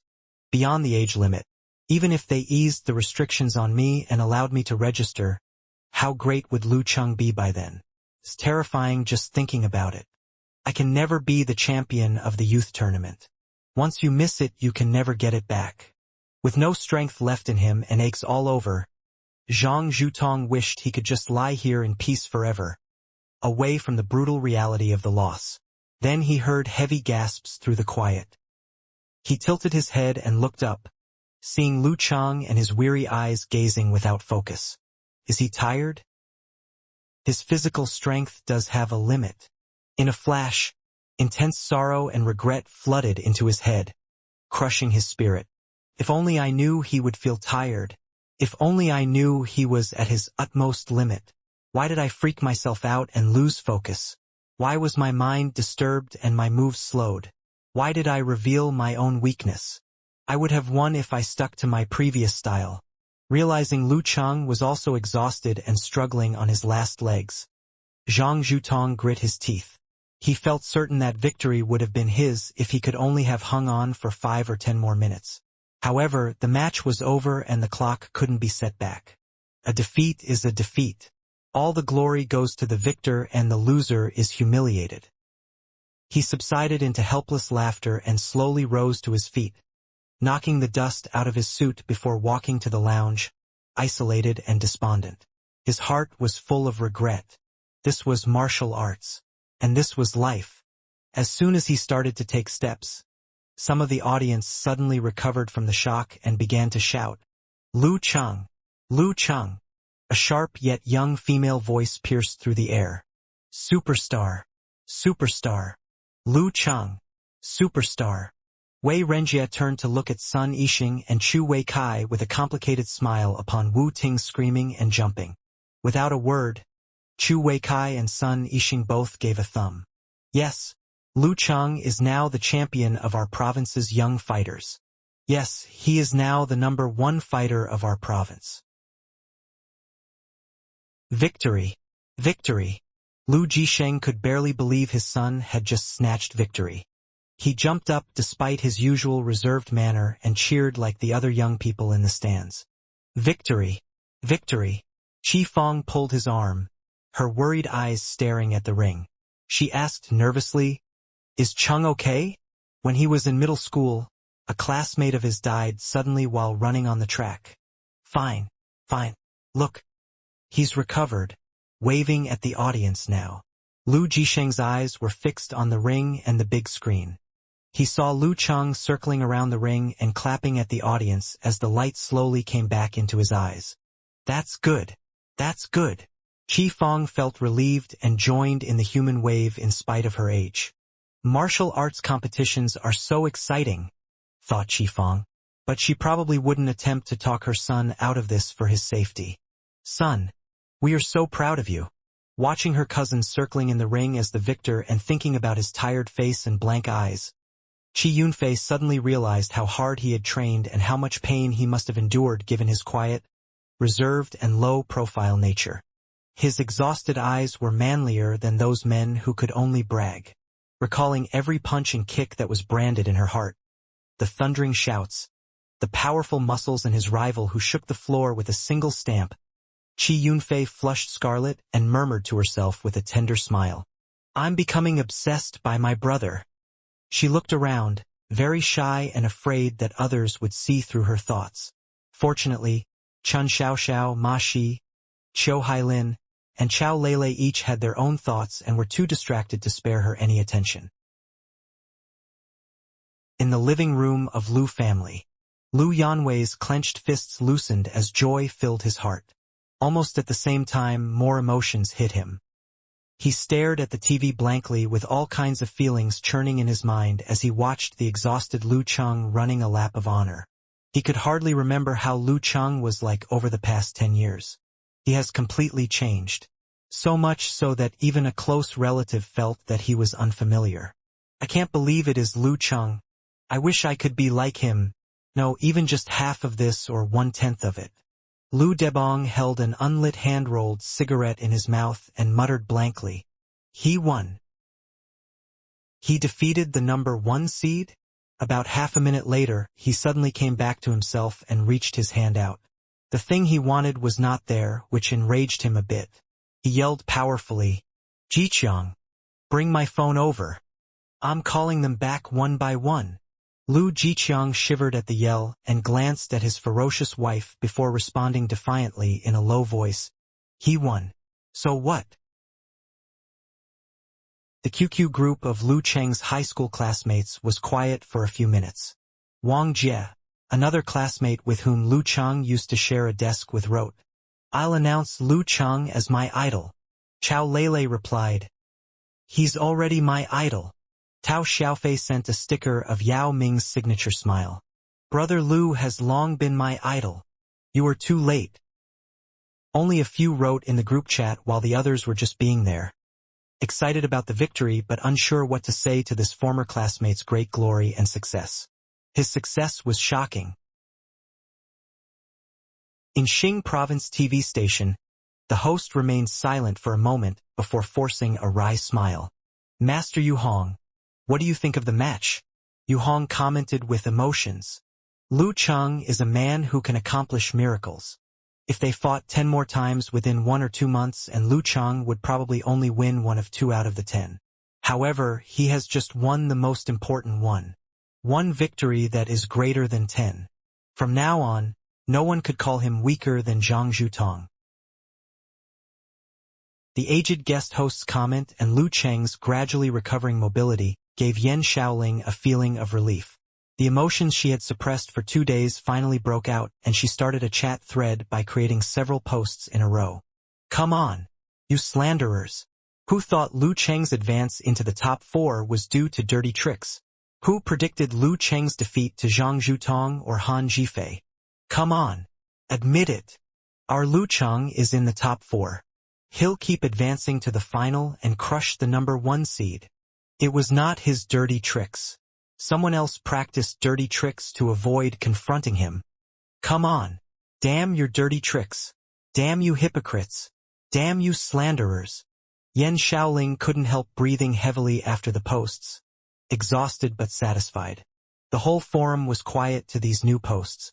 Slanderers dared not reply and others were probably too shocked to respond. A while later, Brahman wrote, terrified. So scary. I came to scorn those slanderers but little Changya. Your posts scared me away. Honey, I didn't know you could say such words. Didn't know our little Changya was so good at swearing. Unparalleled Dragon King followed, also terrified. Yan Shaoling read through her earlier posts and covered her face with both hands. I lost my temper. I'll delete it. Can't leave it in my history. No need. It won't be the first dirt in your history. I've taken screenshots of it and kept them safe for my children and grandchildren. Laughed Okamoto's fan. Yeah, don't delete it. I find bad words make you more adorable. Yan Shaoling. Unparalleled Dragon King sent a waggery emoji. When there's enough dirt, it will be clean again. Honey, keep it up. Brahman tapped her shoulder as an encouragement. The lip language expert Bull Demon King followed. Miss Moderator. I'd like to propose a nickname. What is it? Better be nice. Yan Shaoling began to feel emotional, almost tearing. I was once a sweet child, pretty and cute. The forum is such a bad influence that I've abandoned my graciousness and principles. Bull Demon King sneered. In ancient times, men of great accomplishment were addressed as Lord. You said so many damns in a row and completely ruined your image. I have decided to call you Lord Damn. Recovering from the dizziness and shortness of breath, Lu Chang waved at the stand where Yen Zhika and his parents were sitting. Tolerating his headache and the weariness of his mind, he moved himself to the side of the ring and took his mobile back from the supervisor before heading to his lounge with slow, painful steps, amidst the thundering cheers and shouts. He didn't go straight to sleep to restore his energy, as he wasn't able to achieve the control of spirit and chi right now to achieve deep sleep through meditation. 1.5 hours rest at this level would not relieve his tiredness and might make it worse. He needed more time to let the weariness reduce before practicing solemn silence to fall into a long, deep sleep. Sitting on the couch, he didn't feel like doing anything at all. Not even moving his fingers or taking a hot shower, though his muscles had been restored to their normal state by his Jindan. Of course, on the other hand, he had a very firm will. He picked up his phone and sent a message to Yen Zhika on QQ with excitement. So exhausted. Holding her mobile tight in her hand, Yen Zhika had been longing to write him a message but was afraid of interrupting his rest. The message took her by surprise. She replied with a cracking head emoji. Why are you still up? Sleep and rest. There's only 1.5 hours until the second semi-final match finishes. Lu Chang explained that he couldn't meditate to enter deep sleep right now and added a sneer before continuing. Unfortunately, I have to prepare for the next match, or I could go back to the hotel room to share my victory with you and enjoy your head massage. Your head hurts a lot? Asked Yen Zhika, concerned. Yeah. My head is pounding and my temples are throbbing. Lu Chang revealed his true state to her.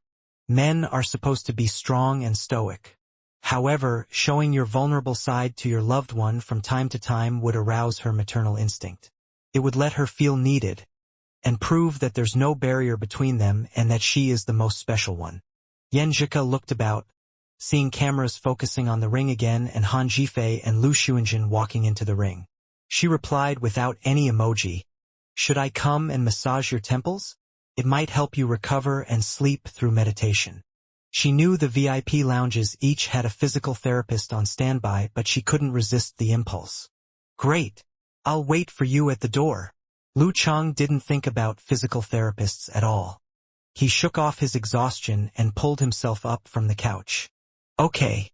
Yen Zhika stood up, holding her phone, and headed towards the washroom along the aisle, intending to take a circuitous route. Cuckoo. Where are you going? Immersed in her thought that, 'cause man has defeated Zhang Zhutong. Gu Shuang was brought back to reality by her best friend's move. Yen Zhika's eyes shone like stars and her face flushed. The lounge. The lounge. We can go together. What lounge? Gu Shuang slowly came to realization, winking at her. Xing Jingjing pulled her arm and interrupted in a low voice. Ask no more. Oh. Gu Shuang dragged her voice long as she understood which lounge she was going to, with a thoughtful smile. Aren't you afraid of disturbing his recovery? I guess it doesn't matter. He's already exhausted. 1.5 hours are not enough to recover at all. Maybe some love works better. Yen Zhika clicked her tongue in response and picked up her pace towards the aisle. With great caution, she tried to avoid all possible cameras and entered the half-closed door to the lounge while everyone else had their eyes locked on the ring.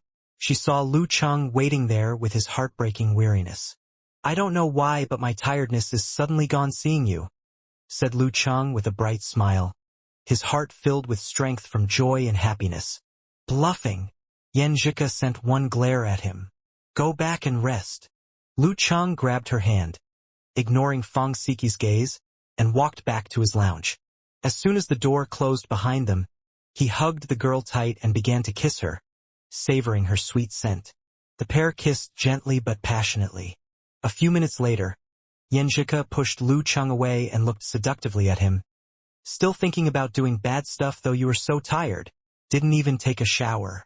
So smelly.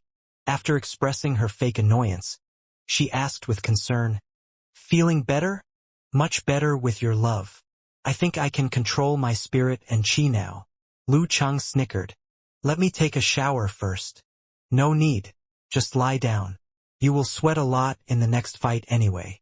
Yen Zhuge settled him in the big, comfy couch, took a seat next to him and began to massage his temples. Fall asleep soon. I don't want my smelly sweat to disturb you, said Lu Cheng with concern, putting his mobile down. As long as you know how big a sacrifice I'm making right now. Yen Zhuge had learned some physiotherapy massage techniques. She put forth her strength, massaging away the uncomfortable feeling from Lu Cheng's head slowly and deliberately. The musky smell of her boyfriend's sweat rose to her nose, but surprisingly she didn't mind it at all. On the contrary, she found it manly and masculine. She paid particular attention to the changes in Lu Cheng's body during her massage. He fell asleep within a minute. She continued massaging with one hand and unlocked her boyfriend's phone with the other to put it on silent. Then she did the same to her own mobile. Can't wake Lu Cheng with the terrible noise, thought Yen Zhuge with a faint smile without slowing down her hands on Lu Cheng's head, quite proud of her thoughtfulness. Her mobile suddenly began to flash, showing the name. Empress Dowager. Empress Dowager. The terrified Yen Zhuge picked it up and whispered, Mom! Ji Mingyu chuckled. Pretty quiet over there? Are you in Lu Cheng's private lounge? You? How do you know? Yen Zhuge was very impressed by Empress Dowager's accurate guess, feeling amazed, in disbelief and astounded. Your dad and I are in the stadium, answered Ji Mingyu leisurely. I've been keeping my eyes on the door to the lounge and our silly daughter showed up. What are you doing in the stadium? Why didn't you tell me? Yen Zhuge kept her voice low. Did Dad see me too? Empress Dowager is too good. Don't you worry. He's slow as always. Ji Mingyu twitched her mouth. Standing in the quiet outer corridor of the stadium, she burst into a laugh. Cool, like mother like daughter. You've got my eyes for men. Not bad. When they first started dating, Lu Cheng was merely an amateur martial artist with some potential. Mom, why did you say that? Yen Zhuge looked bashful. Just saying. I've never been against your relationship with Lu Cheng, and I've always trusted your taste in men. Now he's capable of taking care of you, giving me one more reason to be supportive. However, marriage is not easy. It takes time and hard work because there are so many differences between two people in terms of thoughts and personality. Like a pair of new shoes, you are the only one that knows if it is suitable or not. Your dad is a doctor, but we've been really good with each other. Ji Mingyu sounded sentimental. I hope you two can take your time and make sure that you are the right one for each other, so that you can grow old together. Don't burn with passion too quickly. Mother, I understand, answered Yen Zhuge after a deep breath. After the call, she continued to massage Lu Cheng's temples. Looking at this not-so-handsome but just right face, smelling his manly scent, and recalling everything that had happened between them, Yen Zhuge was lost in her thoughts. How empty and depressed would I feel if one day Cheng was not by my side? I can barely breathe just thinking about it. Lu Xuanjin did not make a breakthrough in his supernatural ability.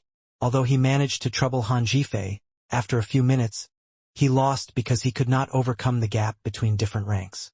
Han Zhifei was panting but not particularly exhausted, which upset Lu Cheng's supporters badly. They remained silent after the match.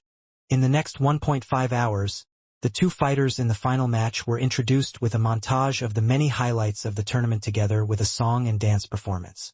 Lu Cheng's journey was tough, battling capable rivals with a lot more challenges than the other, which made the audience appreciate his efforts more as they fell silent. Watching Han Zhifei come back and take an acupuncture and moxibustion treatment along with some red pellets, Zhang Zhutong resisted the impulse of inviting him to the low-temperature therapy together. It will take just over 10 minutes to get to the Divine Fire Club, and the cryotherapy only takes up a short time.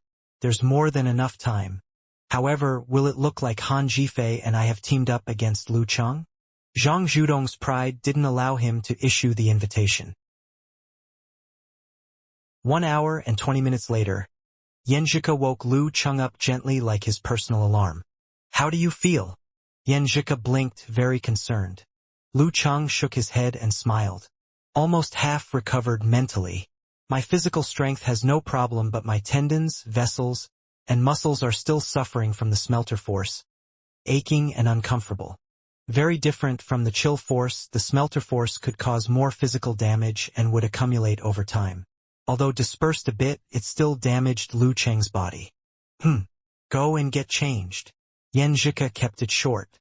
In a new martial arts suit and shoes, Lu Chang washed his face with cold water, looking refreshed and brisk again. He asked with a gentle smile, "Are you going out later or watching the fight here?" "I'll be here." Yan Zhika pursed her lips, her eyes smiling. "Waiting for your return in triumph." "Terrific." Lu Chang chuckled. "Don't you want to cheer me up again?" "Pervert." Yan Zhika flushed before muttering, "Turn around. Turn around now." "Okay." Lu Chang turned to the door, facing her with his back. Yan Zhika took one step forward, put her arms around his waist and buried her face in his neck, whispering, "Han, honey, go for it. No matter if you win or lose, I'm proud of you." The broadcast began to introduce the two fighters of the final match in the stadium. The winner of the first semifinal fight was invited to enter the ring first by convention. The final match of the third Youth Fighters Championship of Xing Province is about to start. Give a round of applause to our first fighter, number 18 Lu Chang. He made it to the final after defeating the number 9 seed, the number 5 seed, the number 6 seed and the number 1 seed. The audience was moved by the introduction. They remained silent as if expecting yet another surprise. Lu Chang stepped out of the lounge and walked towards the flight of stairs along the path under the glare of the spotlights. He suddenly heard a shout, "Champion!" The whole stadium was ignited. Voices echoed in the air. "Champion! Champion! Champion!" What began as white noise gradually became the clear chanting that created the enlightening sound torrent rolling through every corner of the arena. As they witnessed Lu Chang beat the number 1 seeded fighter through a bitter struggle, the audience recalled how he had systematically beaten his opponents, one by one. Almost everyone believed that he should be the winner of the youth championship this session. No matter what the final result was, he was the real champion, the champion in the people's hearts. Under this match system, the final result mostly depended on luck and result of lots drawing. However, in the previous matches he had won, showed more of the glory of martial arts. "Champion! Champion! Champion!" Hearing the crowd cheer with such feeling and approval, Lu Chang had been relaxed and in a pleasant mood, but suddenly he felt anger welling up in his heart and he fumed. "Now that I have gained everyone's approval in the youth tournament, what else could I ask for?" He slowed down and raised his hands to wave at the audience in all directions. At this moment, "I am the king of this arena and the king of this match." The audience fell silent before breaking out into an even warmer cry, "Lu Chang! Champion!" The cheering became almost like a mantra. Yan Zhika could hear the cheers from inside the restroom. Her excitement caused her eyes to shine as bright as stars. The camera panned around the room, landing on a few beautiful girls, before coming back around and filming more of Lu Chang, and Yan Zhika suddenly had an idea. So, she then took out her phone to send her boyfriend a message. While surrounded by the sounds of cheering under the shining sun, Lu Chang indulged in the rush of hot blood and looked around the arena that symbolized his championship. He would be lying if he said he didn't want to win, especially after he had advanced to the final round. "Even if I am weaker than Han Jifei or if I have tried my best to beat Zhang Zhutong, which means I will have to consume more energy than Han Jifei did while he fought against Lu Xuanjin, I still have a chance. I am not going to throw in the towel since I have already come so far. To be honest, in this final battle, it would be imperative for him to confront Han Jifei. He had been the best of the 4 fighters from the last session. At 25 years old, he had to fight Han Jifei now because he wouldn't get another chance if he missed this match. As the number 2 seeded fighter, Han Jifei also carried the expectations of others, so he too felt a lot of pressure. As for him, he wasn't really suffering from pressure now because he had already achieved his goal and his ranking is now even better than expected. He'd gotten more bonus points than he had expected. He even received the audience's adoration and became the uncrowned king in this tournament. So, regardless if he won or lost the match, he wasn't concerned with other factors. The reason why he wanted to win was only the desire within his heart. Win or lose, I feel no pressure at all. As he had been fighting Zhang Zhutong, Lu Cheng, whose goal was to only advance to the final round, almost had this kind of feeling, but he still felt a little burden about proving that he didn't need other attacks. In fact, the victory didn't mean a lot to him. Even if he lost, he would likely quit Weibo, forum, and stop talking about this match with his friends. He would then take up reading novels, playing games, watching TV series or programs for a week, or at least until the heat died down. After everything had subsided, he would again start to brush off his failure with victory after victory. However, he knew that Yen Zhika would feel guilty and it would be painful, so, frankly, he bore this pressure for his beloved. Now, without the burden, he focused purely on the match and on the martial arts. As he relaxed his footsteps, Lu Cheng recalled every piece of information about Han Jifei he remembered. Male, 25 years old, and 3 years ago he was a mature fighter for the professional 8th pin. 2 years ago he got a certificate of the professional 7th pin. He also was one of the vice hall masters of Sage Hall. He grew up on the streets and also mingled among the underworld gang. Later he was lucky enough to meet a nice boss who helped him master martial arts. After he received his professional certificate, he gradually changed his bad reputation and took part in the Sage Hall, where he mastered the punch with virtual print. People guessed that the reason he was able to wash his hands in a golden basin without incident and escape the gang was because the boss of the Sage Hall was one of the most powerful men of the underworld.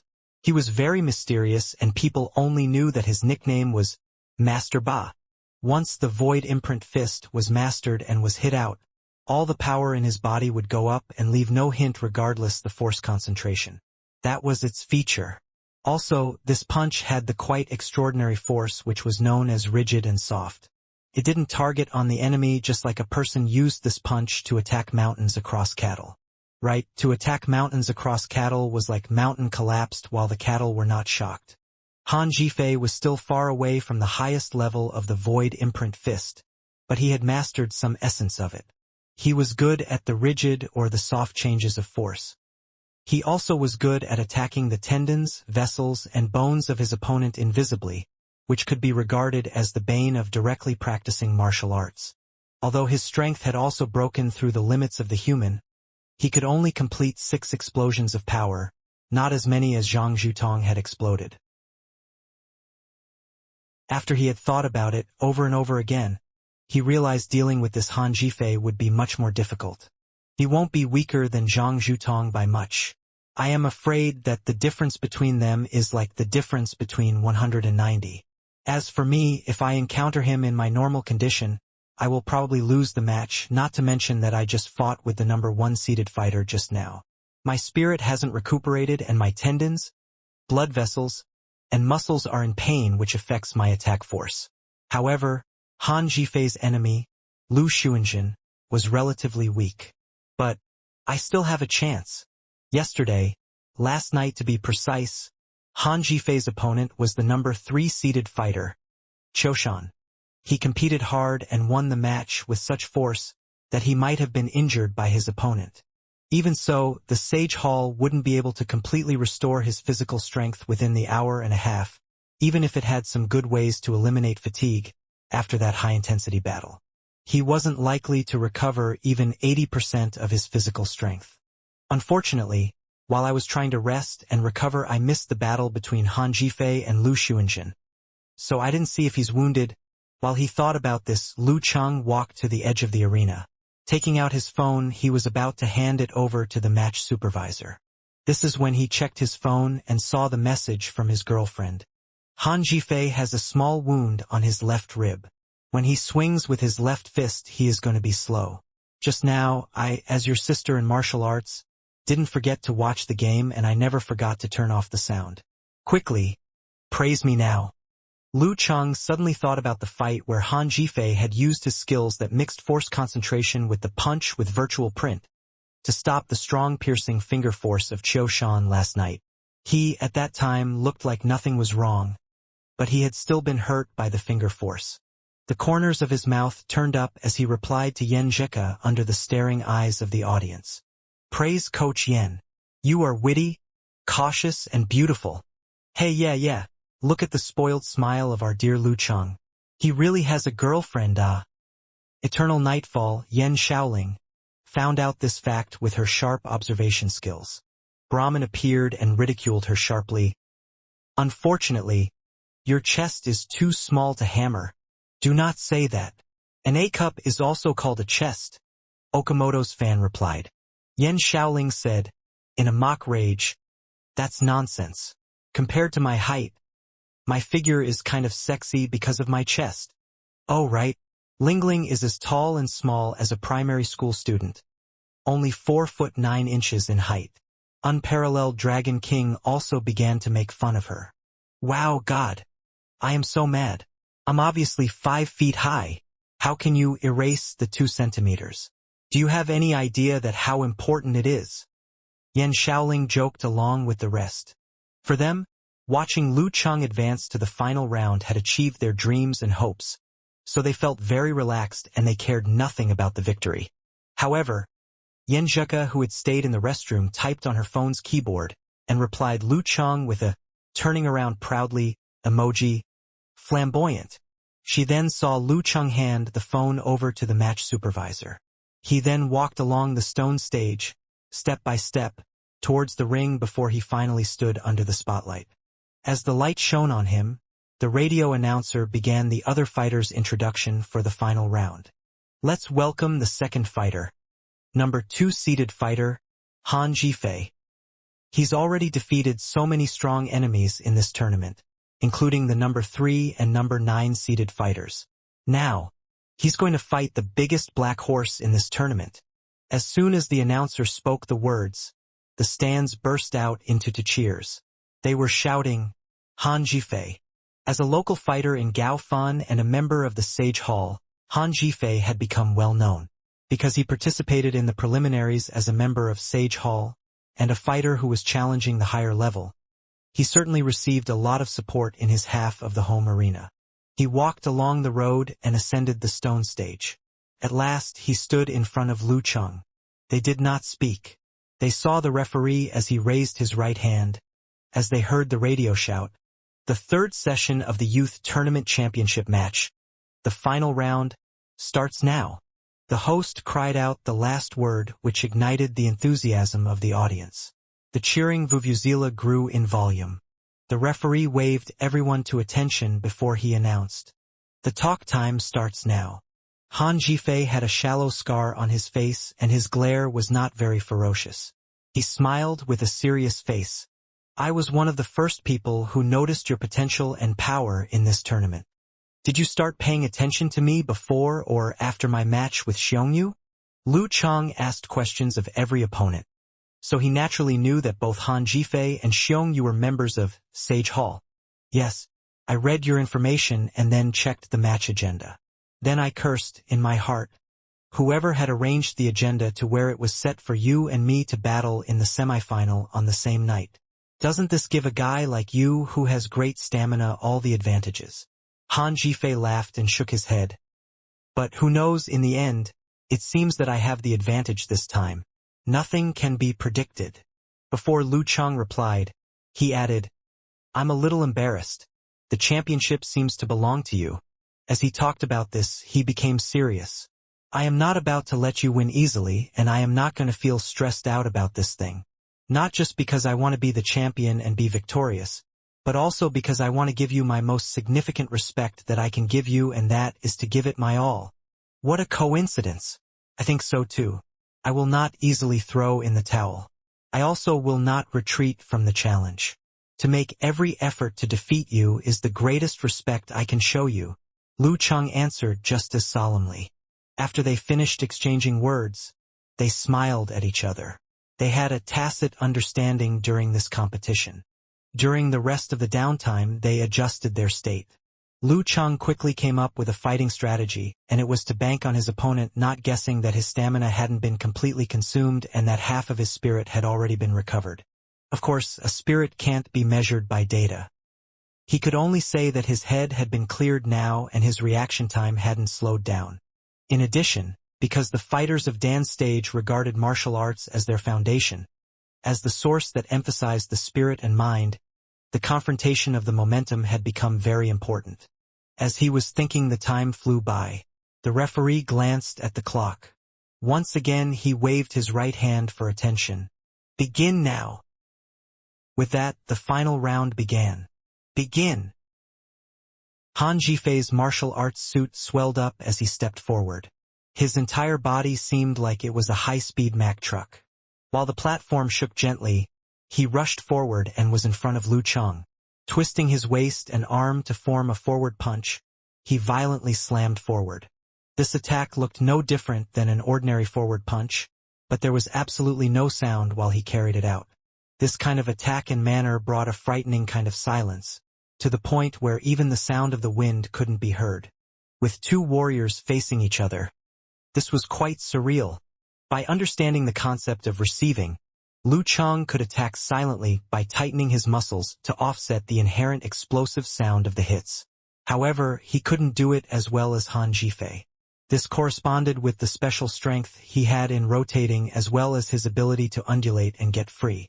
Lu Cheng realized this and understood that Han Jifei acted in this way with a purpose, for he showed no fear when he left Lu Cheng with sufficient time to prepare severe warning.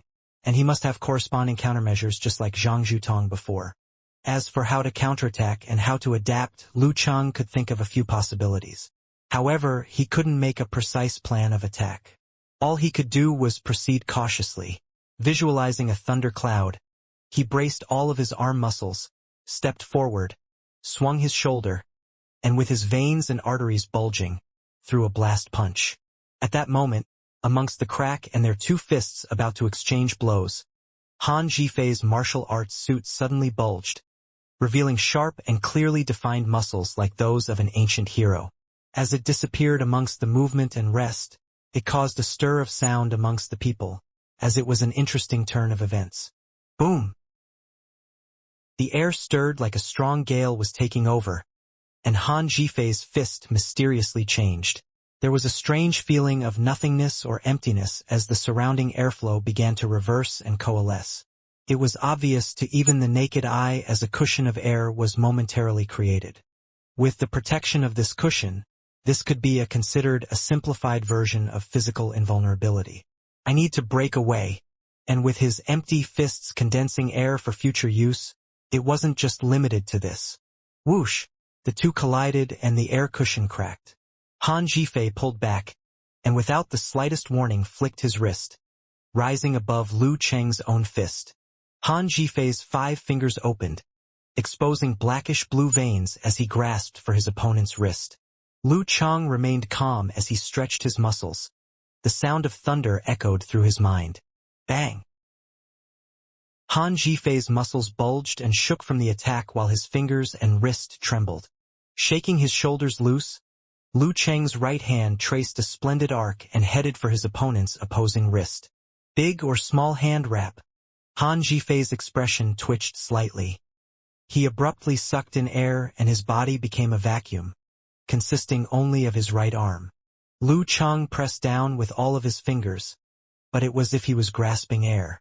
All he could feel was the emptiness inside him. Like a fish, he wriggled free and slipped away with ease and began to recover his power. How could it be this simple? Lu Cheng focused his eyes, threw his elbow joint out with a sharp crack, and twisted his own arm free. Accelerating like electricity, his palm and fingers formed together to become like a sword, stabbing towards Han Jifei's right wrist.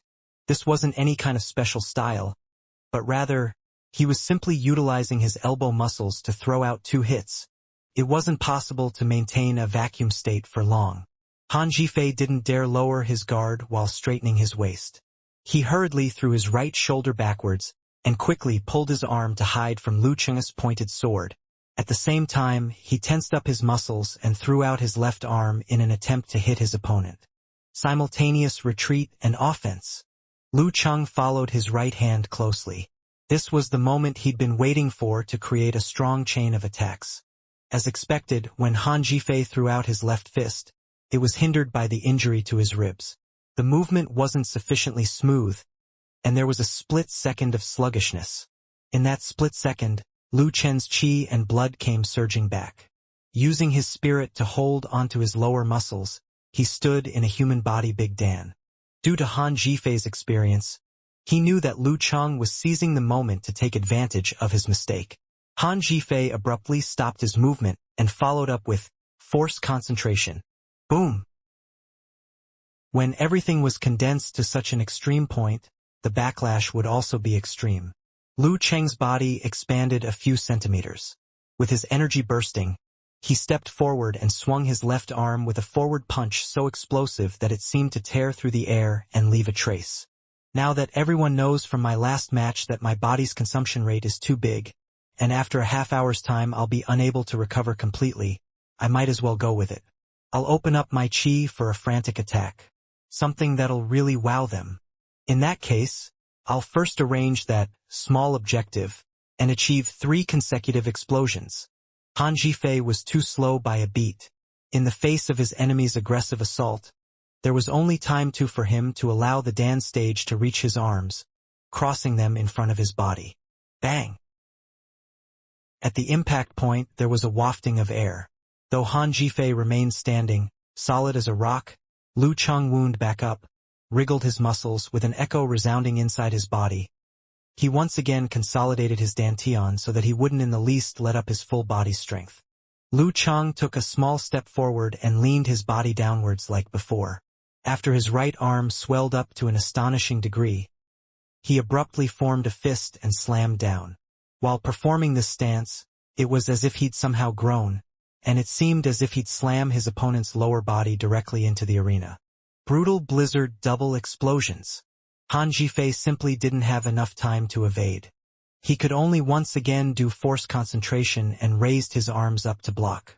As Lu Cheng's fist hit, Han Zhifei pulled back, losing a large part of his power.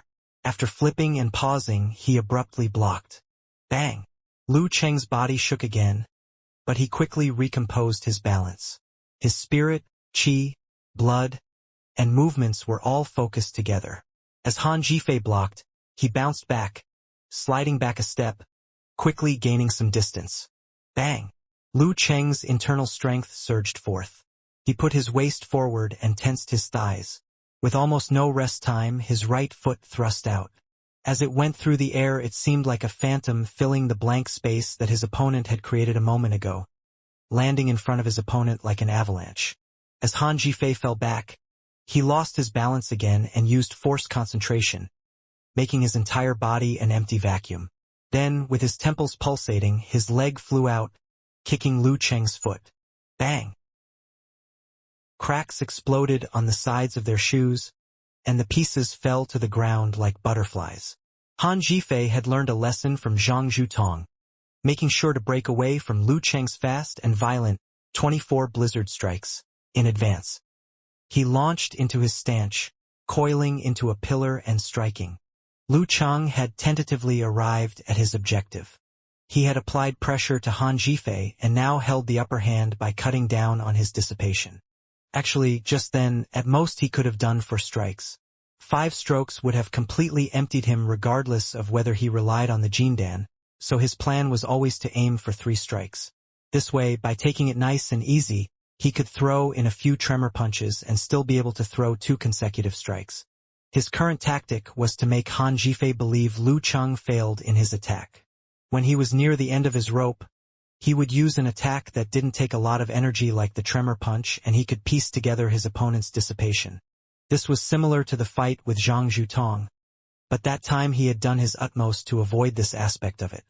His choices changed as he faced different opponents. The previous smelter force was a minimal burden to his body, yet the overlaying power was quite scary. The longer he fought, the more Lu Cheng was at a disadvantage. Han Zhifei was someone who had fought many battles. The power consumption of his Phantom Fist was probably equivalent to that of the Frost Force, so he figured that he had much more physical strength than him. As for the Phantom Fist changing and becoming a hidden attack, Lu Cheng figured that the Tremor Punch could handle it. Just a moment ago when they made contact, it had immediately detonated his muscles and caused him to shake and break up the invisible move. Even though this would reduce how much of a shock Han Jifei would receive, it was dependable and all that he could do. Bang bang bang. Crash crash crash. Lu Cheng firmly carried out his plan and responded to Han Jifei's assault with unending tremor punches, regardless of whether he was or wasn't using the phantom punch move. In the course of this, he could not defend himself since he had so few opponents that were as strong as him. He had grown somewhat complacent. As long as he seized the advantage, Lu Cheng could immediately counterattack, suppress his opponent, and then respond with steady defense. Ordinarily, Han Jifei would not give him too many opportunities, but today his left rib had an injury. It was obvious through the holes of his clothes, and when it was revealed from time to time, it could be attacked.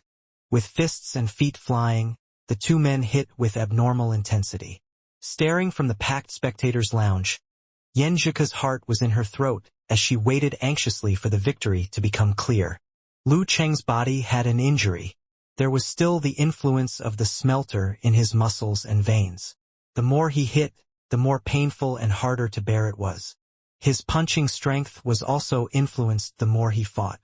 In contrast to the beginning, in this kind of state, in front of Han Jifei, he simply wouldn't be able to last more than 10 moves. Fortunately, today Han Jifei also seemed exhausted and hadn't been able to take advantage of the several times he'd shown weakness.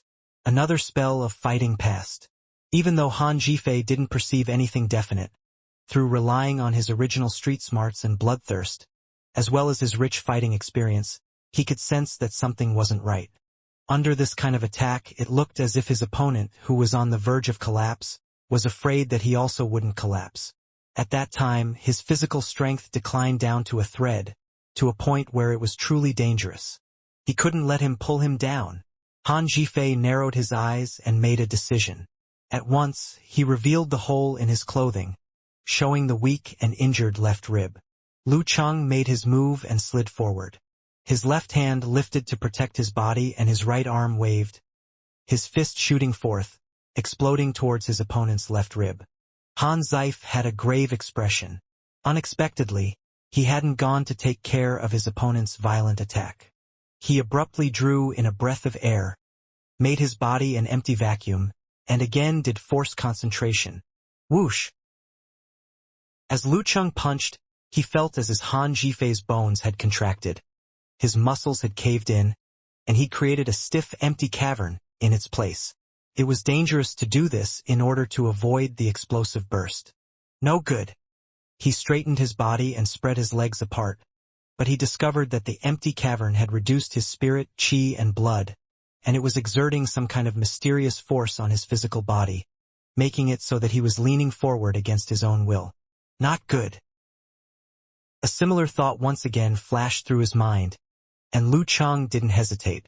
He summoned his willpower, dipped his body, and caused his chi and blood to flow back, using it to correspond with his spirit and physical strength, allowing him to stand firmly and withdraw his fist. Coming to this situation, he was unable to consider doing a few more dance stage explosions. Just as Lu Cheng finished his forced concentration, Han Jifei threw out his left fist. His muscles momentarily burst through his martial arts suit and once became strong and defined as ancient warriors. They moved and came into friction with the air, creating a sound just like a long dragon's roar. Lu Cheng's eyes widened, his chi and blood instinctively agitated. His dance stage power surged forth and he lifted up both of his hands to obstruct his opponent's fists. Whoosh! He felt like he'd been hit by a strong stream of water, canceling out his own block, which was in strange contrast to the appearance that the punch had seemed to have taken on. A split second after, the softness turned hard as a great power and intensity arrived. The phantom punch technique, joining strength and gentleness. Bang! Lu Cheng was pressed back 2 steps by this forcible punch. He left behind 2 crack-filled footprints as he stomped down and lost his balance. He had no choice. He could only do 2 consecutive strikes. It was a firm and dependable stance, but a vague thought. Han Jifei saw that victory was near. Without hesitation, he once again used forced concentration, swelled up his body, and slammed into him with his side. Bang! Lu Cheng blocked the hit with some difficulty, but the stance of his 2 hands was loosened, creating an opening to his stomach and lower abdomen. It seemed as if his response had also become sluggish. He was so tired he felt like he could collapse right there on the spot. Han Zhifei's body was also exhausted. He couldn't finish 3 consecutive strikes, but he couldn't let himself miss this opportunity.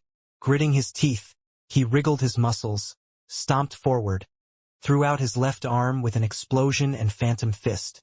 Burning himself dry wasn't too bad. At this moment there would be a victory. As everyone watched the situation change, they all continuously held their breath, perhaps out of anticipation, or perhaps due to saying a prayer. There was no time to block, so Lu Chang did something that he had thought over for a long time but had never actually used in battle. If you've been run ragged, how would you temporarily raise your spirits? First, you could splash some cold water on your face to wake yourself up. This was perhaps seen as the most common reply. So Lu Chang worked into the power of frost, making a cold current condense and rush up into his mind, floating past his face and out to the surface. If agitated by approximately 0-degree temperatures, the body's protective mechanisms would start up. Hormones started to secrete. He suddenly felt clear-headed and his train of thought was if it had been restored back to normal. Was this just a method of drawing out his own body's potential? Lu Chang seized this short moment to stir up his spirits. He lowered his waist down to his thigh, congealed his blood into its own power, and stretched his muscles. Observing to the side, the referee raised his eyebrows. Whoosh! Han Zhifei hit the center of Lu Cheng's stomach, but it was as if he'd hit a rotten piece of wood. The power of Lu Cheng's qi and blood rushed forth. His muscles expanded and he rushed forth with a mad attack, making a frightening vibration. Boom! Han Zhifei's body bounced. His qi and blood boiled over, while in his mind there was a spell of dizziness. Relying on his instinct and Chinese boxing techniques, Lu Chang straightened his arm and stabbed towards his opponent's throat with his fist like a sword. Afterwards, he himself felt that this attack would be blocked. At this very moment, Lu Cheng's spirit was extremely drained, and he simply wasn't able to consider what kind of situation he was in. In front of his eyes was darkness, and he was dizzy to the point where he couldn't quite see the top of the arena. The referee reached out his hand for support, covered his hand with his palm, raised his right hand and announced clearly, "Final round, Lu Chang wins." Since he still felt dizzy and disoriented, it took Lu Chang a while to figure out what the referee was saying. Did I win the game? Did I defeat Han Zhifei with the last blow? Am I still in the arena? As all these thoughts flashed through Lu Cheng's mind, he finally found his bearings and got a clear view of his surroundings. He saw Han Zhifei huffing in front of him, 2 footprints embedded in the floor behind him. He was in a broad arena with the referee standing nearby, who was familiar yet strange for him. Sensing Lu Cheng's gaze, the referee gave him a kind smile before asking, "Are you okay?" I'm fine now," said Lu Cheng. He felt his mind numb and turn into chowder, which weakened his control of his lungs and throat, adding difficulty to his breathing pattern and causing him to make a series of gasps. His eyelids were heavy as if he would immediately fall asleep. Holding back the feeling of being sleepy, he struck a blaze with 2 fingers and gave the back of his hand a quick burn. His body trembled slightly at the sharp pain, immediately waking up his brain by stimulating his nerves. At this moment, all the scenes and sounds outside Lu Cheng's world came back to him with the eruptions of cheering from the excited audience. Champion! Lu Cheng! Champion! Lu Cheng was stunned while feelings of joy and happiness began emerging from his heart, drop by drop, echoing within his body along with a feeling of tiredness. I'm really a champion, champion of the 3rd Youth Fighters Championship. At this moment, he wanted nothing more than to turn around, run down the arena and rush to the restroom to give a big hug to his fairy, pick her up, and then spin her with excitement. Having seen Han Zhifei break Lu Cheng's stance twice with double explosion, Yan Zheka already covered her mouth with both hands, stifling a regretful sigh. Though she had already prepared for Lu Cheng's probable failure, she never stopped expecting that Lu Cheng would find a way out and create a miracle at the last minute. As long as he doesn't give in, I'll never give up. As Han Jifei was about to land a winning hit, Lu Cheng uniformly distributed all his scattering forces throughout his body to strengthen his defense against his opponent.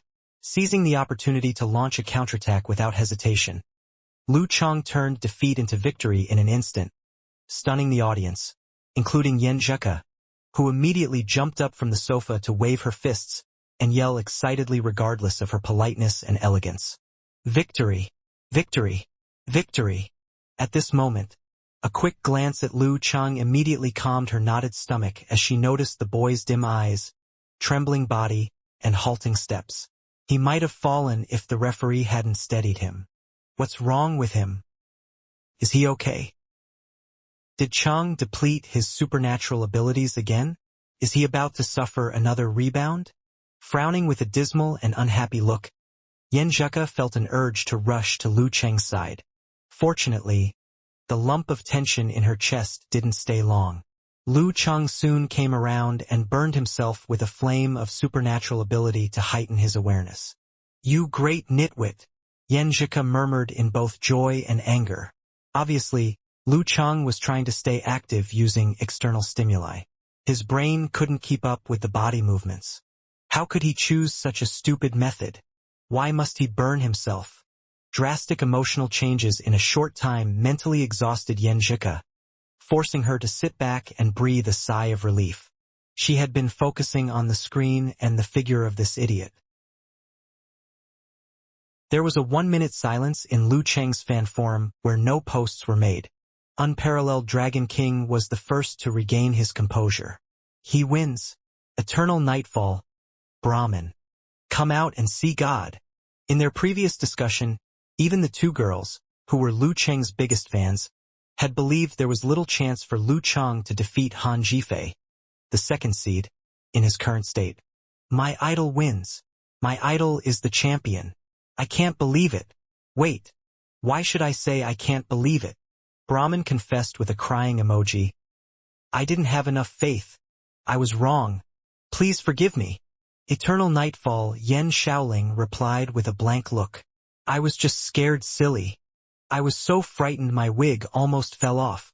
Naive sent an emoji widely opening its eyes. "I was convinced that Lu Cheng was going to lose the game right before he turned the tables." Bull King was unsure whether to cry or laugh. Unlike the battle between Lu Cheng and Xiu Lin, Lu Cheng's recoil after using severe warning gave him the chance to launch a counterattack. He took the opportunity to defeat his opponent. This time there wasn't an obvious transition before the situation was thoroughly turned around, which gave the stunned audience no time to figure out what happened. "Luckily, I didn't bet I would streak this time. All good names are taken by dogs," sent a let-go emoji in bewilderment. Yen Shaoling, who was watching their discussion with a blank look, suddenly sent a post. "I still feel as if it was a dream. It was too dramatic. Did my Lu Cheng really win the championship? Okamoto's fan, hurry up. Come out.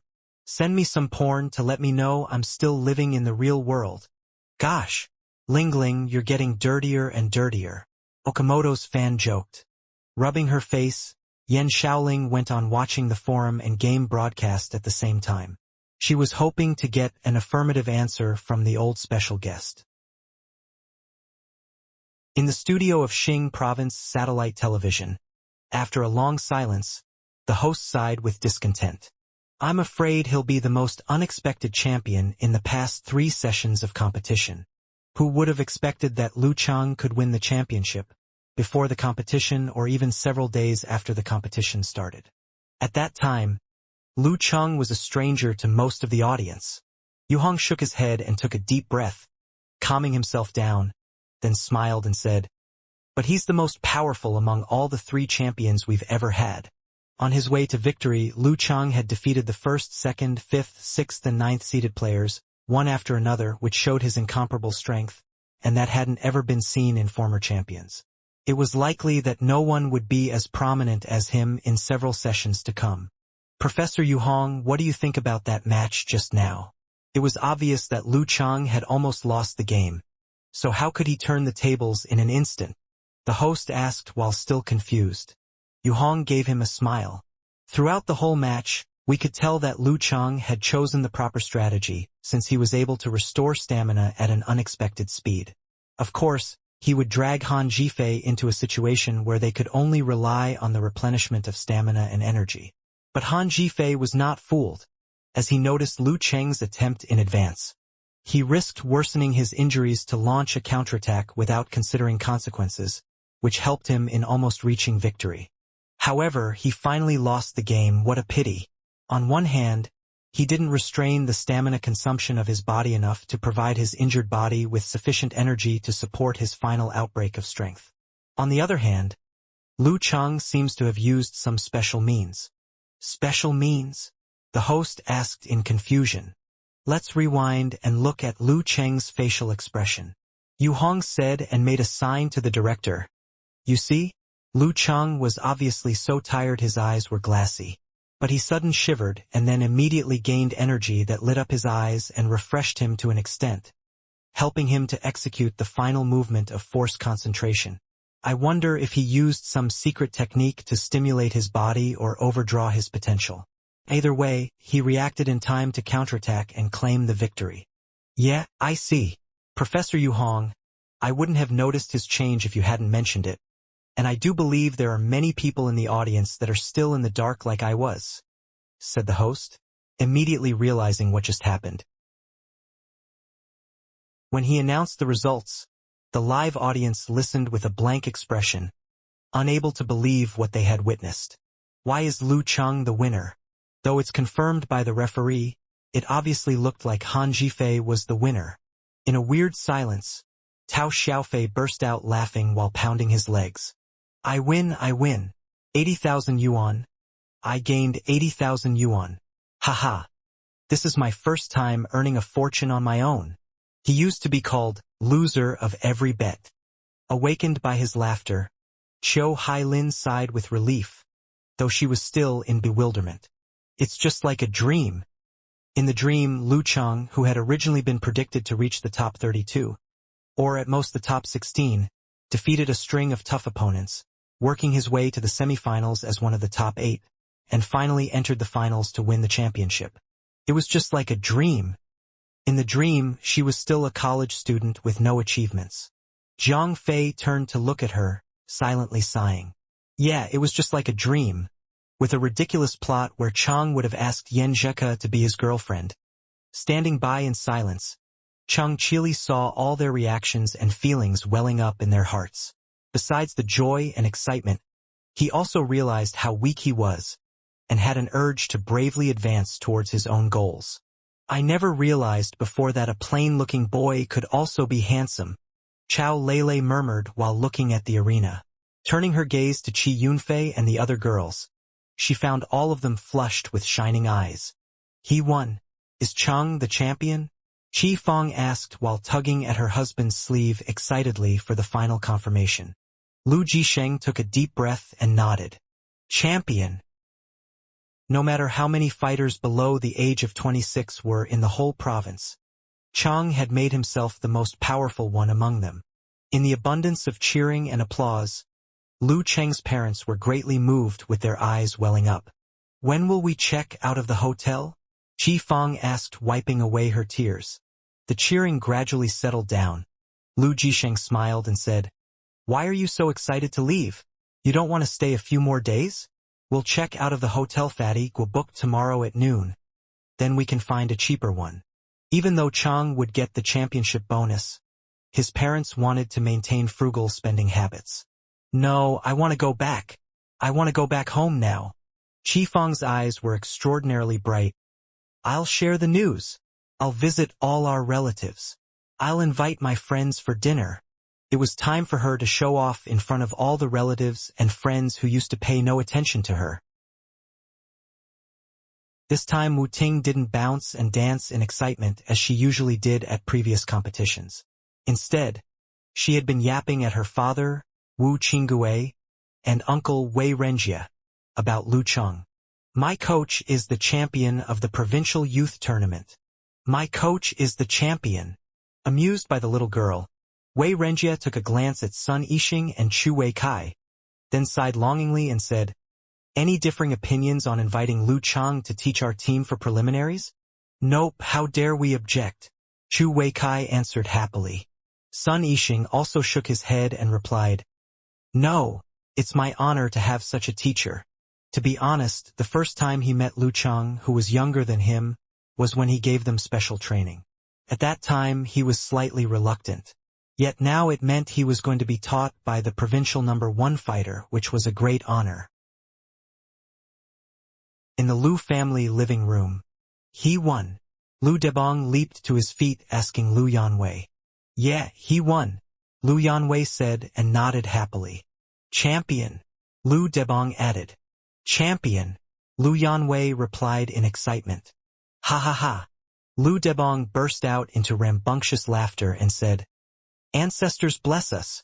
Ancestors bless us. Let's visit their graves and tell them the good news when Chang comes back.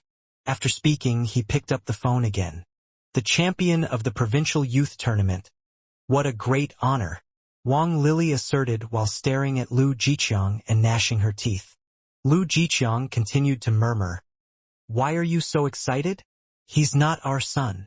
After realizing what he said, he stopped suddenly and looked at Lu Yanwei. Lu Yanwei gave him a wry smile. Though he realized his mediocrity, he still longed for an extraordinary life, which forced him to struggle frivolously. What a pain it was. Senior brother Zhou? Have you seen the match? After calming down, Yi Yaoding texted Zhou Zhengquan. Zhou Zhengquan sent a wry smile and replied, Yeah, I never expected to be surpassed by him in such a short time. Wasn't his victory against Lu Chang in May? Now, he even gave up comparing himself to Lu Chang. He was sincerely convinced by the boy's strength.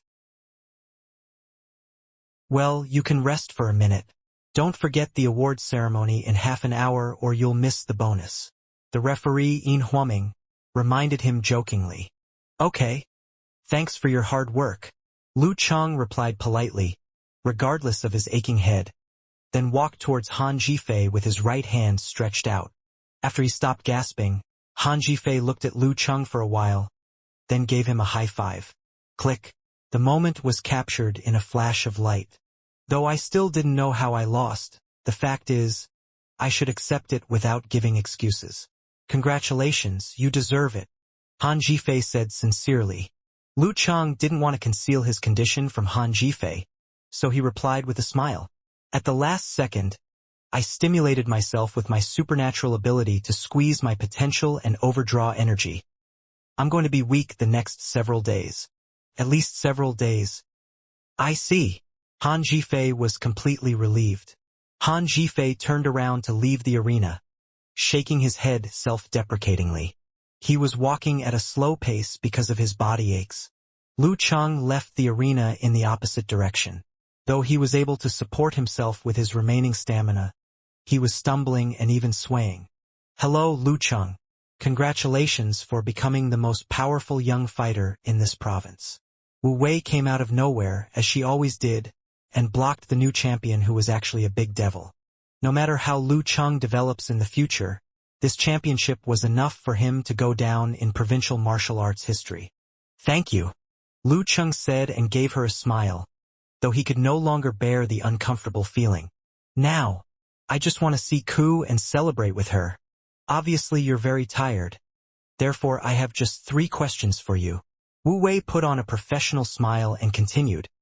Could you please share your feelings and thoughts after winning the championship with us? I'm truly overjoyed and screaming in my head, but my worn-out body prevents me from showing my excitement on the outside.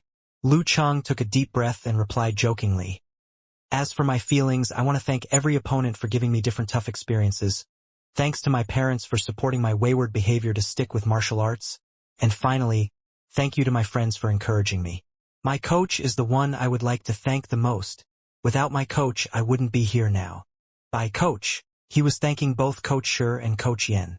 On the one hand, if he hadn't met Coach Shi, he would have taken many detours before growing into a qualified fighter, and he might have even died practicing kung fu in unsafe ways. On the other hand, it was Coach Yen who motivated him to join the martial arts club for fun, and to go for a night jog around the lake where he found the Jindan.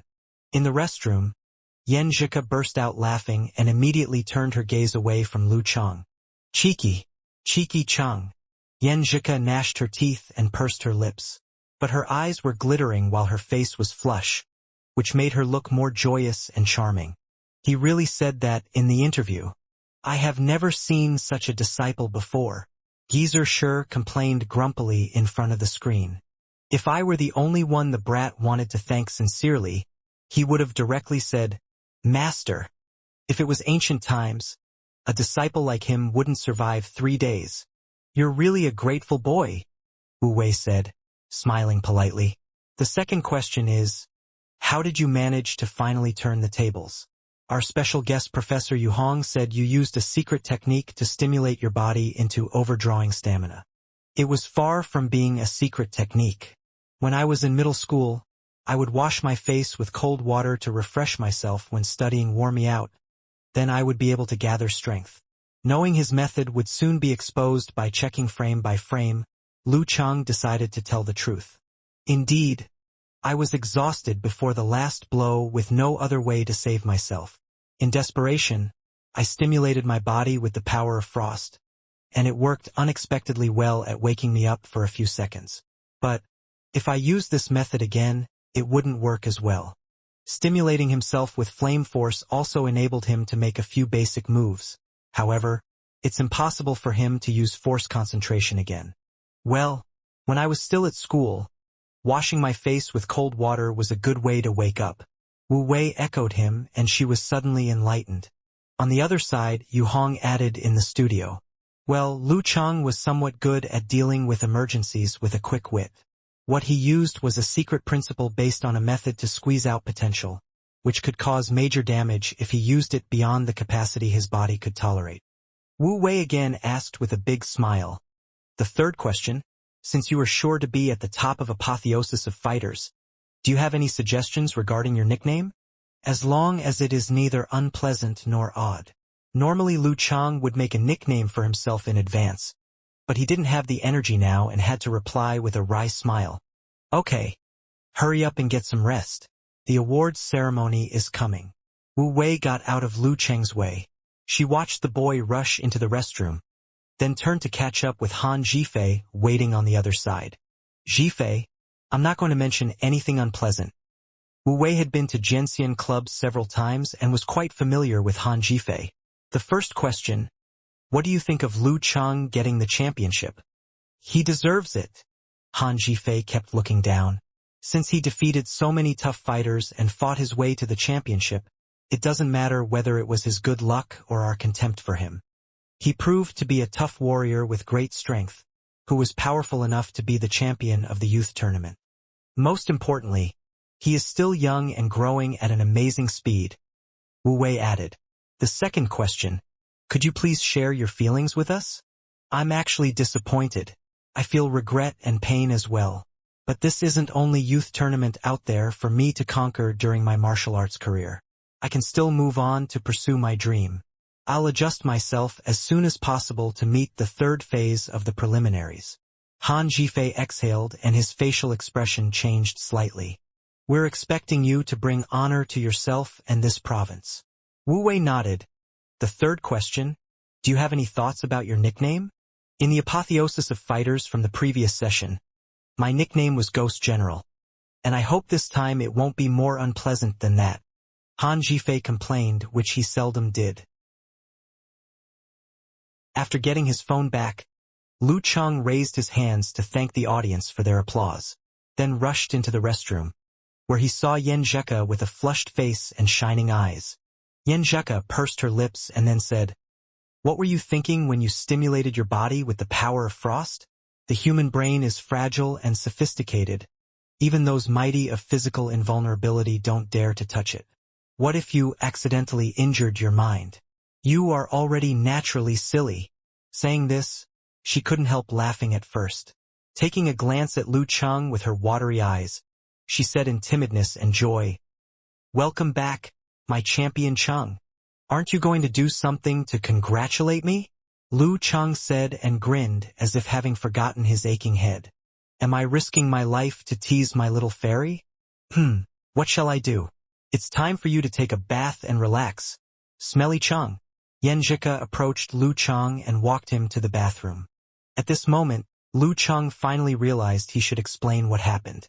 I didn't stimulate my brain, only my skin. Yenjika was about to say something but suddenly stopped to scratch her forehead. Since you overdrew your stamina, a hot bath might harm you. You should recover from the tiredness by yourself at first. Just sit here and I'll knead your temple. No, you were hit in the chest by Han Jifei, so I'd better apply some ointment on you and massage the injured area to prevent future trouble. Taking a step back in embarrassment, she raised one hand like a student in class and said, "Give me some time to sort out what I should do now. I'm a little confused." She was very excited and concerned about Chung. Lost in her own thoughts, Yenjika suddenly sensed a strange silence in the room. When she looked up, she found Lu Chang staring at her quietly with brooding eyes and a big smile.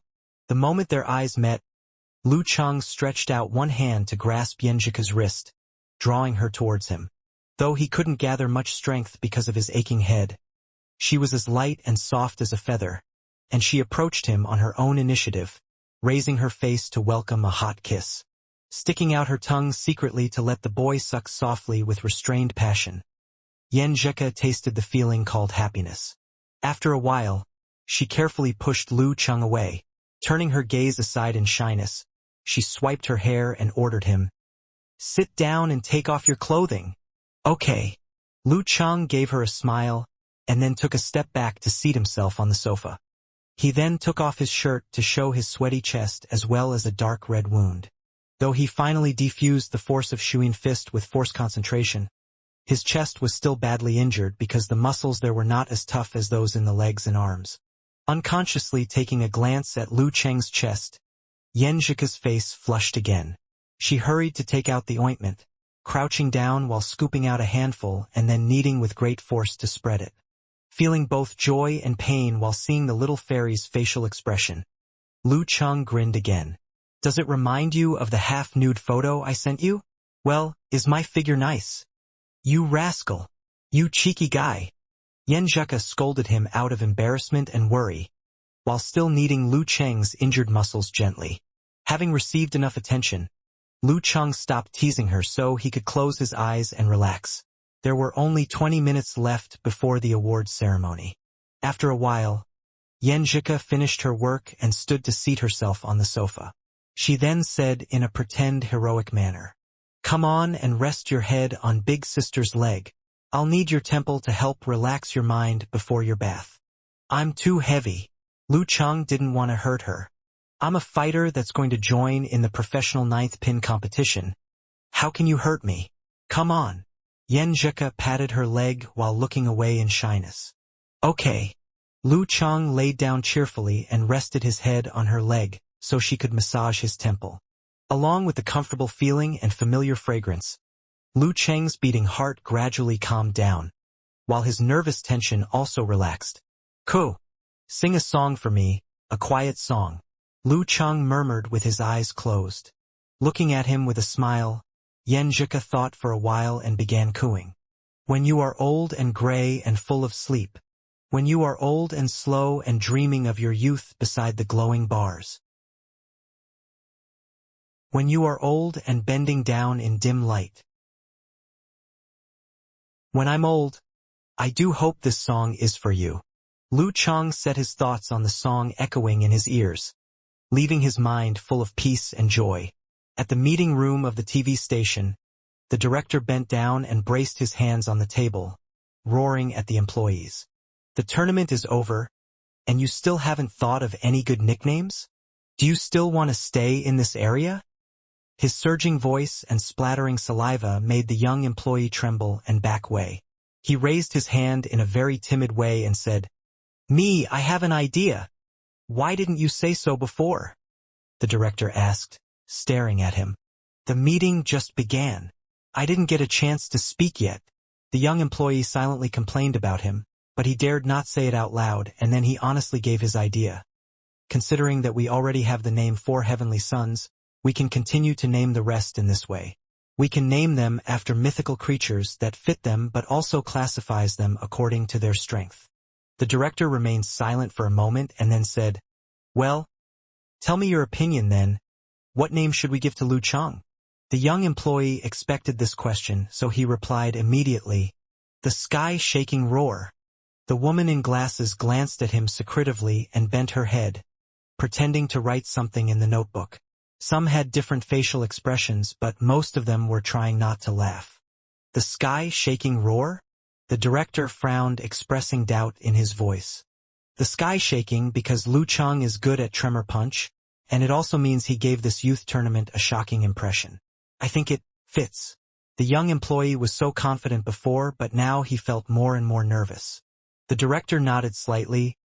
"It's kind of okay, because you made a pun. But why roaring? Why not a hornless dragon? Lu Chang has already achieved frost force, and he has also mastered some simplified physical invulnerable techniques. Isn't hornless frost dragon more suitable? Hornless frost dragon is too soft, and it doesn't fit well with sky shaking. It loses the strong and manly feel. Plus, when Lu Chang defeated Zhang Zhutong in the semi-finals, he roared, right?" The young employee tried to explain. "Then the sky-shaking roar it is. We don't have much time." The director gave some final words. "Since we have decided on the nickname for Lu Chang, I have ideas for the others as well. Give me your opinions. Void Rock for Han Jifei, Wind Fire Dragon for Zhang Zhutong, and Formless Eagle for Lu Xuanjin. What do you think? Any comments?" The young employee and the woman in glasses looked at each other and replied simultaneously, "No." "Really? I came up with these names just now, so they aren't perfect." The director said it very modestly. "Indeed not, but I think they're better than the nicknames we've used the last 2 years." The girl in glasses replied honestly, "At least they're not as bad or as weird. Only that they seem like the name of Mountain King or the names of passers-by A, B, C, D. Anyway, it's progress." The director beamed with joy as he happily announced, "So it's settled then." The gentle sound of singing was heard for quite a long time, and the tune still lingered in the air. Lu Chang somehow managed to fall asleep after totally relaxing. He kept dreaming until he was woken up by Yen Zheka and saw the light from the suspension lamps. "The award ceremony will begin in just a few minutes. You'd better hurry and get a quick shower," said Yen Zheka with a smile. "Actually, it's okay if you don't take a shower. You can just suffocate them to death with your stinky smell." The short nap only made him even more tired, so he didn't care about the details anymore. He turned around, held onto his little fairy, and went back to sleep. However, his mind wasn't as empty as before. He sat up, strong-willed, and began to massage her lap out of instinctive pity, which helped ease the pain that she felt from being used as a pillow for 20 minutes. At the same time, he spoke in the laughter. "If so, then tomorrow I will be nicknamed Monk. Then I'll really be infamous." "Aha! Infamous!" Yen Zheka was laughing because of his joke, but her eyes were still fixed on the protective behavior in his gentle expression. She pushed him a little bit and said, "So why don't you hurry up?" Lu Chang didn't procrastinate. He jumped back a step and stood up, taking out his new boxer briefs and martial arts suit, after which he went into the bathroom. Yen Zheka took out her phone, which was on mute, and looked at the messages that she had ignored. Among them, Gu Shuang asked in excitement, "Ku, has your man recovered enough? How about we go out tonight? Take him out to celebrate. He is the champion of our province's youth tournament." Yen Zheka smirked and chuckled as her hands tapped on the screen keyboard. "He's rested, but he still needs to keep his schedule for training. How can he have time for a party? He still has to exercise very early tomorrow morning. So do I." When she finished typing, she waited to send it, temporarily leaving it as a draft. After Lu Chang finished his quick shower, she looked at him while he was drying his hair with the towel and asked with a smile that exposed her dimples, "Gu Shuang wants to have a party later tonight to celebrate your victory. Do you want to go?" "Do you want me to go?" Lu Chang asked in return, smiling. Yen Zheka smiled as well with her curved eyebrows. "I'm okay with either, you decide. Then just forget it. I'm too tired and I have to keep my schedule." I can't miss morning training. Lu Cheng resisted the temptation to go to the party, and he said it resolutely but in a very gentle way to her. The victory is temporary, but the training is forever. Yan Zhika immediately gave him a smile and looked at him delightfully. Then she looked down and clicked the send button. She sent the draft that she had written earlier to Gu Shuang. I knew he would refuse. It's not the meeting of minds, but the mutual affinity and mutual understanding accumulated little by little over time. Of course, even if I knew he would say so, I wouldn't make the decision for him either. It's necessary to ask him for his own opinion. It's basic mutual respect. I just typed it in advance to save time. What's wrong? Lu Cheng was a little surprised by how she reacted, and he added, I think you don't want to go either, because right now your strongest desire is to become a professional ninth pin fighter. You wouldn't want to miss your morning training either. Yan Zhika turned her eyes to him and lifted up her head. She was about to say something when they heard a knock on the door. Mr. Lu Cheng, the ceremony is about to begin. You can prepare to enter the stage. Fong Siki reminded him. Okay. Lu Cheng answered loudly. Then, he looked at the girl and asked her in a hurry, Ko, how about staying at my place tonight, and we can do the exercises together tomorrow morning? I have no bad intentions. It's just that my head is still throbbing, and I want my little fairy to massage it a little bit. Suddenly Yan Zhika thought of Dirty Tong's joke about men. I swear I won't do anything. She couldn't help feeling shy as she rolled her eyes at him. Then she smiled and said, It's a pity, but my parents are in Gaofan as well. They are watching the game right now. I have to see them tonight. It's not like we are traveling together. Why is he always thinking about sleeping together? Okay. Lu Cheng forced a smile and sighed, realizing just how powerful the Empress Dowager was. Somehow, she always showed up at the most inopportune moment. Seeing his reaction, Yan Zhika secretly smiled and murmured, However, we can go on a date tomorrow. Okay. With his spirit lifted, he turned around to open the door, walking out of the lounge. Yan Zhika followed him with her eyes and took out her phone again, receiving Gu Shuang's message.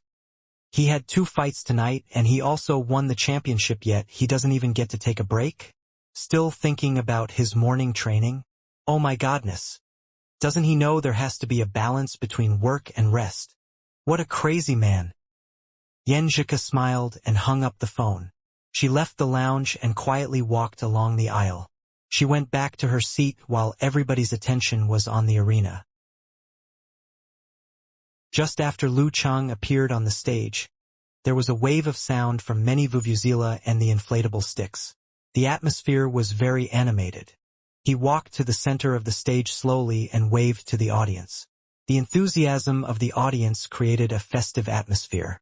In this environment, he ascended the arena again, and he saw Han Jifei, whose left arm was in a bandage, Zhang Zhutong, who was fully recovered, Lu Xuanjin, whose complexion was pale white, and the previous judge, who had changed into a white and clean martial arts suit. Next, Mr. Yin Huaming, the chairman of the Martial Artist Association, and the government of our province, will present the prize to the top 4 winners of this youth tournament. The voice from the broadcast was enormous. While the host was speaking, Miss Etiquette entered the stage with 4 crystal trophies. In the center of the tray was the symbol of the champion's fist. If it was just a competition that wasn't held by the government, there would probably only be a large check. But in this case, the experts wouldn't seem so honorable, and the higher-level management of the Martial Artist Association would reject them. First, the provincial government will present the award to candidates Zhang Zhutong and Lu Xuanjin. After the broadcast, most of the big screens in the stadium were separated into 2 kinds. Each showed Zhang Zhutong and Lu Xuanjin performing during the championship respectively. From the 4th and 5th, all the way up to the double elimination competition. Top 32, top 16, top 8, and then it finally played the video of the top 4 elimination matches. When the video stopped, the guest in a suit took the trophies and gave them to Zhang Zhutong and Lu Xuanjin respectively. Then, in the same way, Han Jifei took his award as the second prize winner. Finally, Mr. Yin Huaming, the chairman of the Martial Arts Association of Xing Province, will present the champion award to the candidate, Lu Cheng. The voice in the broadcast announced very loudly. Lu Cheng saw the kind-looking Yin Huaming, and he also saw the video of how he won this prize on the big screen. The first round, beating down Xiong Yu. The fifth round and the 2 rounds before the double elimination game were easily won by Lu Cheng.